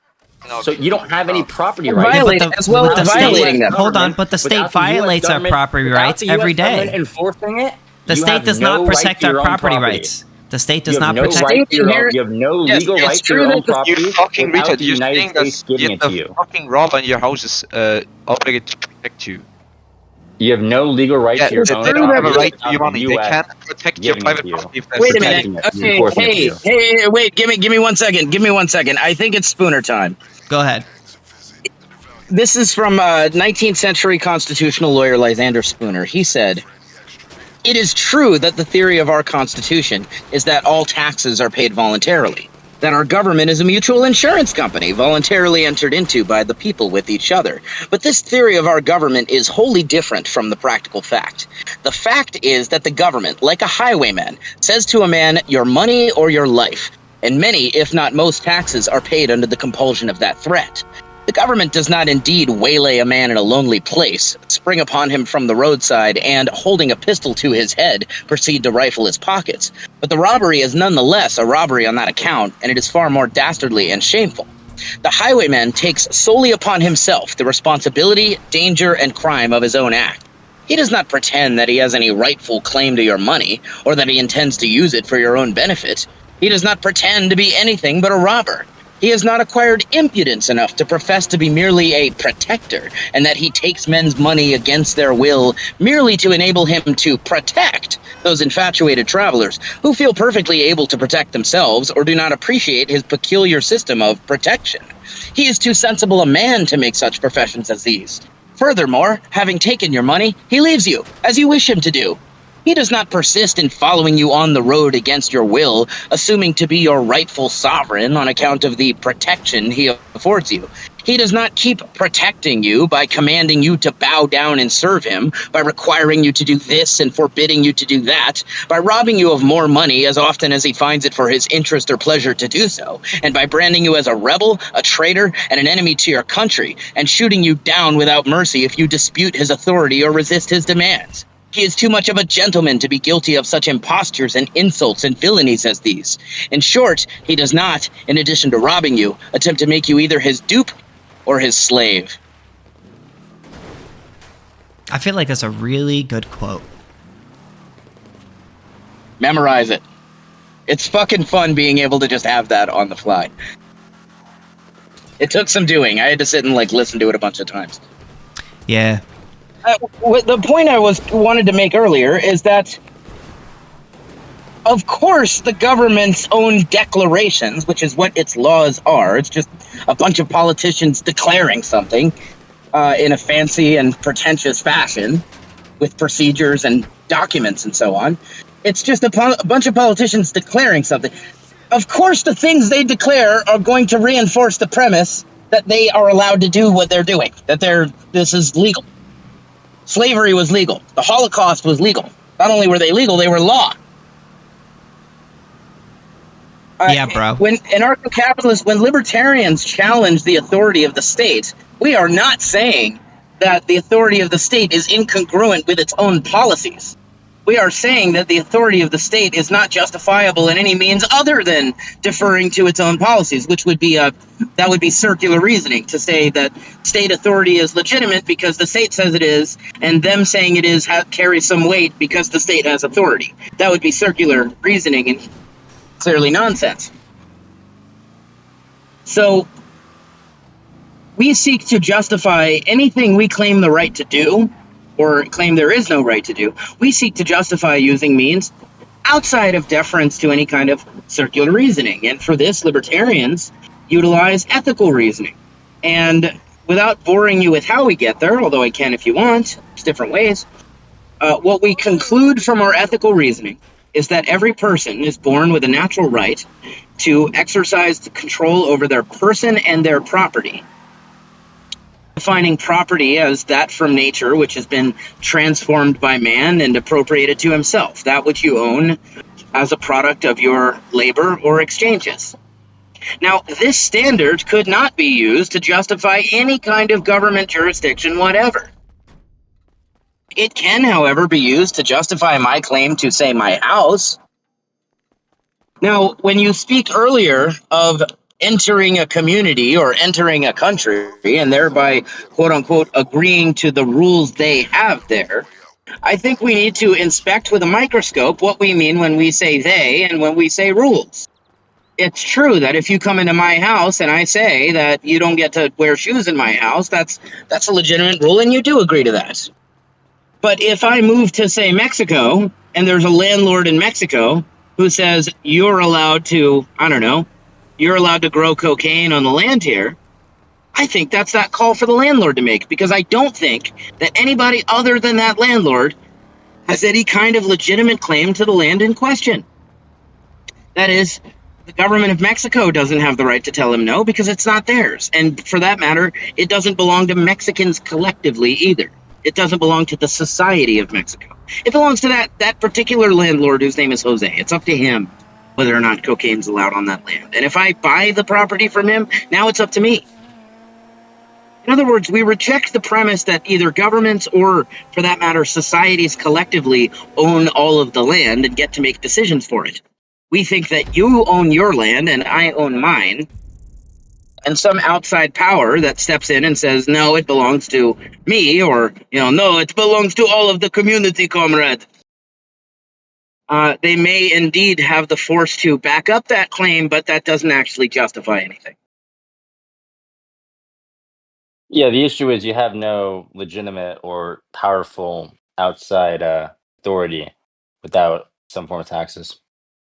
We don't want authority. We don't believe in authority. We don't think authority is a prerequisite to anything good, unless you simply mean forget like I said the word the authority. authority. Okay, wait. Okay, forget I said the word authority. Respond to the rest. I think authority was a central part of it. It sounded to me like you just said. No. You explicitly said in the end of your thing, and then someone comes in to mediate or determine who owns what, or this property disputes. You do not have a mediator, a protector, an enforcer of property rights outside of yourself. You don't have a body or a source that can enforce or maintain, organize all this stuff without taxes. You have Now we're getting into territory. You have an open world Minecraft server. Now we're getting into territory that's very easy to discuss because we have plenty of historical precedent that, in fact, stateless societies have not been lawless societies. You can enforce property lawless rights. societies. In fact, that's not what I said. That sounded like an implicit implication. Wow, that was a redundant phrase. That sounds like an implication of what you were saying, but maybe I'm putting words in your mouth. No, it sounded to me. To have property rights. Look, obviously, you can have societies that have their own huts and homes. That's not what I'm saying. To have property rights be adequately enforced, does not require taxes. Yes, it does. Across the not only would I say that it doesn't. Not only would I say it doesn't require taxes. I would say in two ways it's not compatible with taxes. One being that obviously taxation is in itself a violation of property rights, and also that functionally speaking, when you enforce property rights through a service that is a forcibly funded monopoly instead of a free market industry, then you're applying the economic calculation problem to a service as crucial as property enforcement and rights protection. And the outcome of that is that you get an inherently inferior provision of that service, where crimes like burglary and robbery and rape take back seat to, say, crimes of commerce or political interests or something. Okay, let me ask you this: what stops someone from building a massive building right around your building, from breaking, a swarm of? Are you saying in the world we live in now? In the world we live in now, or in a free society? Which one? In either. Again. Okay, in the world we live in now, it's a government. In the free society would be whatever company I hire to protect my property rights. Okay, so if you're in a world like where just company free for all, what's protecting you from, your home from being what's protecting you from some company dumping oil in the water? Same answer. I already got my insurance company both indemnifies and physically protects my company, or excuse me, my property, which could be in itself. Your insurance company is not going to exist. I can assure you that. What do you mean my insurance company is not going to exist? Insurance plays a central role in anarcho-capitalism.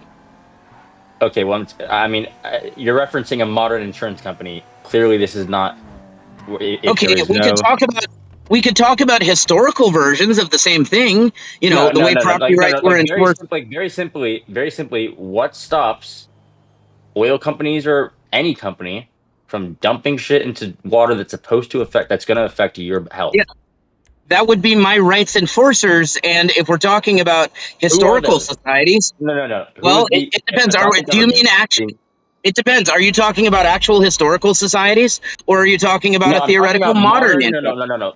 In modern day society, in the modern world, we have every modern companies and businesses. Well, yeah, currently that's being done.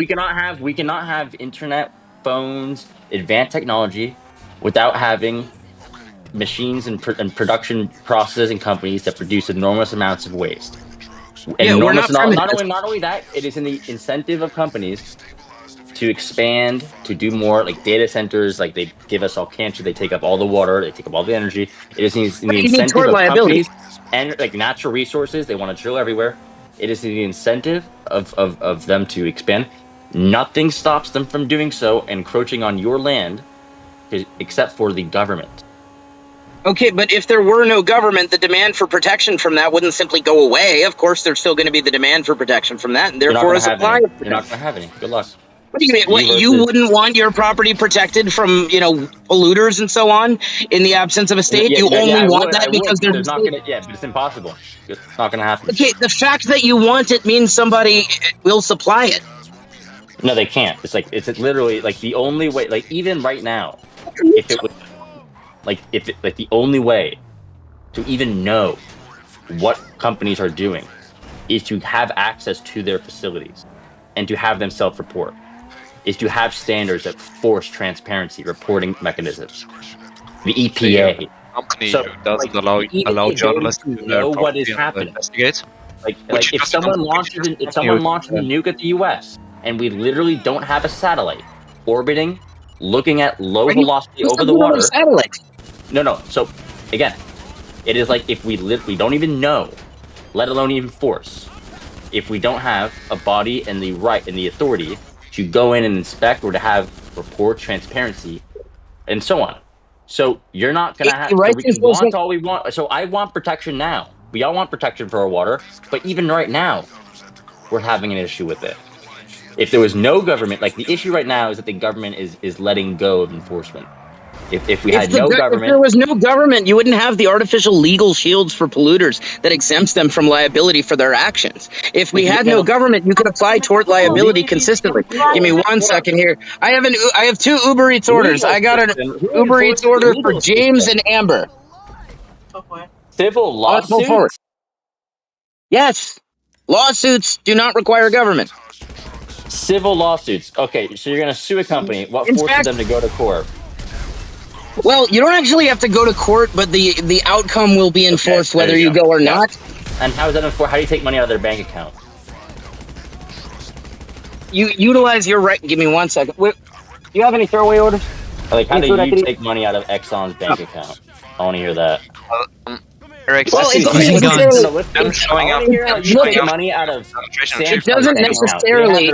doesn't necessarily have to be money out of their bank account. It can simply be seizing their assets by physical force. So how are you going to seize Samsung's assets by physical force? The rights enforcement company, which is representing me in the dispute, they're the ones who actually have, guys with guns and so on. They show up. Now, the other side of the dispute, obviously Samsung has their own rights enforcement company in this scenario. Company. Okay, who owns the right? If the majority owners of the rights enforcement companies decide to start taking everyone else's property because they own the the enforcement arm, the AKA the military, right? So Well, if they we're start talking, going after, and they're already the richest. we're So now there's getting into a selection bias. separate question. So there are guys who have We can talk spent their about that. careers wanting to get rich, want to get powerful. They own this private military company that also enforces property rights.